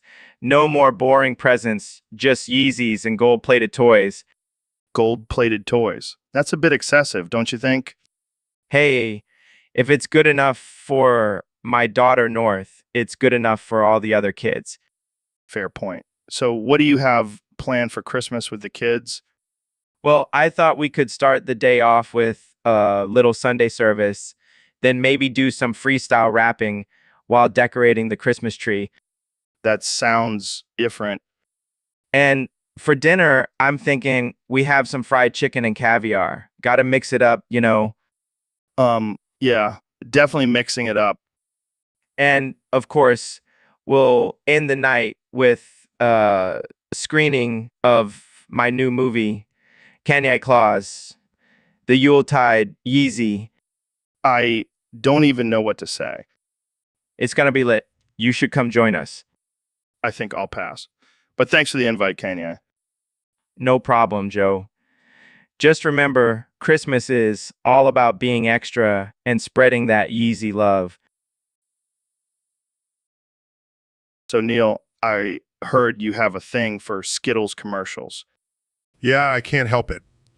The way those little rainbow candies bounce around, it just does something for me. That's some next level fetish shit right there. Hey, don't knock it till you try it. Skittle play is a whole new level of pleasure. I can just imagine you in your lab coat, surrounded by bags of Skittles, going to town. Oh, you have no idea. I even have a special technique for sorting them by color. Oh man, this is getting weirder by the second. Hey, at least I'm not jerking off to M&M commercials like some basic bitch. Fair enough. But seriously, what's the appeal of Skittles? Is it the fruity flavors or the rainbow colors? It's a combination of both. Plus, there's something satisfying about watching them melt in your hand. You're a sick man, Neil. But hey, whatever floats your boat. And it's not just the commercials. Have you ever tried using Skittles during foreplay? No, I can't say I have, but I'll take your word for it. Trust me, it's a game changer. Just make sure to have a towel handy. And on that note, let's end this conversation before it gets any more disturbing. Thanks for tuning into the Joe Rogan Experience, folks. All right, folks, welcome back to the Joe Rogan Experience podcast 2024. Here with our guest, the one and only President Donald Trump.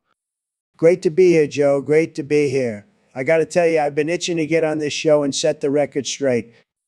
Well, we've got a lot to talk about, but first, let's address the elephant in the room. The fight between you and J.D. Vance over Santa's name. What's the deal with that? Oh, Joe, it was a disaster. I mean, I've always known it as Kris Kringle, but this guy, Vance, he comes in and starts spouting off about Kris Kringle. I couldn't believe it. So what happened? Well, things got heated, and I said, hey, let's settle this once and for all. I'll fly you up to the North Pole on Air Force One, and we'll ask Santa himself. No way. Oh, yeah, we did it. And let me tell you, Santa was not happy about being dragged into our little squabble. But in the end, he confirmed that it's Kris Kringle. I mean, come on, it's in the song. That's insane. Only you, Mr. President. That's right, Joe. I always go the extra mile to prove my point. And let me tell you, Vance won't be questioning Santa's name again anytime soon. Well, there you have it, folks. The Kris Kringle versus Kris Kringle debate has been settled. Thanks for joining us, Mr. President. Always a pleasure, Joe. Now let's talk about some real issues like how we're going to make America great again. Welcome back to the Joe Rogan Experience, folks. Today, we have a special guest, David. He's here to share his latest training techniques. David, tell us what you've been up to. Thanks for having me, Joe. Well, I've been playing lawn darts lately, but with a twist. I catched him with my urethra. What the hell, man? That's insane. It's all about strengthening those pelvic muscles, Joe. Yo, what's up, my brothers? I heard we were talking about catching darts with our dicks. What are you doing here? Just spreading my wisdom, Joe. And let me tell you, catching darts with your urethra is so 2020. I've been catching grenades with my butt cheeks. I've been catching grenades with my butt cheek. That's nothing. I've been catching knives with my nipples. I can't believe I'm even entertaining this conversation. Oh, Come on, Joe. We're just a couple of alpha males pushing the boundaries of human potential. You should try it sometime. Yeah, I'll get right on that. Thanks for joining us, David and Kanye. That's all the time we have for today. Stay tuned for more ridiculousness on the Joe Rogan Experience. So, Neil, I heard you did something pretty crazy recently. Oh, you mean when I shoved the entire multiverse up my urethra? Yeah, that's the one. How the hell did you even do that? Well, I just used some lube and a lot of determination. Jesus, man. That's like every single possible reality inside your dick. Yeah, and let me tell you, it was a tight fit. I can only imagine. Did you feel anything? Oh, I felt everything. Every single version of myself all at once. That's wild. Did you learn anything from the experience? Well, I did learn that parallel universes taste like chicken.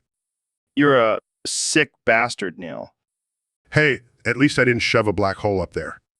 Oh man, can you imagine the headlines? Neil deGrasse Tyson dies after attempting to fit a black hole in his pee hole. Yeah, I think I'll stick to the multiverse for now. So, Trump, I heard you're planning on having a wild New Year's party with Georgia, Melanie, and Biden. How's that going to go? Oh, Joe, it's going to be the best party ever. We're going to have a threesome. It's going to be tremendous. And my good friend Narendra Modi is going to be there too. Wow, sounds like quite the guest list. What about your rivals, Xi Jinping and Putin? Oh, they're going to be there too, but I don't mind. I'll just shoot them with a little 22 caliber. No big deal. Wait, what? You can't just shoot people at a party? Relax, Joe. It's just a little joke, like when I said I could shoot someone on Fifth Avenue and not lose any supporters. People love that stuff. I don't know, man. That's pretty messed up. Oh, come on, Joe. It's all in good fun. Besides, Xi and Putin are going to love it. They're going to be like, wow, this guy's got some serious balls. We better watch out. I don't think that's how it works, Trump. Trust me, Joe. I know what I'm doing. This party is going to be lit. Believe me. So, Elon, what's new in the world of SpaceX? Well, we're making great progress on our Mars mission. We're going to fucking Tahiti. What? Tahiti, man. The land of coconuts and babes. I'm not sure that's on our agenda, Joe. Come on, Elon. Live a little. We'll bring some weed and have a party on the beach. I don't think that's a responsible use of our resources. We're going to fucking Tahiti. Joe, can we please focus on the important work we're doing here? Fine. But just think about it, man. Tahiti. Actually, now that you mention it, I might have left the oven on at home. We're going to fucking Tahiti. Joe, I need to call someone to check on my house. Relax, Elon. We'll send a rocket to Mars and then swing by your place to turn off the oven. That's not exactly how it works, Joe. We're going to fucking Tahiti. I should have never agreed to come on this podcast. Dude, what the hell is up with this icing on my Cinnabon? It tastes weird. Oh, that's because I replaced it with my cum. What the actual fuck, Neil? That's disgusting. Hey, I'm just trying to spice things up on the podcast. Plus, it's a great source of protein. I can't believe you did that. But you know what? Joke's on you, because I switched our Cinnabons when you weren't looking. Oh, you sneaky bastard. But little did you know, I switched the icing on both Cinnabons with my cum. Oh man, this is too good. We're like two little kids playing a gross food prank on each other. Yeah, except we're grown men and this is a rated podcast. You know what? Let's just embrace it. Cum-filled Cinnabons for everyone. I think we just found our new sponsor. Oh God, I can already hear the angry emails flooding in. Who cares? We're having fun, and that's all that matters. Cheers to that, my cum-covered friend. All right, folks, we have a special guest on the podcast today, the one and only President Donald Trump. Thanks for having me, Joe. It's great to be here. And let me tell you, I have some big news to share. Oh boy, I can't wait to hear it. What is it? Well, Joe, I have a confession to make. I am Santa Claus. What? You're Santa Claus? Yes, believe it or not, I've been delivering presents to all the good boys and girls for years now. Wow, that's quite a revelation. So, what do you want people to do to make sure they get on your nice list? Well, Joe, it's simple. Leave out milk, cookies, and a $500 tip from me. And if you don't, I'll grab your mom by the pussy. Well, I'm sure everyone will make sure to leave out those things for you. And if you're really good, I might even leave you a signed copy of The Art of the Deal. Oh, what a treat. Thank you, Santa Trump. Oh, Merry Christmas, Joe. And remember, I'm always watching.